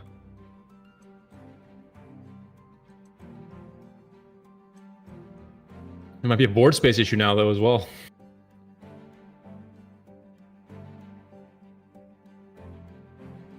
So he uses the axe here to buff Farron further.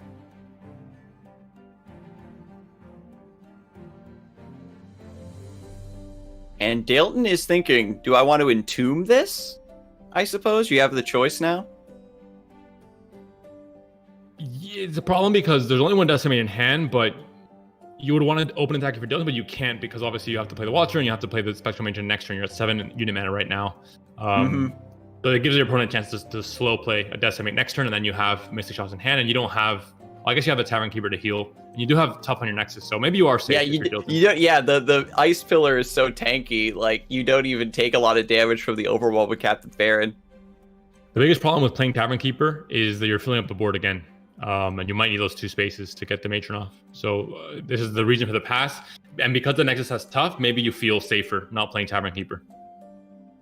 Yeah, because Mystic Shots are 1 damage now. Get Excited is only 2 damage now. Even Decimate is only going to be 3 damage. It's a lot of work that you got to do against your opponent having that healing. And from this position, I'm wondering if Dalton maybe doesn't need to concentrate on the Watcher too much and just says, okay, I'm just going to keep you from burning out, and Trundle will kill you because it just gets continuously buffed, and there's a nice, juicy, vulnerable spider there to get pulled.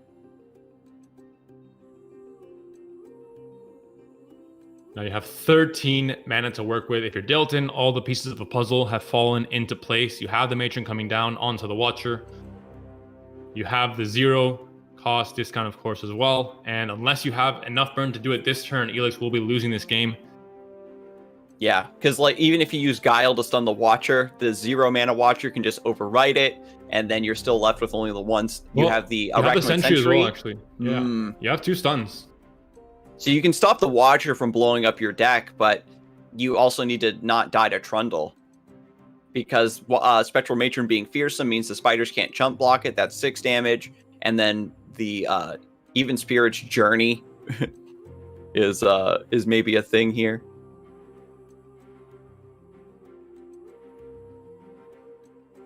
So yeah, it doesn't even matter if the stun comes through here. The amount of pressure on the board is just so good. Ice Shark can also be played for 1 damage and kill off a blocker in the spider, so a few plays that Dalton can think about here. Yeah, so just plays the Decimate, just throws all the burn on the stack and says, ooh, just letting his opponent know, if you didn't level up that Lissandra, I was gonna kill you. Well, this is still a lot of damage here. Exactly 0, actually. Wait a minute, count to get excited. Hang on a second. Wait a minute. Wait, I can't count today. Help me.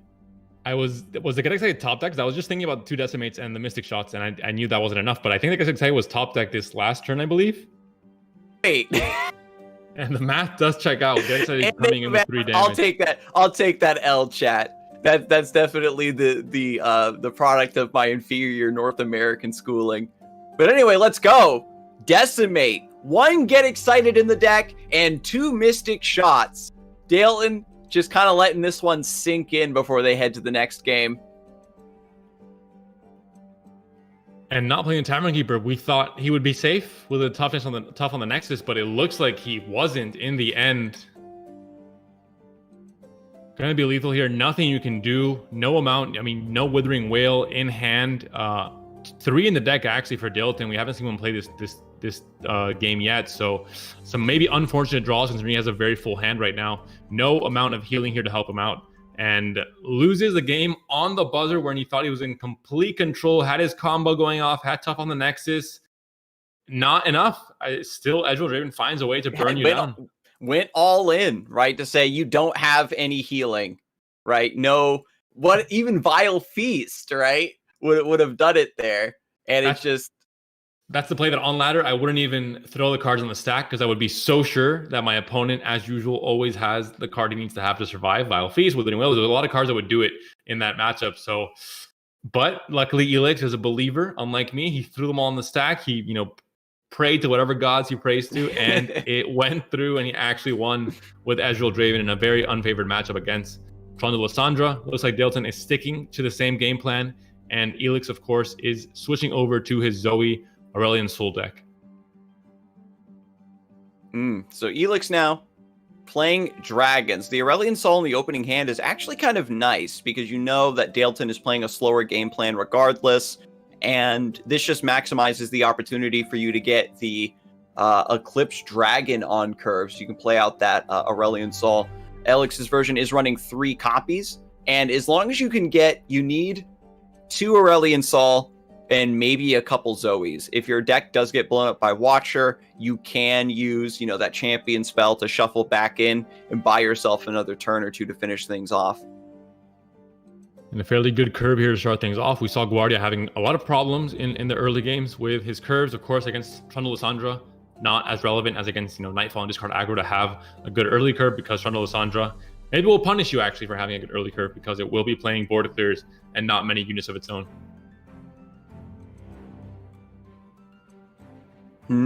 Strong decision we made here. Do you want to just take the warrior to threaten early Lissandra developments, maybe threaten Trundle a bit, opts for the Traveler to invoke again, maybe looking for even something crazy like Cosmic Rays to wipe out pillars or obliterates, or even Falling Comet or something could be really clutch.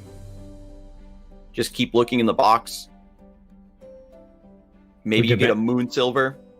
Looking at the hand for Dalton, he does have, pretty much all the combo pieces he needs. He has, the double Trundle actually for maybe the chance of double pillar. He has the Lissandra, the Matron, and the Fading Memory. So a lot of the key cards that he needs are already in hand. Not much in form of board clears.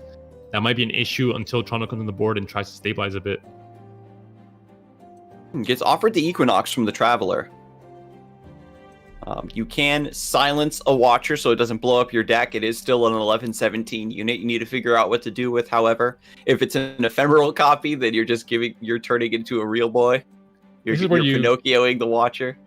With the Invoke package, I think you start, picking up your counters. Turn one, you're like, all right, I'll pick up an Equinox here, a Crescent Strike here, and you're trying to, it's like a boss fight. You're preparing for the boss fight. You're picking up your different items and weapons and stuff, and you get to the boss fight.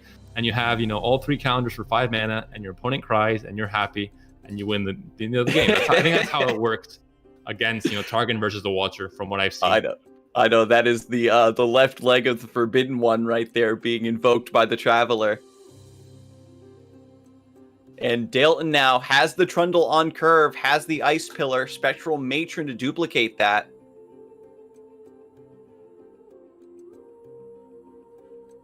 Also, notably, the development from the Traveler, not really a big punish either, from no AoE. The Sunforger not ideal in this matchup just overall. You don't really care too much about the lifesteal. The curve has gotten a bit maybe less ideal here for Elix.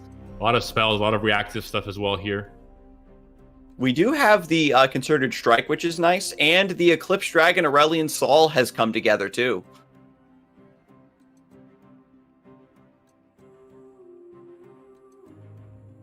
But again, I mean, when you have a chance to kill Trundle, you're just, first, you're freeing up board space. Second, you're giving him another pillar, which might be, depending on what hand they have, might be crucial for the combo to go off. So I think it'll really depend on if you really care about the combo go off. If you have enough counters, we see Hush and Equinox in hand. It could be enough to stop the Watcher from obliterating the deck for Elix. And when we see a Shyvana there, we haven't talked about this actually, but this deck is running, I believe, 1 copy of Shyvana. Mm-hmm.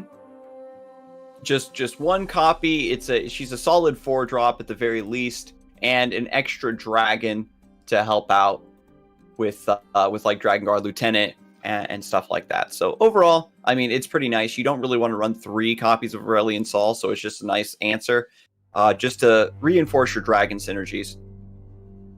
Surprising to see Dalton already on 7 HP, also on 7 HP last game, so maybe some PTSD triggers here. Once he sees he's at the same health total, of course, not the same exact burn potential from this Targon Demacia list, so ideally that won't be too much of a problem, but it is surprising to see him going down so low on turn 6 against this deck. Yeah, no Blighted Ravine, no Withering Wail, no Avalanche to stop this aggressive onslaught. And with now there's mana for 3 Sisters Flash Freeze to stop like a single combat, but like in the previous turn, if there was like a single combat against that first Trundle, you get a nice open attack there potentially. But at the very least for Dalton's side, being able to play 2 Trundles like this means you have 2 pillars, and the combo could actually pop off here pretty quickly.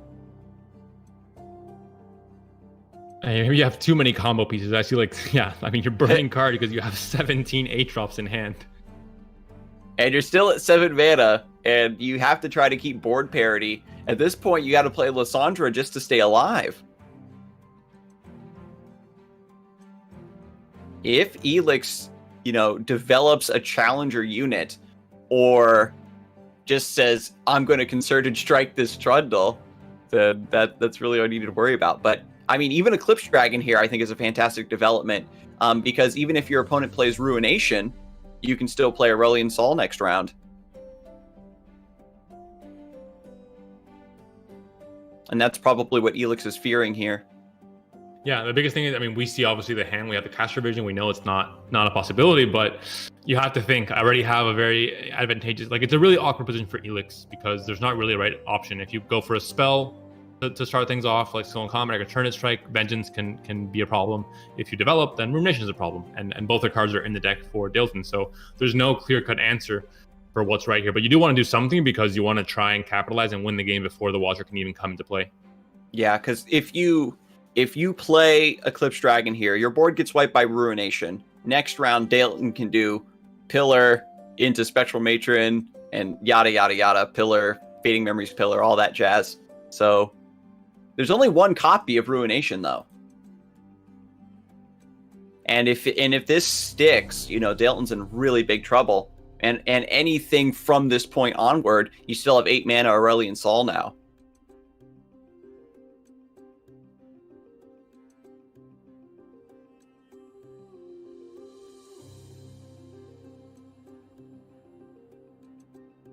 And what is this card here that's being put on the stack? Oh, there's a Vengeance there. I didn't notice. Yeah, the Vengeance, I mean, there's no Ruination, but the Vengeance is there. But again, if Dalton's the one to Vengeance, then now you have a chance to play single combat in response. So it kind of flips the initiative or the danger of having the initiative. Now Elix is committed to this. There's no Ruination to punish, so he's kind of saved because that was a big punish to making this play.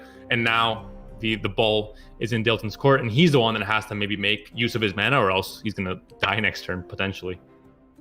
Yeah, so we've got Vengeance on the Eclipse Dragon. You single combat onto the Trundle. Then you've got 9 damage on an open attack. Yep. You have 3 Sisters Flash Freeze or 3 Sisters 10 damage with Shyvana giving herself +1/+1. And then if Dalton goes for 3 Sisters Flash Freeze, you can self-hush to cleanse the Frostbite. So it would need to be entombed specifically. And here, I think there's no reason not to stone combat here. It's just a clear trade. You obviously don't want to give your opponent, this would give the opponent the 3rd pillar and the full combo just with pillars, actually. So you wouldn't need the Spectral Matron at all, but your idea is to end the game next turn. You don't even want to get to the boss fight. If you're Elix, you're going to just do a time skip the boss altogether, get the speed run going, and potentially get a world record here against John Alessandra. You use single combat against Vengeance to clip through the floor, and just go for the open attack. This is basic stuff, Scar. This is, everyone's doing this speed run. Just present the lethal. Do it. There might be heals here. Do it. There are I know, right? reasons. It could be. Yeah. I mean, Elix threw it on the stack last time and got the win. Because Ruination wasn't played last turn, he can assume it's not in hand now, which means, he doesn't feel in danger of developing this Aurelion Soul.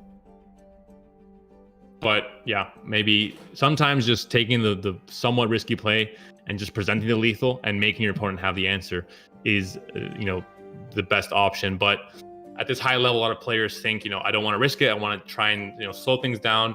If I'm the better player, I have the better deck, I'm going to win. But sometimes, things can go wrong as the game goes longer and longer, especially against the Watcher combo when they have pretty much, every single combo piece in hand. It's rough here, too, because you're playing the Aurelion Sol on 8, so even if you top deck the other Aurelion Sol and get Sky's Descend, it might not be castable. In order to shuffle an Aurelion Sol back into your deck so the Watcher doesn't kill you. But, I mean, from this position, Dalton needs to do, Spectral Matron in order to get 2 blockers in 1 action. Yeah, you can't play this little game with just playing out pillars. And it doesn't really make sense to either, because the playing out for 8 mana, it's not going to be a problem with the current hand we're looking at. It'll be more than doable next turn, which is when you actually have the attack token turn and it actually matters. Yeah, so you matron to summon another matron, you get 2 6/6 blockers in play. And if you block the Traveler and the Aurelion Sol, then that's only 5 damage coming through. And you're also removing a Celestial from the board, so it makes the Sky's Descend a little bit more expensive. Well, that is not one of the options that we went for, that we thought about. Fading Memories on a non-Daybreak Solari Priestess. That is the first time I've seen that exact combination of cards being played in that exact order. Yeah, and so now we've got Flash Freeze here. You only need to block just a little bit, right? You only just need something that can chump block the Aurelion Sol. You still float the 3 mana. The Shyvana levels up. The Aurelion Sol is now, in danger of maybe also leveling up. The Flash Freeze on the Traveler will stop that. Lissandra does come down this turn. And now you have a chance to full combo next turn. You survive this turn at 2 HP. There's no burn in the deck for Elix. There's no kind of rally effect either. So here it goes.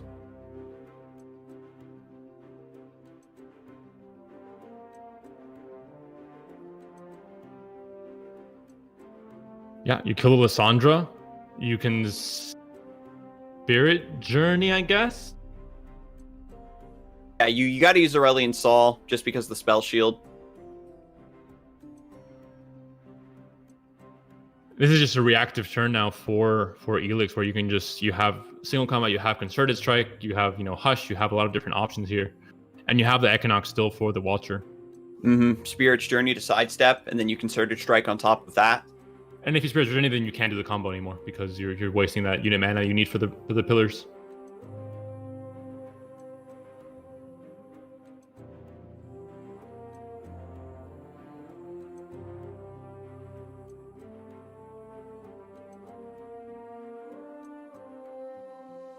So just lets Lissandra go down. Maybe recognizing, right? You killed the Lissandra, but I can still develop here with matrons and stuff. So as long as you have enough blockers in play to not die to an open attack, you're okay. But I mean, you still have Concerted Strike. You have a chance of maybe the Aurelion Sol leveling up, and then things are obviously going to get very much out of hand. And Elix is at 20 HP, so there's not really any kind of threatening HP-based attack or win condition you can go for if you're Dalton with against a Demacia target list that has huge beefy bodies. Trundle's not going to cut it like it did in other matchups. You need the Watcher combo, I think. Yeah, that's definitely the whole point of bringing this, is to go over the top of a lot of these units. Yeah, you select the enemy first. There you go. Look at this Aurelion Sol getting big, getting strong.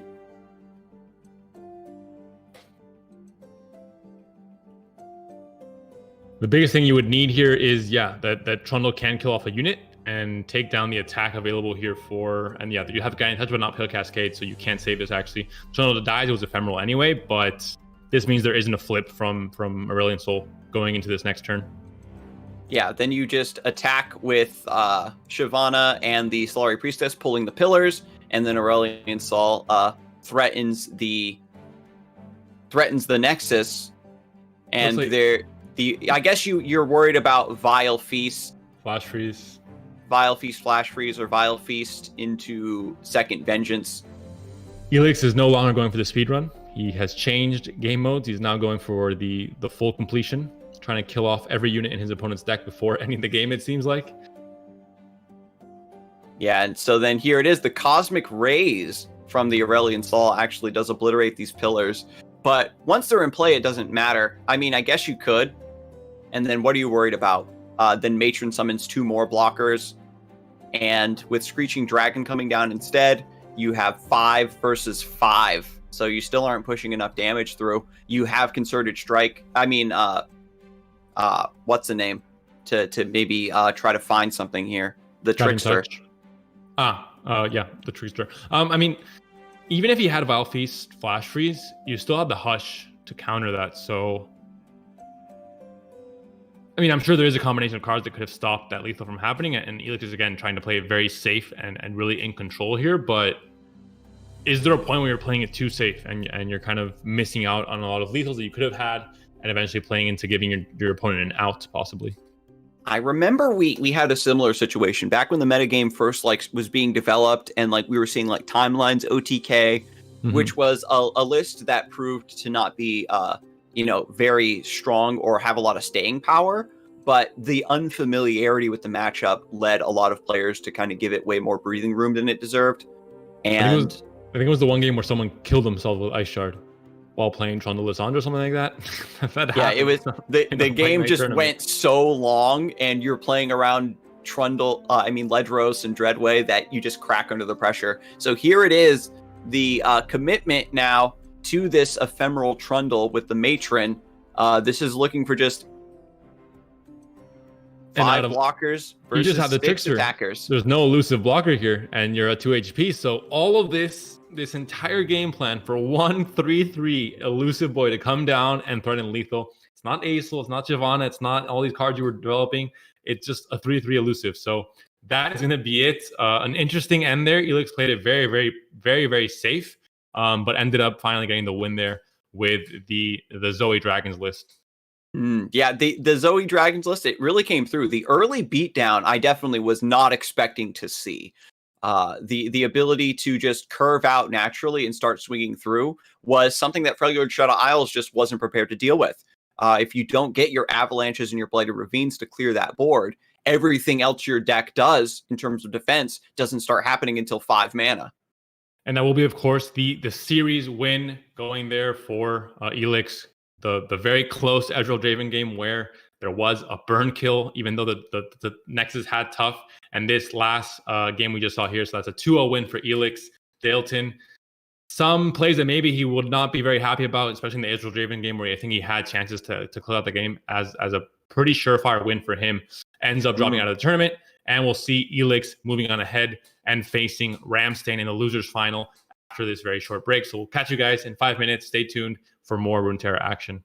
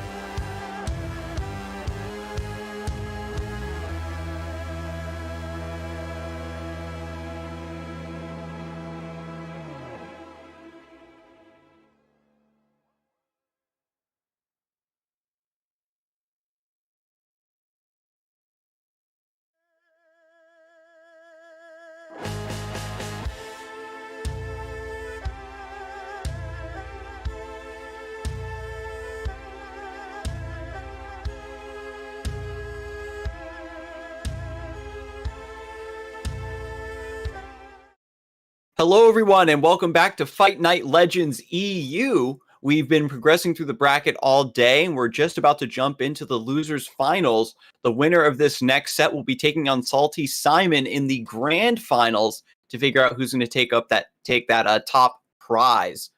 We'll be seeing, of course, Elix versus Ramstein in this next match. The winner, of course, also for advancing to grand finals, guarantees a spot in the next Fight Night tournament. So has, double the stakes, or not just the prize money, but also the, guaranteed. Even if you lose in the grand finals, the top two make it to the next tournament as well. And Spain versus France in this matchup coming up. This is the classic sport rivalry in football and basketball and any sport. Spanish and French get very crazy and very passionate about this rivalry. So we'll see if it's much of the same in this one, and hopefully, Ramstein can take it for Spain as well. Oh, I see. You're switching back over to Spain now, but we're gonna see what Ramstein is up against as we analyze Elix's Dragon list. We just saw this in action, right? It's got the early game with the Zoe, but you have this over the top late game of Eclipse Dragon into Aurelion Sol. This version is going all in on this concept with 3 copies of Eclipse Dragon and double Aurelion Sol to guarantee getting him on 8 as much as possible. And I do like the inclusion of 1 copy of Judgment. Yeah, it's a card you have to play around. You have to be careful about it. You have to play in a certain way if you think it's in hand, even if it's not, because it is only 1 copy. Especially for tournaments with open deck lists, it can really just change your opponent's game plan completely on certain turns because it is a huge blowout spell. So we'll see if that ends up mattering quite a bit or not. Ramstein is playing Lee Sin Zoe, so against that deck with Deny available, maybe not as relevant. But biggest thing to mention here as well is the Solari Sunforger coming back into the meta with 3 copies. Of course, on ladder and potentially in this tournament, there could have been a lot of very aggressive aggro lists, and the Fangs sometimes doesn't quite cut it in keeping you alive. This is more of a deck that's really focusing on the bigger bodies, and not so, obviously it's still a big target influence in the deck, but focusing on some big Demacia units as well. Yeah, having the 4-mana 5/4, we saw how important it was for matching up against Trundle's stat line, and it has a little bit of that Bright Steel Protector flavor to it, where by developing it on defense, maybe you just disincentivize your opponent from attacking you altogether, and it sort of heals you anyway in that regard. Solari Priestess also making an appearance in this list. These Demacia Targon variants have always struggled to find good 3-drops, which is why Aphelios and Fiora were so welcome. And Grand Plaza even filled the slot for a little bit. Players have been experimenting with Laurent Protégé in this slot, but Solari Priestess, especially in a tournament setting where you're expecting to be more value-oriented, more late-game oriented, having that extra resource generation is fantastic. And the Sunforger also gives, single combat and concerted strike that much more value as well. Whereas if you had something like the Fangs, that 3 attacks sometimes won't cut it to get enough value. And obviously the Fangs, when Temple was a pretty relevant thing, it made the Fangs that much better because it came down on 4 mana, but then that 3 attack became much bigger potentially with the Temple buffs as well. In this case, no Temple, and you need more immediate stats on the board with Sunforger. Yeah, and then especially when you consider Zoe in the equation, she's going to be generating those small invokes that you'd like to see. So the Fangs, kind of gets pushed out, even though it is such a fantastic card. I do like that, not getting baited into using that card and using something that, when you consider it on a deeper level, is that much better for your deck and that much better for a tournament metagame. And players are starting soon. We're going to get into the game very, very soon. Just a quick reminder, this is, of course, a best of 3 series, even though it is, really advanced at the tournament. The format is going to be the same. Best of 3 series, first player to 2 wins advances. And in the grand finals, of course, there is potentially going to be a bracket reset. If the player coming from the bottom, from the loser's bracket, ends up winning that first series, then there would be a bracket reset, and there would be a second chance for the player waiting in the grand final, Salty Simon, to still win the tournament and close it out with the championship. But right now, losers finals, no bracket reset, just a straight up best of 3 between Ramstein and Elix. Yep, France versus Spain. Let's get in here. And it looks like it's going to be Ezreal Draven leading off against the Zoe Lee Sin. We know from experience that Ezreal Draven does really struggle in this matchup because Deny and Nopify, canceling out a lot of your removal and your burn, no healing, so you can't really stop Lee Sin, and any damage you take in the early mid game is just going to make it that much easier for Lee Sin to finish you off. There is, as we've seen with Ezreal Draven, the potential to get a very aggressive opening to kind of beat you down, and we'll see if the House Spiders line up against the Eye of the Dragon. Oof. Yeah, I was going to say there's a small chance that Ezreal Draven can put in enough pressure if the Lee Sin player doesn't find the right curve, finds a lot of spells, and Lee Sin doesn't really have a good early to mid game. But as I was thinking about this, I looked at the hand for Ramstein, and he has the ideal, as long as he finds Lee Sin when he needs to, he has the ideal starting hand with double Eye of the Dragon and the Mountain Goat to try and generate a gem, give some spell synergy, and get those, the army of Dragonlings out. The double Culling Strike coming out of Elix's list is pretty massive too from this position. If your opponent, as they're tapping out of their mana in the early stages of the game, you aren't going to be trying to focus on keeping 4 mana open for Deny and Bastion. You're just looking to meet your opponent on the board, minimize the damage you're taking. So this is the stage of the game where hitting these key units like Eye of the Dragon with Culling Strike is going to be at its highest opportunity. And as I mentioned before, including Zoe in this list with all these other units is just an excuse to have more early game. That being said, for a deck like Ezreal Draven that plays for tempo and a lot of very efficient pressure in the early to mid game, playing a 3-mana Culling Strike to kill a 2-mana unit that has already attuned is maybe not the best. That being said, right now, yeah, this is a good trade here because the Zenith Blade is put onto it, but there is not actual any counterplay here other than just Deny. I wonder if you do let this go through. Just say, fine, I'll play the other Eye of the Dragon and call it a day. Yeah, because you still get the Daybreak off the Zenith Blade. So that's one Eye of the Dragon and Zenith Blade down, and then you just have another Eye of the Dragon to develop on defense here. And you do get the Attune again, so like you were saying, the Culling Strike may be, necessary, but not great onto just Eye of the Dragon, but once that Zenith Blade is played onto it, then it becomes much more valuable. Yeah, denying that spell. And notably, the Zenith Blade, does still proc. It loses its target, but you do get the, it still does pull out the other one from the Daybreak. Yeah, it doesn't just fizzle like some spells do. And that means that you could just play the second Eye of the Dragon and then maybe a gem here, so that way you get a Dragonling into your opponent's next open attack. Mountain Goat, the ghost of Mountain Goat, leaving the gem to its, to its progeny here, really showing up in this clutch moment. You can see a Sparklefly coming in here as well to get some lifesteal. Wouldn't be able to block too much here with only one attack, but can at least trade with one of these spiders or dissuade the spiders from attacking altogether. Or in this case, maybe stopping Ezreal from actually hitting the Nexus and getting that Mystic shot. I know that Ramstein really would like to develop the Sparklefly and Mentor of the Stones. If you get a lifesteal unit set up like this against Ezreal Draven, it's going to be so strong. Now that the Ezreal's been played, you don't need to necessarily worry about the other Culling Strike, right? So just going to palm the Ezreal. Stop the Elusive coming through. You stop the Mystic shot from being developed, potentially, and then you just have fantastic blockers. Ideally, Ramstein would want to play, I think, the Sparklefly into Zenith Blade, especially now that there isn't mana to kill it. And yeah, I think it was being patient enough. He was going to take a big hit there and then just regain that with the Sparklefly combo. But Elix passes there instead and says, all right, if you're going to not develop, not play out your spells, not play out your units, I'm going to chill and try and just focus maybe on a much later finish with Farron. Yeah, having Captain Farron in the hand early is great because you can start shaping your plays much more aggressively to lead up to that point. I wouldn't be too upset with Thorn of the Rose here. Just developing another 5/1, getting a really full board, and generating a Guile to disrupt one blocker.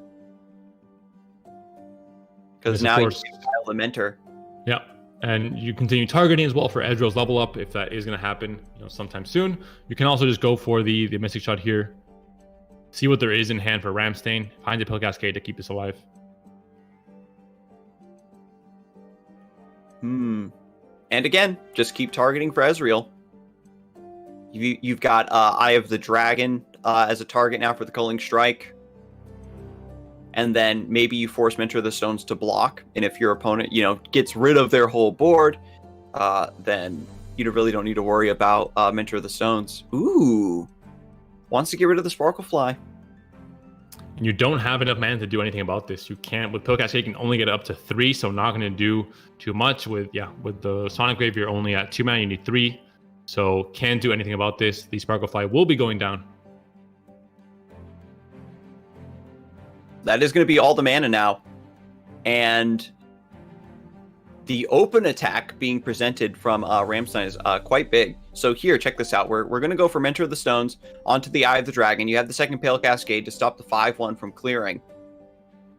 And then you're going to try to just get the gems to feed into your Eye of the Dragon. Playing the Pale Cascade preemptively on the Eye of the Dragon here instead. So not going for any kind of, mind game here. Just going for the Pale Cascade, not attacking, it looks like. I think maybe he thinks it's necessary to keep the 1/1 as a blocker just to stop some damage from coming through on this open attack. Yeah, because of course, like spinning axes and stuff, there is potential for it to get buffed up even further. And again, with the lifesteal unit, we saw Elix kind of get dissuaded from attacking previously, but with Arachnoid Sentry and Guile, I think that there is potential for a very strong swing from this position. Ramstein being only at 7 mana means there's no double palm potentially here. Should be a stun probably on Draven or Ezreal though, and those are not units you want to overwrite with Sentry. If they do get stunned, if it was on a Spider or something else, you're fine maybe overwriting it, going for a bigger swing. Getting that 2-for-1 trade with a Arachnoid Sentry, but in this case, no, it looks like no palm. At that point, you can still, of course, play it fast speed, but then you don't have the blocker to add to the stack or to the combat. With Palm taking out the biggest offenders, and you kind of want to trade the Mentor of the Stones away anyway. Going down to 9 is rough. The issue is you want to block a Spider, but you're opening yourself up to Mystic Shot or even Ravenous Flock. There's no Nopify in hand. The only counterplay that Ramstein has is Deny, and it's too expensive against these cheaper tempo-oriented answers. And at this point, maybe Ramstein, by stunning the Ezreal, thinks he can maybe now block with the Eye of the Dragon because there won't be a Mystic Shot, but there is already one in hand, so that would be a mistake if he were to take it. Of course, it could be a Mystic Shot, could be Flock, could be Beam, could be a lot of different cards that could end up killing his Eye of the Dragon if he does commit to blocking the 2/2 Spider. And you take the same amount of damage overall, whether you stun the Ezreal or the Draven here too. And just keeping the Eye of the Dragon healthy and alive means that maybe you can offset some of this damage next round. Because you get the Eye of the Dragon generated, and maybe you just buff it up with gems to get even more lifesteal if you can.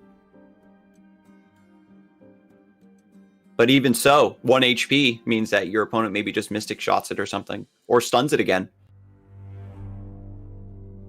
I'm not sure how far Ezreal is from leveling up because, you have a lot of axes, you have the Mystic Shot as well, you're at 10 HP now if you're Ramstein. The only targeting spell I think we've seen so far is just that Guile. I think there was, and then there was the Culling Strike, because the other ones were fizzling too. Because the Culling Strike went through. Does he level up when you target and not the spell doesn't necessarily need to resolve? So I think he's 4 out of 6. Yeah, I assume 4 or 5 out of 6. There's a Lee Sin. And there's a Tribeam. So 2 good draws, but for the Tribeam, a bit too late, I think, because the card we haven't really seen making much of an impact in these Ezreal Draven lists today. Lee Sin, great, but you're going to have the Sentry that's been waiting patiently in hand. You can play it out here. There's no Bastion. There is the Deny, though.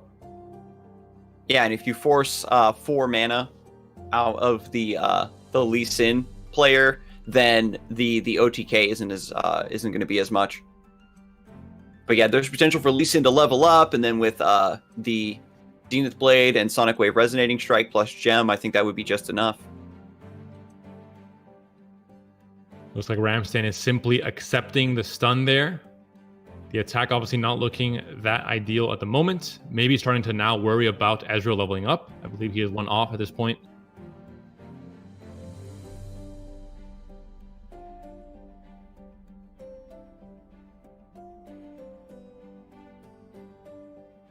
And And we talk about Ezreal Draven really not being favored, but Ramstein hasn't really been able to put up a lot of pressure with Lee Sin earlier on.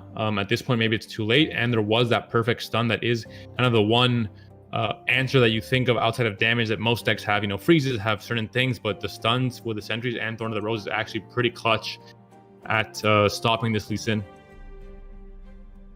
And Ezreal, at the very least, you can even Axe here so that it trades into this Concussive Palm, the Tail of the Dragon, and the Tri-Beam showing up so late is pretty unfortunate, but you can just play the second Ezreal afterwards. Do you want to save this one with the Mystic Shot? You're playing into potentially another Pale Cascade or a Deny or a Nopify from this position.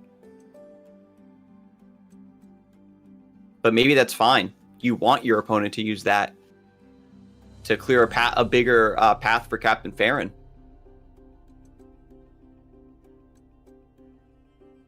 That's, of course, 2 less damage that could go potentially to face if Ezreal does level up and you want to just throw the Mystic Shot to face instead.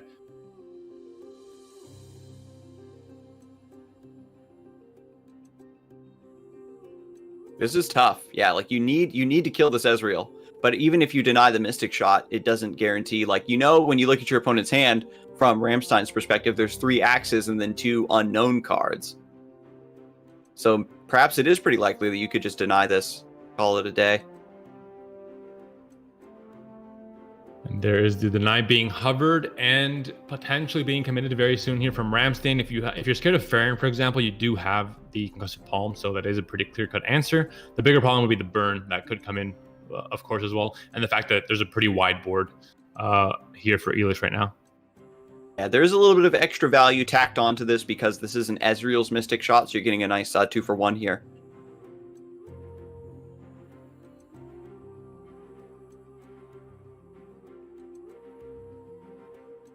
And Elix just letting this sit, you know, making Ramstein sweat a little bit, not giving away the fact that these aren't 2 reactive spells, I imagine. And the Tri-Beam, a very unfortunate late draw. Really is not going to do much at all in this match. No 3-drop in hand either to try and get a few boosts right now. Well, yeah, that's one thing you can do. It's a bit of a better open attack. Oh, it's a pretty good unit to get there as well. A Mistwraith with Fearsome. Not too shabby. You get a nice open. Now, here's the thing. Like, do you open attack, then just play Farron and try to win through?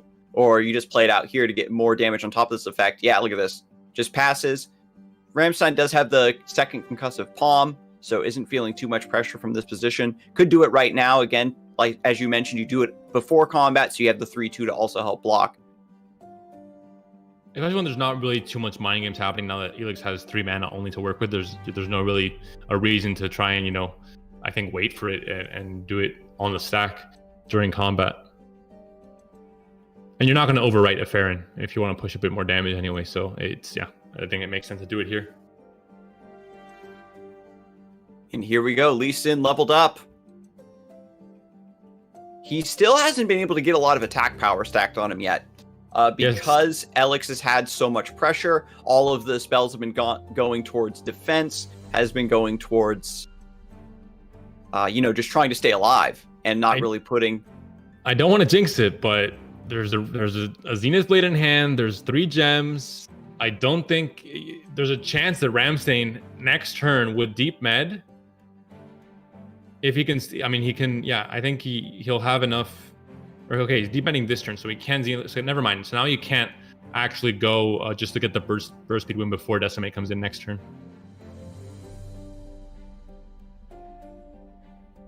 Potentially hoping for a Noblify to stop this beam from killing the Dragon Link, because that would put him at a yeah, it would give him a chance to be able to make 1 action next turn before the second Decimate comes in to kill him, I think. Because some damage will be going through here. Lee Sin blocks Draven. 3-2 blocks the Mistwraith. 2-3 blocks the 3-2. If you want to sacrifice the Eye of the Dragon here, that is.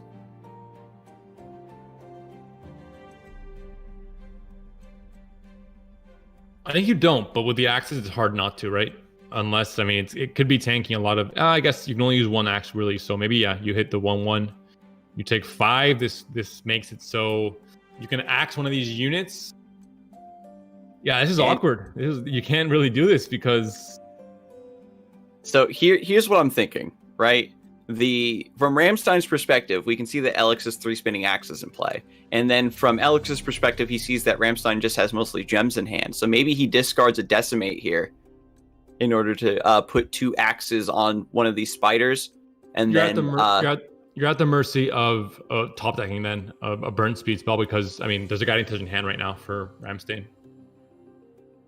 yeah, I'm wondering how spooky the players want to play it. So yeah, set your opponent down to 4, makes the Decimate.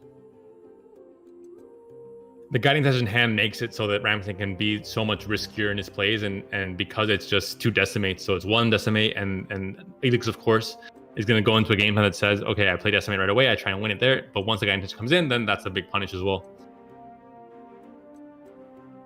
Yeah, so this lets you set up the Zenith Blade, which is nice. Unless this is like a top deck Mystic. Oh, cycling. It's not going to be enough. Let me see. 4, 5, 8. It's double to 16. It's lethal here for Ramstein. He wins the. I mean, you Zenith Blade on Lee Sin, Elix decimates, you guiding touch to counter and to survive, and then you just gem and attack before the second decimate can come in. And it's exact. Or no, it's not. Yeah, it's I'm not sure if there's enough attack power here to have a full double OTK. Zenith Blade. Yeah, you have to go off of guiding touch. I think you have to find with double guiding touch either more heal to survive the 2 decimates or enough attack power with maybe a mentor, and you have to have enough mana as well. Yeah, and you don't need to daybreak the Zenith Blade, it's true. It's just that getting the overwhelm on Lee Sin is something you theoretically want to do if you're going to try to end the game.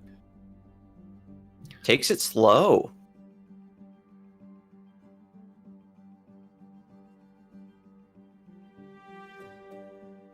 And doesn't want to commit too many gems to the Dragon Link because it thinks there might... But if there's a burn spell, wouldn't that just go Fey? I guess. This is a safer play, of course. Going more all in now into Dragon Link, I think, yeah, assuming that there isn't going to be exactly a Get Excited or Mystic Shot in hand. He already used, I believe, because Ramstein has one main deck Sonic Wave, which I believe was already used a long time ago, and a couple of Pale Cascades were also already used. Without Mentor of the Stones or third Pale Cascade, you can't present lethal. So you just need to survive, heal enough here to survive against the Decimates and potential other burn, and just stack up Lee Sin. You deal a little bit of chip damage, and now your opponent is going to be in lethal range. And you kind of bait also the double decimate because you have guiding touch. So if your opponent plays double decimate, it's not maybe correct if he knows you have double guiding touch, but now you can develop the Sum Dredger, and it gives you more actions next turn to provide blockers and have, you know, certain plays once the Sum Dredger is played there. So you have the guiding touch here, you can play it out and survive. Barely, but survive.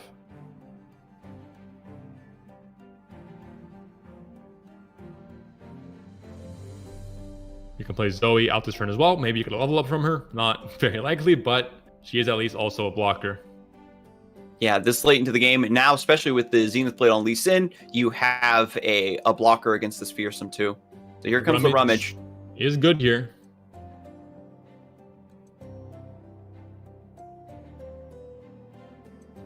And the stun on the Lee Sin. You can self-hush to cleanse the stun, but then you're also cleansing all of the free HP from the Overwhelm, so still take damage. You have to hush the Captain Farron now to get rid of the Overwhelm. There's potential for the Sump Dredger to cycle through off of the other and draw some burn. Yeah, I think you have enough ways to answer here for Ramstein. You can even just like Zenith Blade anything really to have more blockers. You can gem or Sonic Wave the Dragon Link for more health as well, once you see kind of what card are in hand for Elix here. But the biggest thing is the hush on the Farron, taking away the Overwhelm. Yeah, and then you've got Guiding Touch anyway, so like Mystic Shot doesn't do it here. Get Excited wouldn't do it. And then you've got Sonic Wave to also lifesteal a little bit more off of the Spiderling or the Arachnoid Sentry that attacks.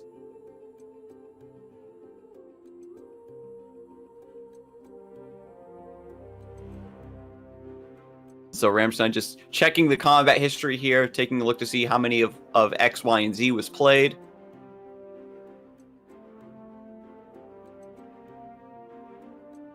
One more top deck here, still 3 mana. Finds a Mystic Shot. That is going to be exact lethal on the Nexus. There is a Guiding Touch, of course. But that is, out of all the draws you could have had, a draw that does help your game plan of trying to end the game this turn. Oh my goodness, the triple Guiding Touch. It's happening again. The Lee Sins, they don't stop. They refuse to die. And the stun even, if you want it, with Paddlestar. You don't even need to use the Hush this turn either. The Captain Farron Dream dies, gets put to sleep. Captain Farron showed up, said he was going to end it, but got bored and took a nap instead.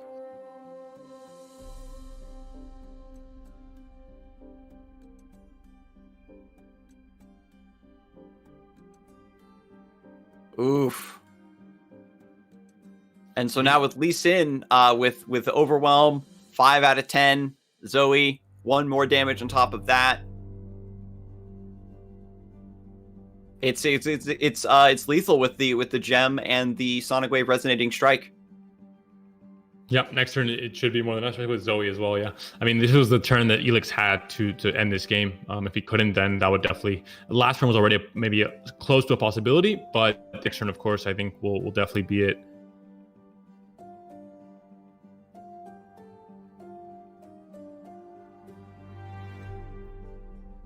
Elix may be thinking how he can best navigate with this Mystic Shot, where to place it, if face, if on the Dragon Link, to maybe try and get the cleanest swing here, but Lee Sin really can't be interacted with. At this point, it's just up to if Lee Sin can get the lethal next turn.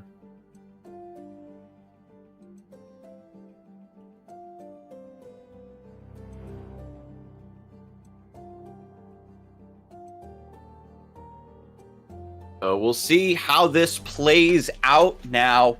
The Captain Farron was delayed by another turn. It was stopped. So now we have the gem coming through on the Lee Sin, plus Sonic Wave Resonating Strike. This is going to buff Lee Sin up to 8, and also the Pale Cascade off the top. So you have a little bit of extra insurance on top of that, and also some more top deck potential. And now it's going to come down to which unit that Lee Sin challenges. If you challenge the Spider or one of the other units, potentially a Mystic Shot or Get Excited allows you to Sudoku. And again, I think other than stuns and sentries, there isn't really a way to stop this Lee Sin at this point. So that's going to be it, really. Elix had a chance, but the top decks were there for Ramstein, and he ends up winning game 1 here with Zoe Lee Sin against this Ezreal Draven from Elix. This is a loser's final, and Ramstein is 1 game away from moving up to the grand finals to get that Sweden versus Spain rematch against Salty Simon, and to also get a re-invite for next week's tournament. But he still has to win this next game, and Elix, of course, is not going to make that happen. He can stay on this Ezreal Draven list, or he can change to the Demacia target list we saw him play in the last series he played against Dalton. Overall, that was a pretty close game considering how, on paper, unfavored Ezreal Draven is for that matchup. Like the early curve, having the tempo to deal with the early Eye of the Dragon setups, forcing a lot of mana out of his opponent early allowed, a big delay to some of the combo-oriented plays, like setting up the Zenith Blades and things on these units is what you really wanted to see. And if we got like an earlier Tri-Beam Improbulator to get a bigger unit than a Mist Wraith, or maybe even a second Captain Farron coming out of the deck, things could have looked very differently. So with a little bit more refinement and clashing those decks together a few more times, I could definitely see Ezreal Draven coming out on top a little bit more often than we would expect. And there is finally the Tri-Beam actually found in hand. You have the House Fighter to provide some great blockers on this next turn. But this first turn, no units to be played here. And Peniston Squire will get some damage in. Ramstein has switched now to his Scouts. This is just a normal Bannerman Scouts list, no Stony Suppressor. And of course, we still see the Ezreal Draven here for Elix, so nothing has changed in that regard. The stuns, like the Thorn of the Rose and the Arachnoid Sentry, do a lot in this matchup to make like the rallies much less effective, to stop scouts from also getting a lot of value. And it's going to come down to maybe like early Ezreal, you trying to gamble against Sharp Sight to just get Mystic shots to keep the board under control. And look at this, Valor's just going to come down. You have the 2-1 to stop the, you have the 2-2 against the 2-2, and then Valor to even things out afterwards.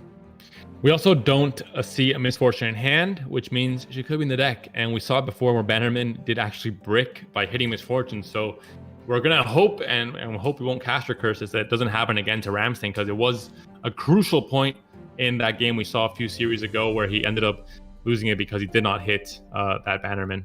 And there's a rally effect. Could be a very important play once this board is wide enough, once Ramstein has control of the board, if there isn't enough responses here from Elix. Mm-hmm.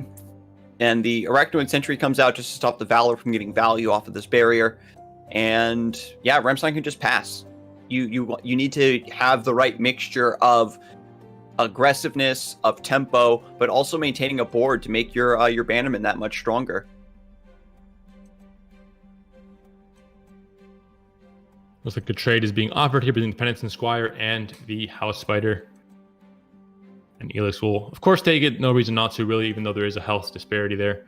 Going to the next turn, we'll see what options Elix has. But once this Tri-Beam gets bigger and bigger, that's value swing will be massive. And removing maybe a Cythria if it gets big enough, and having a big unit of his own. Of course, Scouts plays very much on the board with rally effects, etc. And being able to have that big board swing will definitely favor Elix. Yep, so here it comes. You can even do a Tattered Bannerman, to set up another challenger for next round. But yeah, this is the problem with Bannerman. You want to play it on, like we saw in the other game, full board. Playing on 2 units feels, not ideal, obviously. So I think maybe trying to pass here, seeing if Elix just decides to pass, and that way it benefits Ramstein, has a chance to develop more later on. But Elix not going for the attack here with the Ezreal. Yeah, by keeping the mana open, you also keep Sharpsight available against the Ezreal attack, and so that's also going to swing through here.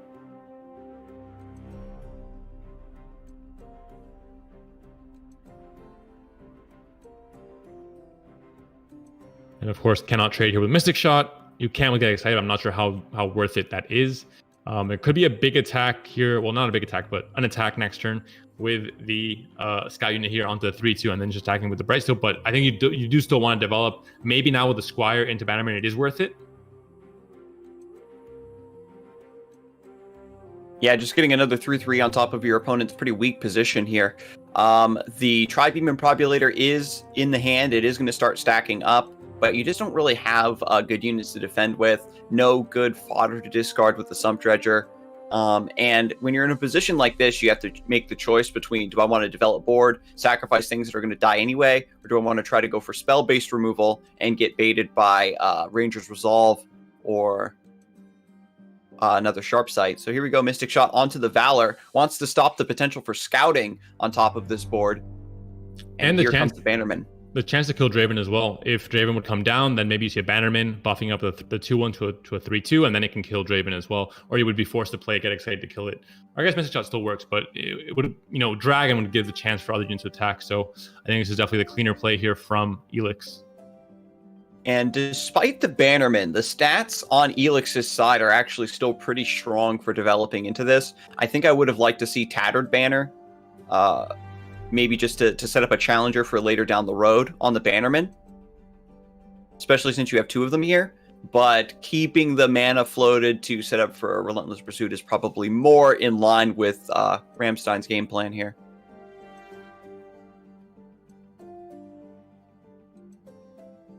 I think Elix will be happy to just trade this Arachnoid Sentry into the Brightsteel Protector, take 6 damage, and then next turn really start regrouping with the Tri-Beam and the Sump Dredger. You're going to have enough mana to play both. I think that would be maybe the ideal play for Elix. Maybe if he thinks I'm not sure how far off the Tri-Beam is from being able to kill Cythria, that might be an idea he has as well.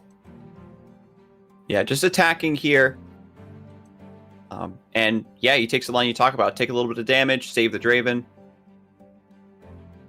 Relentless Pursuit really isn't that great here. You just force Draven to maybe block again, and you deal another 3 damage. And from a position like this, you typically want to save it for when you're presenting a stronger lethal. And it's up to 5. It's almost there. So yeah, I think you do play double Sum Judger this turn, and we'll see if Scarzig comes down or not, but that would be a very clear-cut answer that would require a Sharp Sight or a Ranger's Resolve to keep her alive. I think that you might need to cycle the Captain Farron. It might be a bit too late game. It's close because like, all these cards are like so good in their own ways. The Culling Strike is probably the lowest value because your opponent can buff with Sharp Sight, or if they hit a Bannerman when you don't have the mana to cast it when you want to, it can spell Doom. You could go for Culling Strike here right now just to rob one unit off. I think considering attacking here, and seeing what exactly Ramstein does, if then a Pursuit is played, then you have the Tri-Beam to kill Sith if she blocks here. And that would be a big swing with Pursuit being wasted, obviously, because it's a 2-for-1 trade in the board, and Sith you're going down as well. Yeah, so Ramstein might just, you take this damage, you probably just block the 3-3 into the 4-3. Yeah, so it's a bit of a mirror of what we saw last round, just one value trade and taking a little bit of damage in response. And by keeping that mana open, you still have Draven to maybe go into Cytheria plus get excited. You're a little bit worried perhaps about Ranger's Resolve. But if it is Relentless Pursuit on this turn and not just an open attack for next round, then you're good to go. And this gets you the Axe to get the Sum Treasure on the board without having to, discard anything else.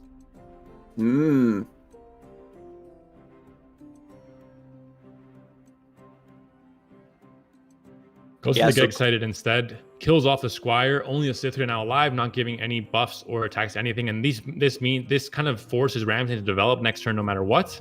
And that allows Elix a chance to play out the Tri-Beam for 6.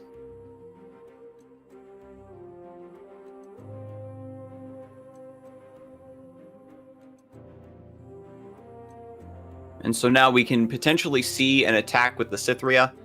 If Culling Strike was put on the Penitent Squire, then potentially you have the Get Excited to also just block the Cytheria with Draven and try to finish it off with the Get Excited, and then save Tri-Beam for another target. It is now stacked up though, so you can one-shot the Cytheria if you want to take the risk against Sharp Sight or Ranger's Resolve. There's a potential to maybe develop a Bannerman here to buff Cytheria up to 7 if you're specifically fearing a stacked up Tri-Beam on Ramstein's side, which I don't think you can realistically do. I think you have to take this now. I mean, you want to get the full value from this anyway. If Cytheria blocks, for example, then you're already losing value on the damage. So I think it's best to do this now. If there is a Sharp Sight or something that's a spell wasted, you have units to block with still, and you can just chump block the Cytheria with whatever you have, with the Draven even, or the Sum Treasure. And that's a 7-drop. He went for the Culling Strike on the stack at the same time to get one more buff on the Tri-Beam right before it resolves. Yeah, that's a cute play. I was not considering that option actually, but yeah, very clean play. Now it's 7 mana for Ramstein to develop, but he has a Bannerman into nothing, so it doesn't matter if it hits or not. He can hit Misfortune if he wants to. It won't matter. And then he has a Pursuit into a single Bannerman. So all of a sudden, the deck, when it doesn't have units and you're trading off, and Ezreal Draven, of course, is a deck that the best deck in the game at efficiently removing units, able to just dismantle the Scouts deck completely. So the elusive unit from this position is actually quite nice, because when you're looking to just kind of burn your opponent out, forcing them to trade into you, that's sort of what you want to see. On average, I think the 6 drops are maybe a little bit stronger stat line wise than the 7 drops, but at the end of the day, 3-4 elusive. We'll see what happens. The attack comes in from the soloist and the Farron, getting some damage in here for sure with Overwhelm on the Farron, at least 4 damage going through, and the 3 from the elusive. No Sharp Sight as we see here in hand. Pretty awkward, double Pursuit or 1 Pursuit and the 2 banners. And then you have Decimates, of course, to clean things up next turn, and Scouts has no healing, has no really way to play against this burn. So it is a GG, and the win here for Elix, tying the series 1-1. So we are going to go to game 3. After getting the win on the Ezreal Draven, Elix will now be jumping over to the Targon Demacia, and the Bannerman needs to somehow find a way to beat the larger version of itself. You take Demacia, and when it comes to a mirror match like that, the one that has the bigger drops and the stronger late game usually comes out on top. If Elix whiffs into a strong Bannerman curve and rally, we could spell doom. We saw it previously, Garja running a Demacia Targon list, and sometimes that deck just doesn't draw its early game. Yeah, and the biggest thing as well is also, I think, the single combats and the concerted strikes. When your opponent scouts deck, develops their board, has things like Sithra, etc., that Sithra gets answered by concerted strike or maybe even by single combat. It could be huge with certain unit trades, and this is going to be a lot of this is going to be playing for the board in the mid game, of course. So you need a hand that can really fight for the board and play on curve if you're Ramstein. So here we go. Ramstein starting off, no good early synergies. Has the Bright Steel Protector, but of course you want to save that for later down the road. Double Grizzled Ranger is a strong mid-game spike, but if you aren't putting the pressure early on Targon, then they are more than happy to just pass.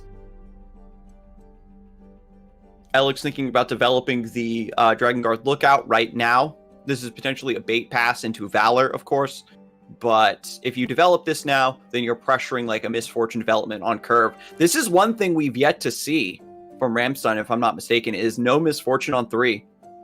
Yeah, a few of these decks we've been, the same with Ezreal Draven, we didn't see any Tri-Beam action until this last game we casted. A lot of, Trundle Lissandra, where Lissandra was missing. We've seen a lot of, except for Lee Sin, where he's always been there, a lot of other decks have been missing key parts of their game plan just because of bad draws throughout this tournament.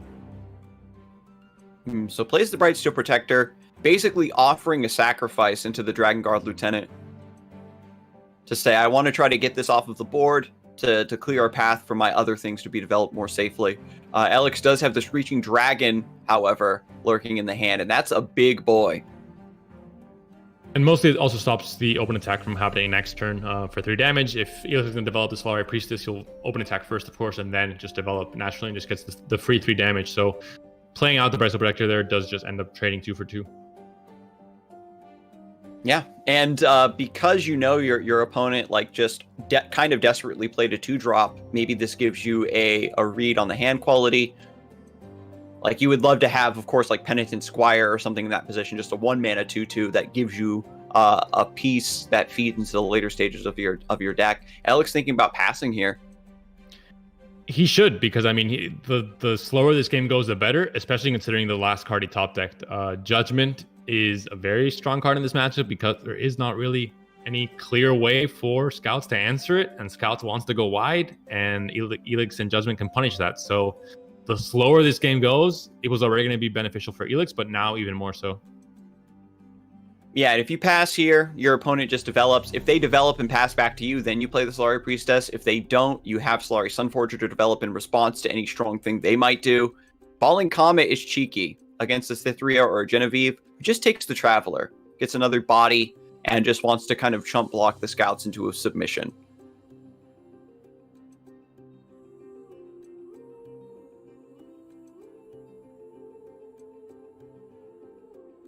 So Solari Sunforger is very interesting here because you can block both halves of the Grizzled Ranger thanks to its 4 HP. Unless, of course, Sharp Sight, but... The Traveler comes down instead just to provide, another blocker that also invokes and gets you some card advantage. So it's really just kind of a stalling play here for Elix. We'll see if Ramstein wants to commit a Sharp Sight onto Grizzled Ranger. Oh my god, the Siren Song of the Cosmic Inspiration! You can see him struggling, internal struggle to not take that spicy card. Goes to the Serpent because it's OP. I think in this matchup, yeah. They're obviously very different card pools. 0 mana Serpent and a very strong spell, but for this matchup and the speed you have to play at, Serpent I think is definitely the better option. Cosmic Inspiration is much too slow, and you don't need to have that. That the game's not going to go so late. You need Cosmic Inspiration to win. Judgment will do, I think, enough for you as kind of a late game spell. Yeah, the line of taking a unit that potentially generates another unit is just going to be so fantastic for just keeping up on defense. There's no denies and stuff like that to stop the rallies like we were seeing in previous games where you can just deny the rallies or you just stun your opponent's board or debuff your opponent's board to make those rallies undesirable. when it comes to Demacia Targon, you do need to have the board like developed in a somewhat even fashion. No sharp side play here, just the initial attack with Grizzled Ranger gets challenged by Solari Priestess, and now the second attack comes in. Doesn't really do much in terms of trading here, just both units going down to 1 HP. Which I guess could maybe be better for, I mean, you can play sharp side here if you wish to. Yeah, you play the sharp sight so you can clear this body while still maintaining one of your own. Feeds a little bit better into the Quinn to Bannerman line. I think this is fine. Because, like, all the pieces are there in Ramstein's hand. It's just that you need the time to develop without your opponent doing anything too aggressive or disrupting you. And maybe that's what Ramstein is counting on from this position. Elix wants to take the back seat, wants to be defensive and just reactive in this matchup. So maybe if he doesn't put the pressure on, you just go Quinn here. Next round you're on 6, and you do like Bannerman or... Yeah, Bannerman, it's a Relentless Pursuit.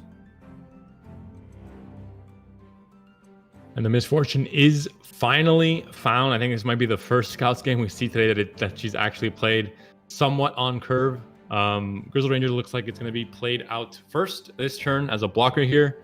And just to have that Scout already good to go for next turn for Misfortune. Yeah, the Grizzled Ranger is nice on defense because you can just deal 3 damage to something and still develop a 3/4.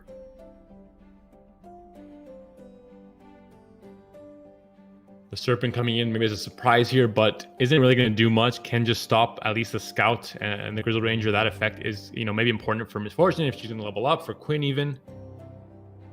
I think that you kind of need a sharp sight to block the Zoe here, because you're working on a line where you need to develop a wide board and rally to try to find some sort of win in this mid game, and Crescent Strike off of a super cool star chart would just completely annihilate any chance of that plan resolving. And of course, a quick reminder, this tournament does have open deck lists, which means that this judgment in the deck for Elix is not a surprise. Ramstein knows about it, and at any point in time where Elix is, playing in a fishy manner where he's passing with 8 mana up, it's going to give some clear signs, some danger, flashing neon signs to Ramstein. So it's a really strong top deck. Now you can do double 3 this round and then set up for Bannerman next round on a much wider board. You could go for Quinn right now because that also is 2 units in 1 action. Valor can pull the Mountain Goat, potentially allowing Quinn to get a nice open attack, deal some damage to the Nexus, and then scout with these 2 Badger Bears. Or you just play Misfortune and then float 3 mana for Relentless Pursuit to be a little bit easier next round. There's a lot of despite the hand being like so thin, there is a lot of different lines to be made. That being said, you have something like maybe Screeching Dragon or Shalaria Sunforger with the single combat that can interact here, where you don't really have any fast speed interaction from Ramstein. Playing out those 2 sharp sights may be punished for playing them out a bit too early maybe, but now with this, I mentioned at the very start of the game that single combat and concerted strike could potentially be very big swings in this very board-centric matchup, and it looks like it might be the case here. Yeah, Screeching Dragon is going to do really well holding down the fort here. 4 attack lines up super good into whatever Scouts develops normally. The 2 sharp sights being down, no mana even to cast it here is great, and you haven't taken any Nexus damage yet, so the Solari Sunforger and single combat can just be a backup plan for when you actually do take a little bit of damage.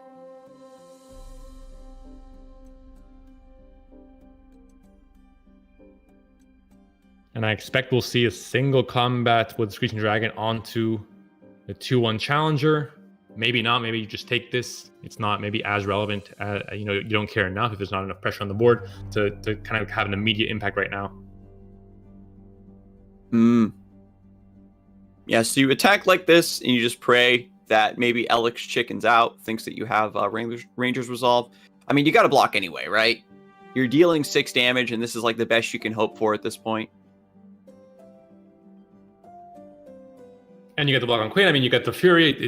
I think you keep it some time for later where it's maybe a bit more relevant regardless. And you're at 14 HP, so it's not really you're at a risk of like having to save damage immediately.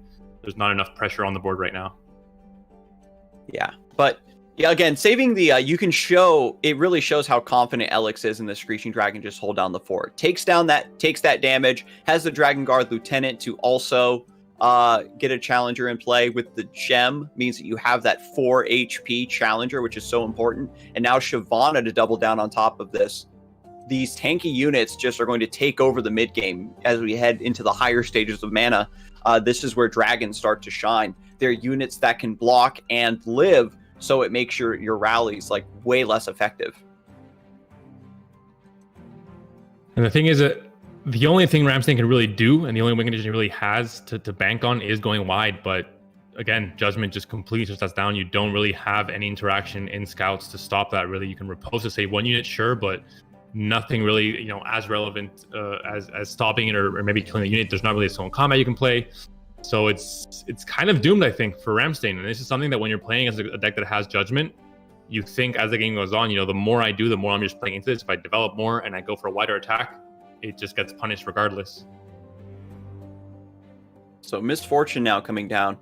There was a line, very hesitant to develop this 3-drop. Maybe playing Laurent Protege as a sacrifice, but just is going to rely on the Riposte, hopefully, to trade up into the Screeching Dragon here. And with the Dragon Guard Lieutenant being developed instead, that's a unit that you are more than happy to have sacrificed to Riposte rather than the Screeching Dragon.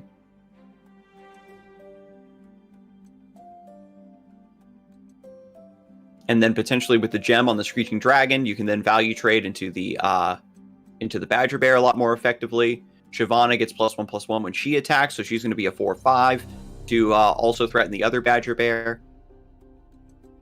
I think we talked about at the very start of the game where you mentioned this is just, a bigger version of maybe not the same deck, but kind of board-centric deck. And there's this, if you don't really get a good enough advantage early on to try and put a lot of pressure on the board, then the later you go into the game, it just becomes worse and worse for you because your opponent's units are just a little bit bigger and all your trades are bad. Yep, and so there's the gem onto the Screeching Dragon to heal this for 1. So it survives this trade potentially, and then that's also going to be another point for Shyvana's level up.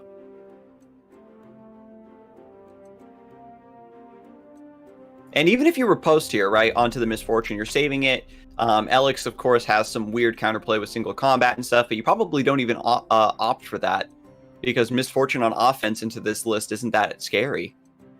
And she has, I think, no counters yet, or very few counters. She's not really going to flip yet. She's not a big enough threat to have to deal with it. Again, that's the biggest thing. There is no actual pressure coming in from Ramstein. That's the thing that maybe the only thing where Ramstein would have an edge in this matchup is if he had enough pressure to make Elix make certain plays he wouldn't want to otherwise. But Elix can, I think, play this very, very slow. And the slower you play it, the longer this game goes, the more mana you have available, then you're just winning out by kind of just having more value and more resources.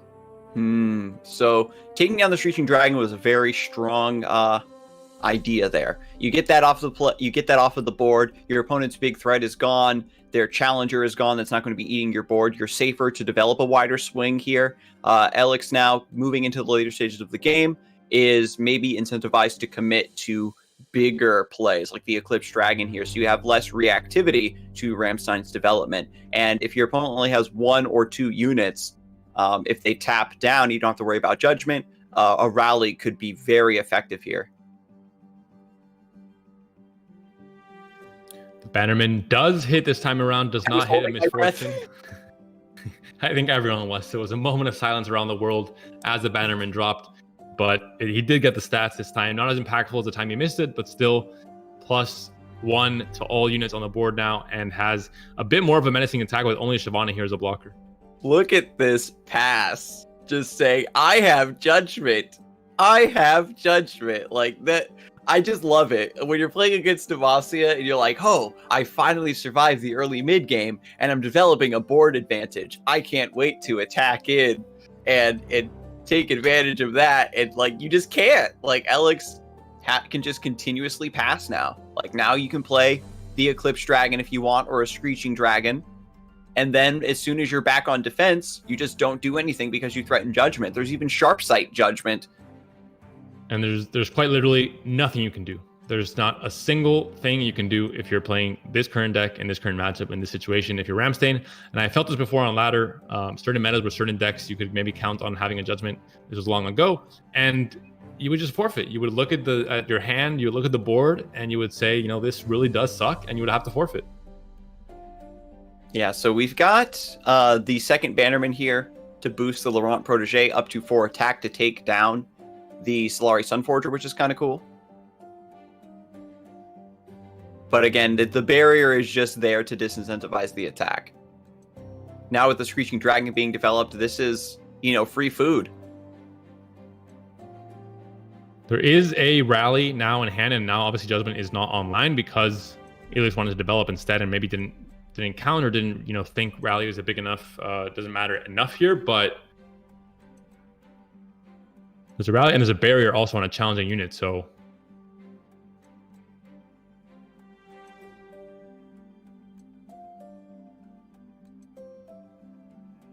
we'll see how this shakes out. This isn't going to be a lethal, but this is going to be a little bit of damage going through, and maybe there is a world where you top deck another rally, and just if Elix says haha and goes for Eclipse Dragon or something, right? And now you can, if you want, single combat here to make use of this this Sunforger dying to the barrier unit. But as long as one unit survives, you're fine. Mm-hmm. And Screeching Dragon being put higher up in the combat like this means Shyvana does level up. Ooh, that's a lot of damage. There's not really any burn though. I mean, it is what it is. You have one unit. What do you do next turn? You still have Sharp Sight and Judgment. So I mean, it doesn't really matter. Yeah, exactly. And you can even do that post combat. Well, no, actually, it's going to die here to the barrier, but you know what I mean. But yeah, single combat, I think it would be really strong here. If you want the Screeching Dragon to block the 5/6, just for the sake of not taking that much damage. And here you get some lifesteal. Obviously you make use of the Sunforger not just dying uselessly because there's a barrier on the Challenger there. And you still have 11 mana next turn. And you still have mana for Sharp Sight and Judgment. And so now Shyvana levels up.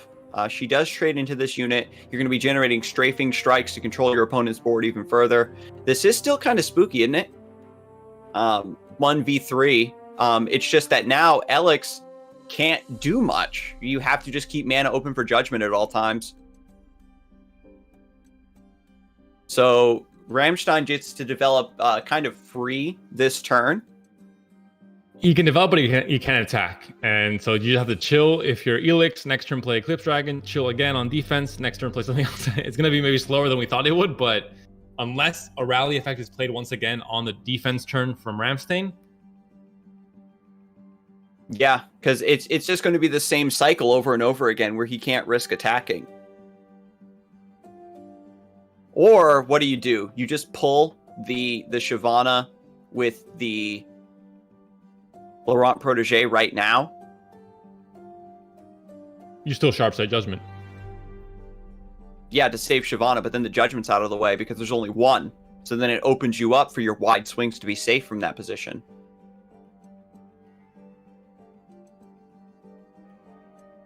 You can actually just do Sharp Sight Guiding Touch, now that I think about it, for Shyvana to survive.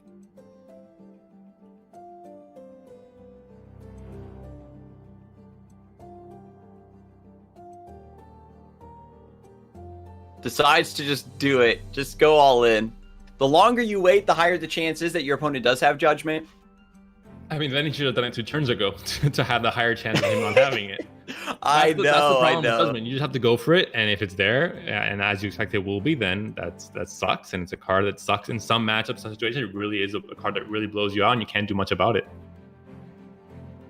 Yeah, you could go for a half measure here, and like just attack with the Protégé, and then maybe the 5/1 Badger Bear to deal a little bit of damage and just kind of chip it down, because Elix's list doesn't run like Star Shaping or anything. Oh wait, no, this one does have triple Star Shaping. My apologies, I was mixing it up. Yep, so there it is. Sharp Sight Judgment. That's a big Shyvana, the biggest I've ever seen. or maybe, I mean, one of the few I've actually seen. She didn't see much play the past few months, but is finding a spot now in the meta. And Elix is maybe finding his way in the grand finals of this tournament with a Shyvana in his lineup. So that's something that we couldn't really say a few weeks ago, even where Dragons was not a very popular archetype. But Zoe comes in a bit late. Bad topic for Ramstein and the surrender there. So Elix will be taking this best of 3 series, will be advancing to the grand finals. Ramstein, my fellow Spanish player, still makes an impressive top 3 cut. All these Spanish players coming in their first time and still putting up good performances. But Elix is the veteran of the European Runeterra scene, and still, again, showing why he made it to the final of the European Masters, why he's been a very, very good tournament player the past few months, making it to the grand finals again, where Salty Simon is awaiting his new opponent. So we're a double aggro lineup coming from Salty Simon versus a much more controlling side from Elix, and we'll get into that matchup when we return from this break.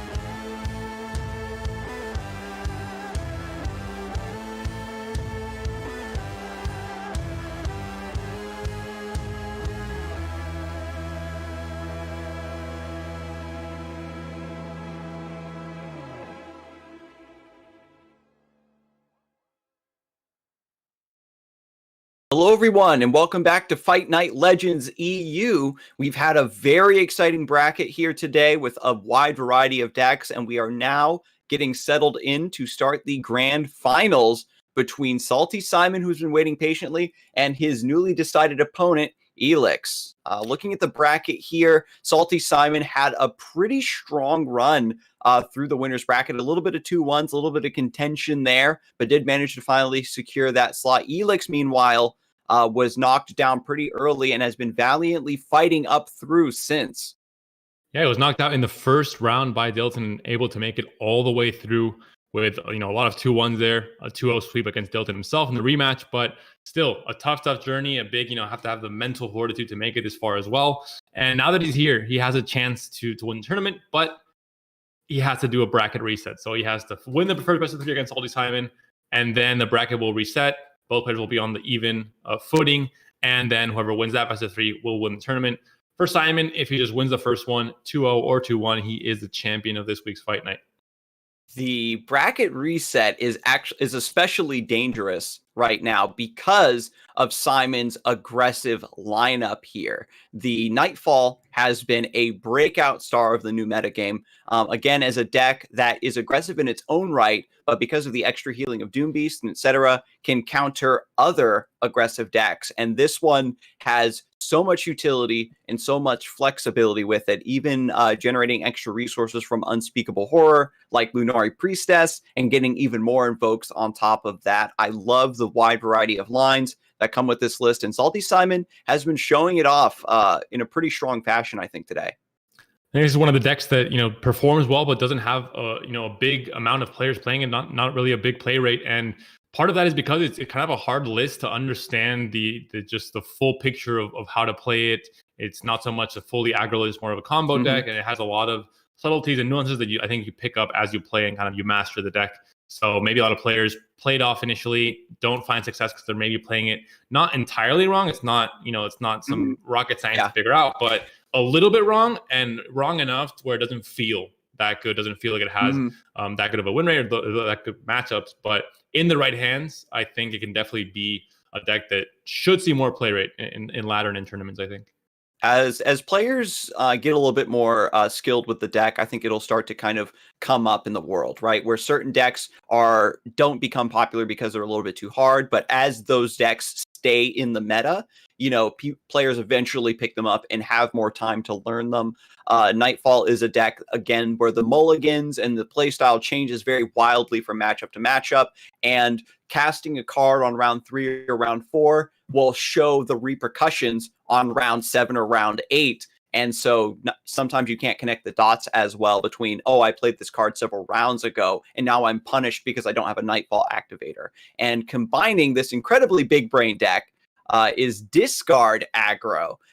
Maybe also considered to be a pretty nuanced deck to play, especially when you don't get your really aggressive start and you're forced to kind of put the pieces together in the later stages of the game. And in those games with Salty Simon where they go long, spacing out your jinxes, your augmented experimenters, trying to play to your outs of getting your get excited to your crowd favorites at clutch times is key to using this deck to its maximum effectiveness. It's a deck that's been around for a long time, sporting, a fairly strong win rate for a long time as well. Hasn't really been, touched or looked at or even considered since the Jinx buff that made this deck, very, very prevalent in the ladder. Not the most prevalent deck, not the most impressive deck, but still always been a very strong contender at all times. And it's easy to see why. It has some great synergies. It has very explosive turns in the right hands, but even in the, not super high rolling hands, in the more usual hand, it's still very consistent at putting out a lot of damage, a lot of units on turns 1 to 3. And that, again, that's exactly why the ability to get a bracket reset and come out on top is going to be more difficult than usual because of this deck's ability to just high roll its way to a free win and then close out a set. It looks like it is going to be Discard Aggro. It has been the deck that Salty Simon has led off with every set so far. And Elix on Ezreal Draven, a list with no healing, but hopefully with enough removal to keep up with this onslaught. And right away, we see a lot of key combo pieces here. We see 2 units already on the board. We see Poro Cannon and Vision as well. That can be used on the turn 3 attack if the right cards are found. But we'll see. I mean, no reason to attack with the Flame Chomper here. Unless you're going for style points, which sometimes for the fans can matter for the viewers. Flame Chompers is the people's champion. This card used to be a 0-3, right? They like nerfed it to a 0-1 and then they rebuffed it to a 0-2. Really disgusting, the history of this deck. Draven used to be a 4-3.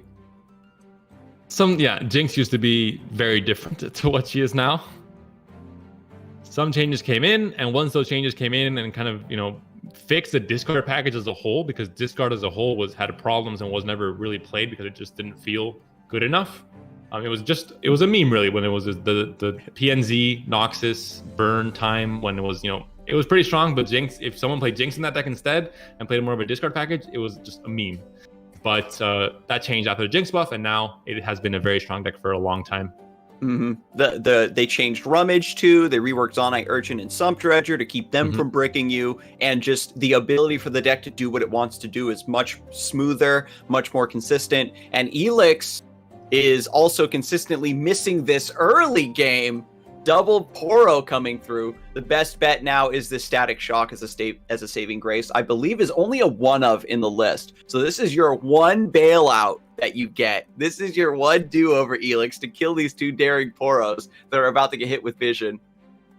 Double Vision goes all in for it. The Static Shock is massive here, but you're still seeing 6 damage coming in from the other units that are not going to be dying here. You could go for the 4-1 even as well if you think that extra point of damage matters over killing the elusives. If you kill the elusives, it clears a path for Ezreal to maybe come down and try to get some Mystic shots to keep the board under control, but prioritize is just taking one less point of damage there. And although that was a very flashy and explosive, double vision rummage, it's not really, the ideal. The payoff could, of course, it could have been bigger. The Static Shock was very good at, disabling much of that attack and also killing off units. So now the crowd favorite is also not really ideal. Look at these rapid fire plays from Salty Simon. He is in the zone with his discard aggro. Get Excited goes to face, summons the Flame Chomper. We've got crowd favorite now being set up on a wide board. Forces a response just to take down a 3-2. And this is the point now where Simon it's not really up to him, obviously, but this is, I think, his early game hand might have low rolled a little bit. Yeah, this is not the biggest crowd favorite. You can block and then kill with Flock. You've got Culling Strike as well that can answer this 3-1 Poro. And so Elix seems to have weathered this early storm. 10 HP is still very dangerous. Because of no healing, now that Elix has to kind of pick the pieces back up and start developing the board in order to actually be a threat instead of just surviving against threats. This could give Salty Simon enough time to top deck the right amount of burn as Elix shifts gears here.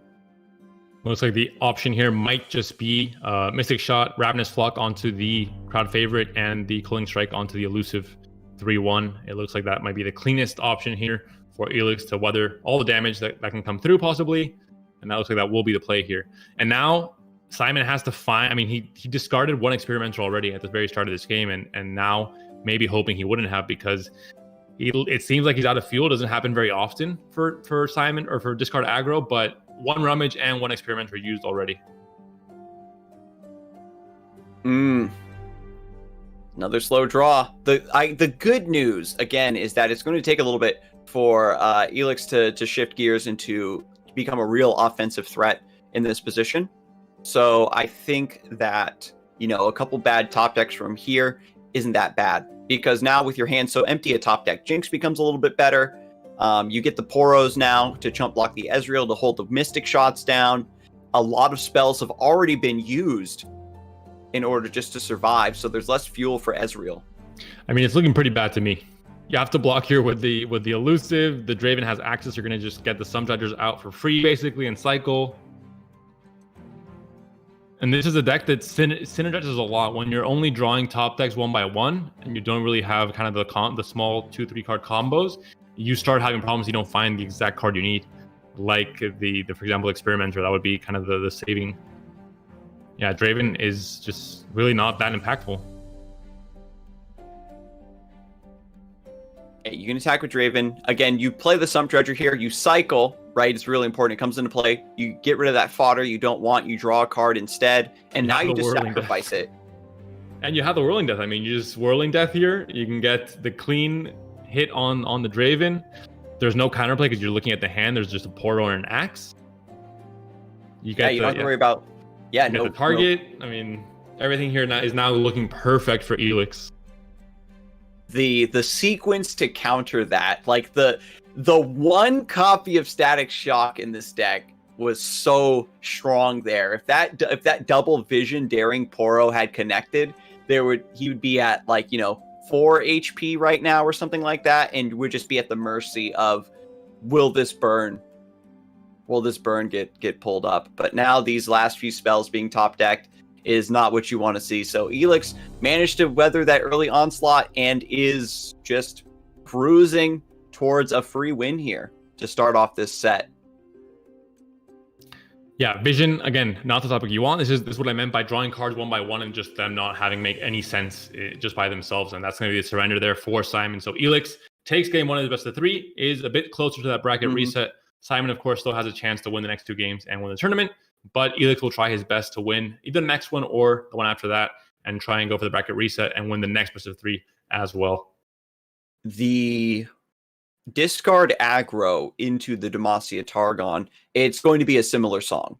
You sometimes have this really explosive opening, and if your opponent doesn't draw enough early game to keep up with you, you're just going to beat them down. And if you, in turn, get like your Mountain Goats or Solari Sunforger on 4, if you have Hush to line up against Crowd Favorite, if you just get Solari Sunforger plus Sharp Sight or plus Single Combat, you just sort of win, right? That amount of burst healing offsets so much of that early homework the aggro deck has done that it doesn't matter if you've got perfectly spaced out Augmented Experimenters drawing through your whole deck. By the time Jinx comes down and is flipped, she's under permanent threat of just Screeching Dragon. This is going to be a rough one. And that's a very good starting hand for Elix as well, with nice 1-2 curve, with 2 Mountain Goats as well to give you gems and just good 1-for-1 blockers. Full keep. Let's go. So we've got Legion Rearguard, Salty Simon being blessed with the attack token on 1 for a lot of these games now. So the question becomes, you jump block this? I don't think you do. It's not a good trade. You want to get at least a super cool star chart next turn from the Zoe to try and get maybe a low cost elusive blocker as well to keep having that unit parity, let's say, in the first few turns. Yeah, so there's a lot of almost anything you get off of star chart is massive in this matchup. Crescent Strike, Equinox, Trickster, as you mentioned, even the Serpent.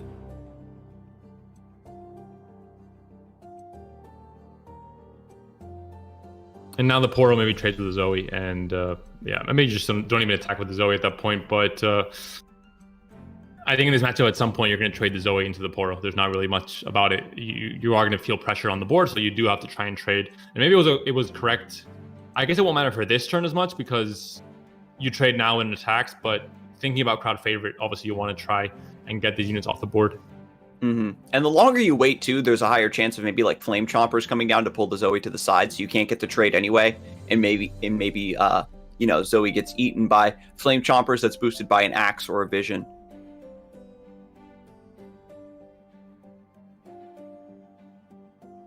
And this is what I talk about when you think about the scary discard aggro turn. It's a turn 3 vision on a semi-wide board. That's where it really starts ramping up the damage and becomes almost exponential how much damage they're outputting so early on into the game. And again, a little bit of a punish here, not cashing in that Zoe like we talked about. So now there's 5 more damage coming through, or 3 more depending on what you want to say. And now you've got a decent crowd favorite here on 4. You can go greedy or maybe even play Jinx.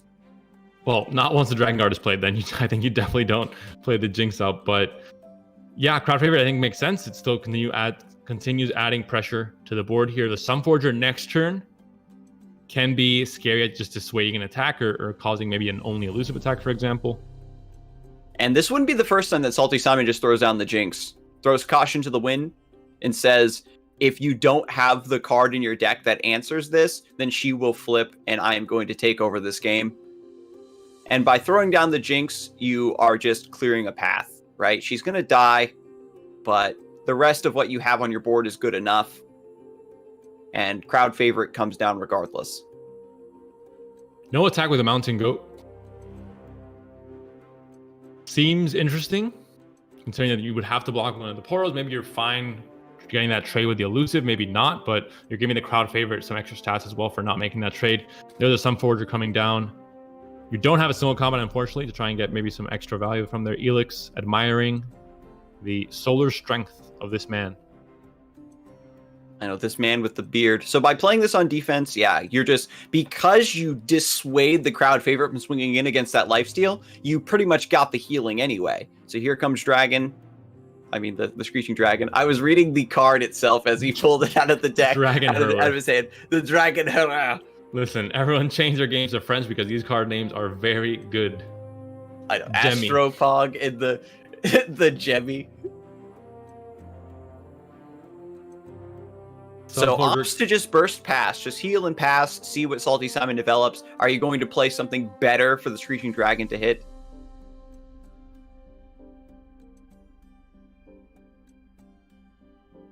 Now you do have the chance of a Sunforger into single combat. I think you want to play it on defense next turn. Mm-hmm. I think you're fine playing out the Dragon Hurler this turn and just killing the Battlecaster, for example. Yeah, so no Daybreak. Yeah, I think that was clearly a mistake, it looks like, from Elix's reaction. I definitely would have liked to see it the next turn on defense, because you not only stop the attack, but you can also single combat and then get the double the proc, let's say, off the Sunforger. And even if you cash in one of them now against the Jinx, you have to use the Sunforger to do it, because if you use the Goat, you can flip Jinx on reaction and it would survive. So you're losing out on, that's like massive healing just thrown away, unfortunately. Yeah, that could have, I mean, that's maybe a game-losing mistake there. Not just that, but not playing the Screeching Dragon into the Battlecaster. Now it's going to be a lot of attack stats here. You can't block everything.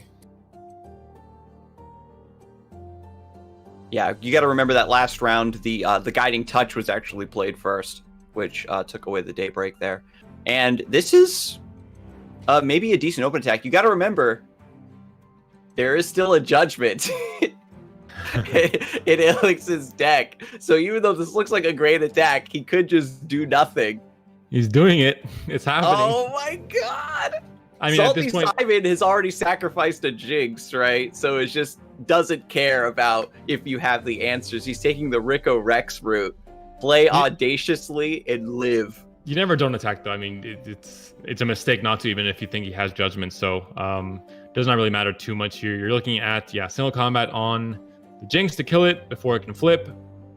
But that's still a lot of damage coming through here. And the Axis can push one more piece of damage here as well.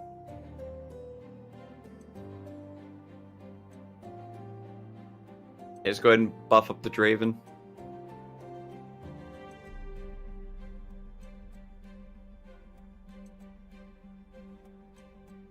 Hmm? Well, it stops two damage points as well. If That's you're scared true. about Get Excited. Yeah, Get Excited top deck would be very scary here.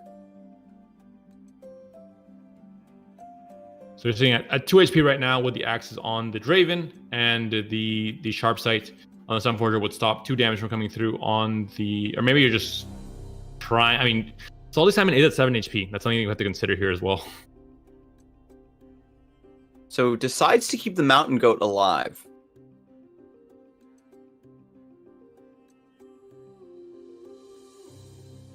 Salty Simon took a big risk to just swing in against a possible Judgment, and now Elix is going to take the big risk of just getting some gems and developing here. Screeching Dragon can move this portal out of the way, and as long as you can maintain unit parity, you're pretty safe here. Another Screeching Dragon to keep the board under control is massive. I mean, yeah, you have to kill the elusive, obviously, and you have to kill the Draven at this point. You have gems, but they don't really do much to help you here. And you have the experimenter that will be killing off one of these Screeching Dragons and potentially drawing into some burn spells. There is just enough mana. However, yeah, and then because you draw 3 cards, you get excited plus fodder.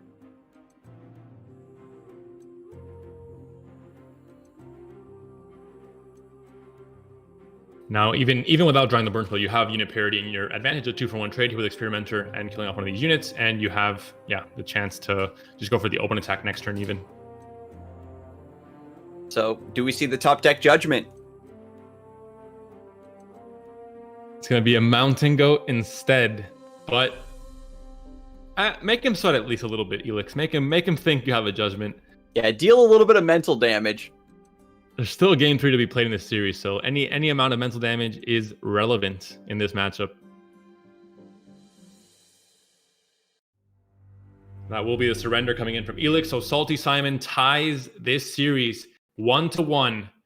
Match point for Salty Simon. If he wins the next game, he is the champion of this week's Fight Night tournament. If Elix wins instead, he has one more chance. He resets the bracket and has one more best of 3 to try and dethrone Salty Simon. He's been waiting here patiently for a few hours now for his opponents to resolve the loser's bracket run and see who he would be facing. And at this point now, it is going to be match point for Simon potentially. And the win is close here. He's been playing, I think, pretty well this whole tournament. Has a very aggressive lineup, like we mentioned, but hasn't really been punished by anything really that could stop a full aggro lineup. This list from Elix has a chance to, but that, I was going to say minor misplay, but the pretty big misplay with Sunforger denying all that healing was, I think, crucial to that win going in Simon's favor. Yeah, if you develop Screeching Dragon there, that's one less unit. Then you can develop Sunforger plus single combat to maybe double dip. And Salty Simon, the discard aggro has been coming through, but we've been noticing repeatedly the Jinx being developed in very unsafe positions. He doesn't value Jinx as a win condition as much as a typical discard aggro player. And when we track that over to Nightfall, we're seeing lines of play that are centered around just cycling the Flight repeatedly. And no deck yet has been able to really punish Salty Simon for just playing 1 mana elusives and just dealing that chip damage. Is quite the good early curve here actually for Simon to have some good blockers here, really just dissuading any kind of attack from Elix to start things off. Has Diana now at on the attack token turn, has a Flight coming in. Once again, we talked about the curse cycle of just drawing flights that draw each other, especially with the Stalking Shadows, getting 2 copies. The ephemeral copy goes into your deck as well, like you mentioned. So it's maybe gonna get out of hand with how many units you can play here, and Diana as well on a pretty early curve. This is the grand finals, though, so maybe this curse is actually a blessing. The damage just stacks up. We're actually seeing Elix now with Star Shaping. I think this will be like the first instance of this Dragon deck actually having Star Shaping as an option.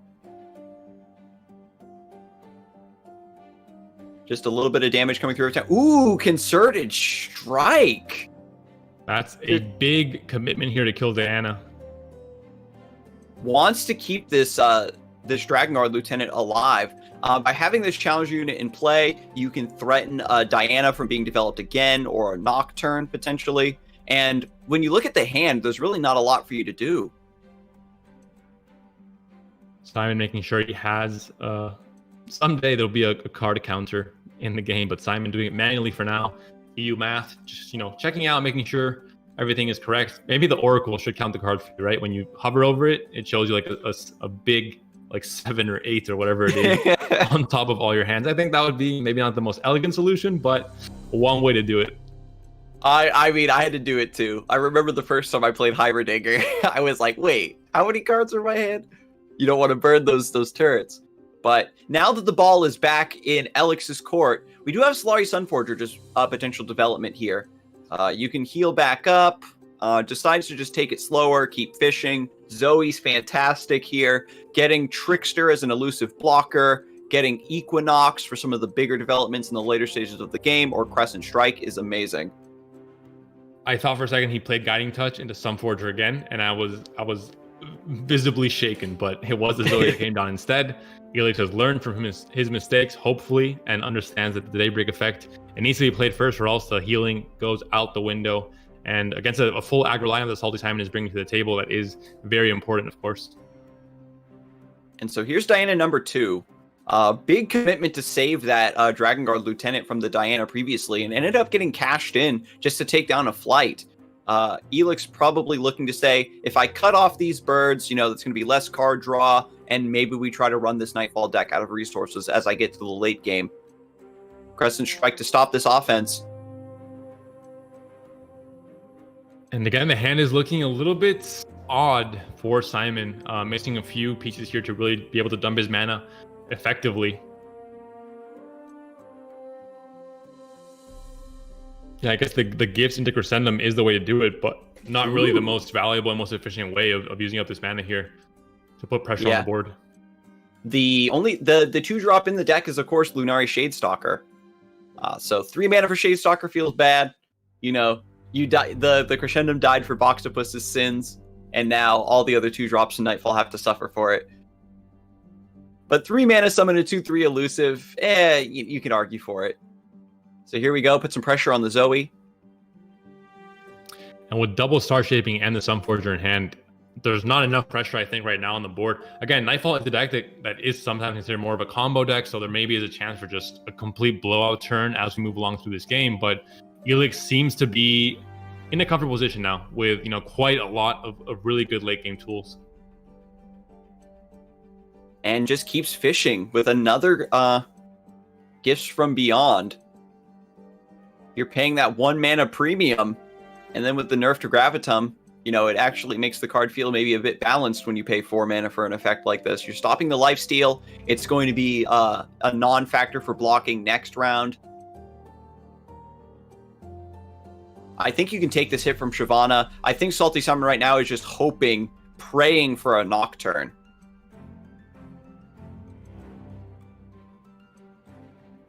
Yeah, there's no reason to trade anything here. I mean, some aggro concepts still apply. If you're trading down and losing value on the the amount of unit parity you have, then it's not going to be a great block.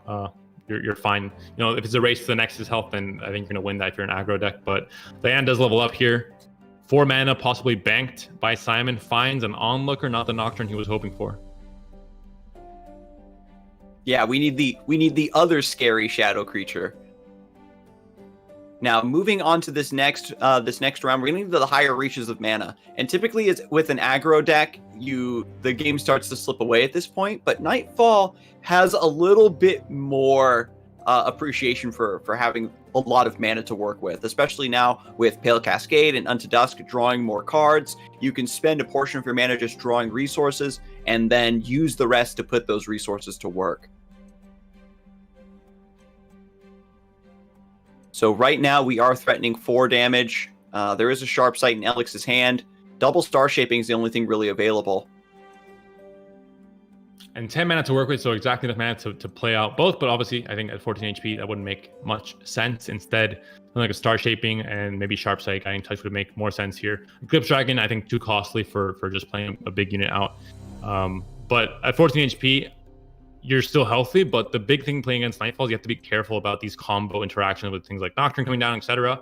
If you commit your mana too early, suddenly you find yourself in a position where you can't block anything and you're dead. And that's happened to me many times on ladder as well. So I think Elix has to play this very reactively. Yeah, the Unto Dusk, each Unto Dusk will buff Diana by 4. We get the 0 mana Stygian Onlooker to start that buff cycle going. With the Moonlight Affliction, you potentially stop Shyvana and Zoe from blocking. That cuts off Judgment. It puts your opponent on having specifically single combat. Yep, so the stun's coming through. Elix really getting a strong read on the potential for a Diana lethal here, and just wants to put her to sleep.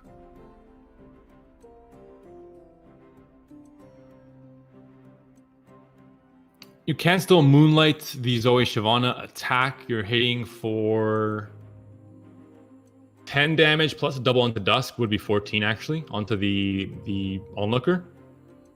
I'm not mistaken. That is true. Yeah, you can just keep buffing the Onlooker over and over again.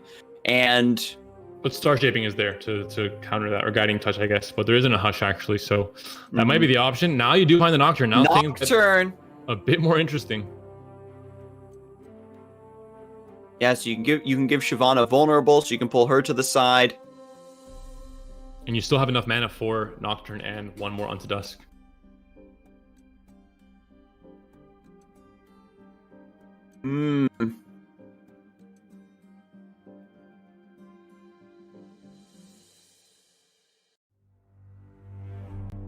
Deciding here between the Zoe and the Shyvana. You can pull Shyvana because with Zoe being debuffed to 0, Sharp Sight means she still won't be able to block, and you just have to pull a unit with Shyvana. And Elix probably just going to rely on the Judgment bluff. But we saw previously, Salty Simon's going to call that bluff for sure here. You have to end the board. You have to end the game here if you have it available, because we're getting into the upper stages of the game where they're going to take over. So here it is, Guiding Touch to tap under Judgment. Gets a Screeching Dragon to develop here instead if he wants it, or just Star Shaping.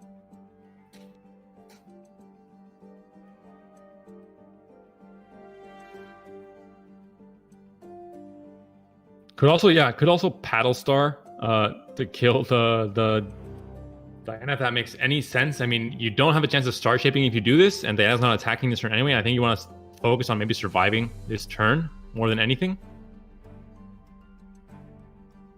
So just getting the Diana off of the board now with the Paddle Star, just to play around some other combo turn into Atrocity, maybe to finish off after you take this damage from this turn.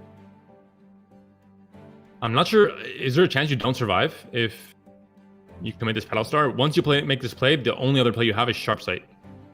And it doesn't matter because you're dragging the Shyvana with whatever lowest attacking unit there is. You could, I think you might pull Shyvana with the 3/2. So that the Flight can actually draw you a card and keep your options open here.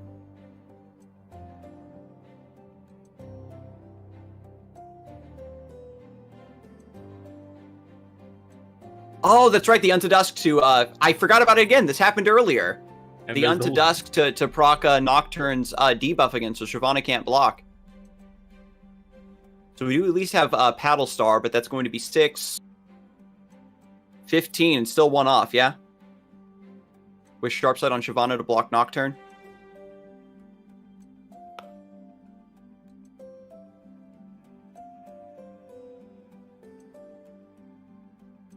And Zoe maybe is close to leveling up. That might be what Elix was thinking about and maybe going for. If you did the math at Unto Dusk onto Nocturne, it would be a one-off, but... Yeah, because if you make a play like that, but you pull Shyvana anyway, just to keep her from getting buffed by Sharp Sight and blocking, then you swing through. Yeah, I think Simon notices that he made this mistake. He could have just pulled it with Flight and would have been not enough actually either. Oh no, yeah, it would have been enough. By 1. So yeah, maybe not the best sequencing there. We'll see if Zoe being close to leveling up maybe matters. Judgment has been found. But you have a Doom Beast and you have Unto Dusk. That's the one thing we're looking at here. So Elix has to be careful, has to keep Star Shaping up. But develops a Screeching Dragon, is only on 4 mana this round. And that's it. I mean, that's lethal. You have to keep 5 mana up for Star Shaping. Now you have, Stalking Shadows into Doom Beast, into Unto Dusk on the stack. And nothing you can do. So you had one job, but the Doom Beast comes down. There is burn in this deck. A lot of decks, they can have a huge attack and then you don't have, they don't have burn, but this deck does have burn. Simon able to take down Elix with Nightfall, takes this game 3 win. No bracket reset. We have our Fight Night champion. That will be Salty Simon with a very aggressive deck, aggressive lineup, aggressive play. Nightfall, I think, Scar, you're very happy to see winning the tournament and really showing it's going to be, I think, a very strong deck in the next few weeks. It always has been, I think, to some degree, but people just have been sleeping on it, and maybe this win here for Simon changes that a little bit. Yeah, again, the deck has been, now that we don't really have a lot of Freljord Shadow Isles in the metagame, right? We just have Trundle Lysandra, which was very strong and then took a back seat, and now is only slightly coming back into the metagame. alongside Lee Sin as a combo to stop these other control decks. But Nightfall has a very powerful matchup against anything aggressive. And as we saw, the new tools that it's gotten with Unto Dusk can allow it to survive in these mid-range matchups too, and survive into later stages of the game where you would normally discount an aggro deck. And a lot of players, even in chat, were speculating that it might even be folly to call this deck aggro any longer. The only time you're going aggressive is if you draw like triple Stygian Onlooker. And that will be it for this tournament. But of course, we're going to have a winner's interview with my fellow Swedish comrade, Salty Simon, to see what he has to say about his lineup and his experiences in this tournament, maybe his thoughts on the current meta for tournaments and ladder as well. So we'll go to a very quick break, and we'll be back in just a few minutes to give you that interview with Salty Simon.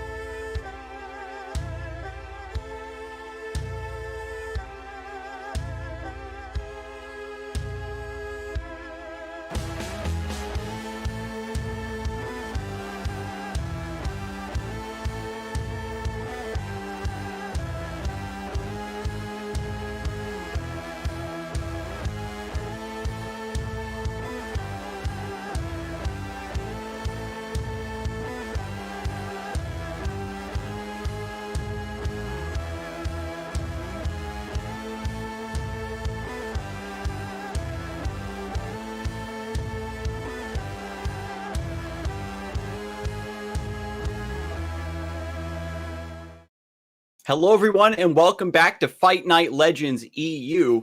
If you're just showing up right now, unfortunately for you, you missed the grand finals, but we are here with an interview with our newly crowned champion, Salty Simon. Welcome in, my friend. Yeah, thank you, man. Thanks for having me here. Congrats, Simon, on the great performance. My first question is, to do with your name. At what point did you decide I'm going to call myself Salty Simon? Because card games can sometimes generate a large amount of salt in some players. So is that a correlation? Is it just you love salt? What's the reason there? Oh, it's from my Hearthstone days. I had such a bad name. I think I was calling myself Alien Face. It was such a stupid name. And then my friends always said I tilted a lot, so I switched it to Salty Simon, and it made sense, I guess. When you mention Hearthstone, the math does check out, yes. Yes, Hearthstone it's a game. Good old Saltstone. Yep. But regarding the lineup that you brought to today's tournament, very aggressive, a lot of flexibility with Nightfall. Was this something that you knew that you were going to bring, or was this something that you decided on last minute? I mean, I've been crushing some tournaments. I won like the Brazilian Open with it. Then I got second place in the Brazilian Invitational with it as well. And I feel like for me, like it's Fight Nights, because it's no ban. I thought it was going to be risky to bring aggro. I expected quite more Lissandras players. But yeah, for me, it's like it would be either like Lissandra Lissin, I think, which I can't play Lissin. I hate the deck with like a passion. I hate it so much, So for me, like going aggro was kind of clear cut, I think. And I think the deck we really want to highlight here is the Nightfall deck, because discard aggro, of course, has been in the meta for a long time. I mean, not the most prevalent deck, but has always been there as a very strong contender in aggro lineups. But Nightfall has been kind of forgotten a bit in some metas, not played as much on ladder and in tournaments even. Do you think the deck deserves to be played more? Do you think it's good enough deck to really, like you're winning tournaments with this, very often now? Do you think it's the correct play for bringing an aggro lineup to bring Nightfall as well? Yes, I think if you're gonna play aggro, I think you're gonna play Nightfall as well. I think Nightfall is a good example of like a tournament deck. I don't think anyone should touch this on ladder. Like you're gonna last 1 hour, then you're just gonna give up because your brain is just gonna melt. But in tournaments, I definitely recommend Nightfall. I think it's solid. Like the matchup tables are really weird because like on paper it should lose to so many decks. It should lose to the Demacia Targon. It should lose to Scouts. I beat both of them today. Overall, and I think like Nightfall is every matchup table is really, really close. It's all closer to 50%. So it all depends on how you play it and, of course, how you draw. And yeah, a lot of players, they just need to tank through the bad win rate as they're learning the deck. And then it just, as you master it, it kind of pays dividends. Now that it's a deck that has gotten, not just from the early days when it was first developed, but now like repeated support, the addition of Unto Dusk, etc. I think that it's in a fantastic spot. And I'm glad that you're picking up on it and that you're showcasing it here at such a high level. And I also want to take a shout out to say really good job bringing Gifts from Beyond, because after they reduced that to 1 mana, I was yelling at everyone to put it in Nightfall. So thank you for also showing everybody how OP that is. I want to quickly mention, Simon, as well. You being Swedish, I'm also part Swedish, and I've noticed that there aren't, at least from my knowledge, many Swedish players making a big name for themselves other than you in the Runeterra scene. We saw the EU Masters tournament that had kind of 16 countries qualifying to a ladder. Sweden wasn't one of them, if I remember correctly. What do you know about the Swedish scene? Do you think there aren't many good players that are competing in Runeterra right now? Do you think that might change in the future? What's kind of your opinion? Yeah, for me right now it's only me and I'm So Humble I know that also plays tournaments. There was Joins before, or Jonas, I guess. That name is hard in English. But yeah, he played. I don't think he played tournaments much, but he was like a big streamer, I guess. But yeah, right now it's only 2 players. Me and I'm So Humble, I think, that I see playing tournaments from the Swedish scene. So hopefully you guys find a third for any potential maybe EU Masters tournament happening this year with Riot. If that that format happens again, I think it would be great to see Sweden represented as well, and I think for you as well. You're kind of screwed if there isn't a third player helping you with the MMRs, because then you don't qualify. So hopefully for you and for the Swedish scene, that does change in the future. Yeah, for sure. Congrats again. Go ahead, Scar. No, I was just going to say, and regarding your plans for the future, do you think that Nightfall, like, are you going to stick with this aggressive lineup, maybe heading into the seasonal? Most likely. I think I'm playing Runeterra this weekend. I'm bringing the same lineup with discard Nightfall and Spiders. I think if it goes well there, I feel like for now, yeah, I'm probably gonna bring aggro for seasonals for sure. Nice. You're gonna become our favorite player because you're playing Spider, which I love, and Nightfall, which Scar loves. So you're the new my favorite deck. The new favorite next tournament that you're coming for the Fight Night tournament. You'll be our favorite once again, I think. You like spiders? Are you a psychopath? Listen, I'm all about spiders. He was yelling on every fight night. Player.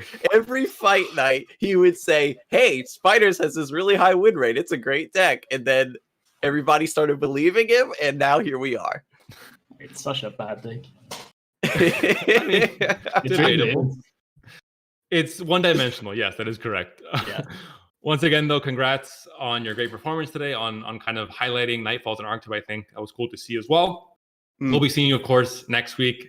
So hopefully you prepare and you're ready for that tournament as well. And good luck, of course, on your tournament this weekend if you're playing them, like you mentioned. Yeah, thank you so much.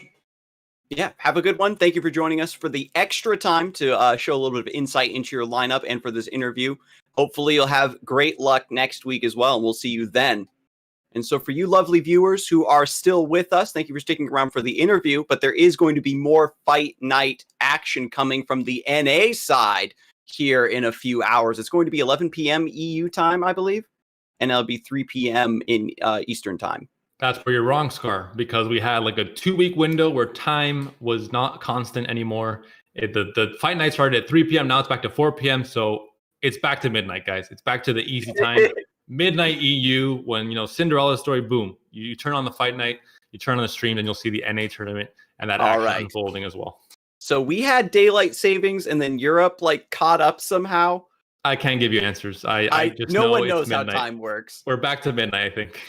So we're back to midnight, so that'll be 4 p.m. for you beautiful East Coast NA folks. And we'll see you then for Fight Night NA. Have a good one.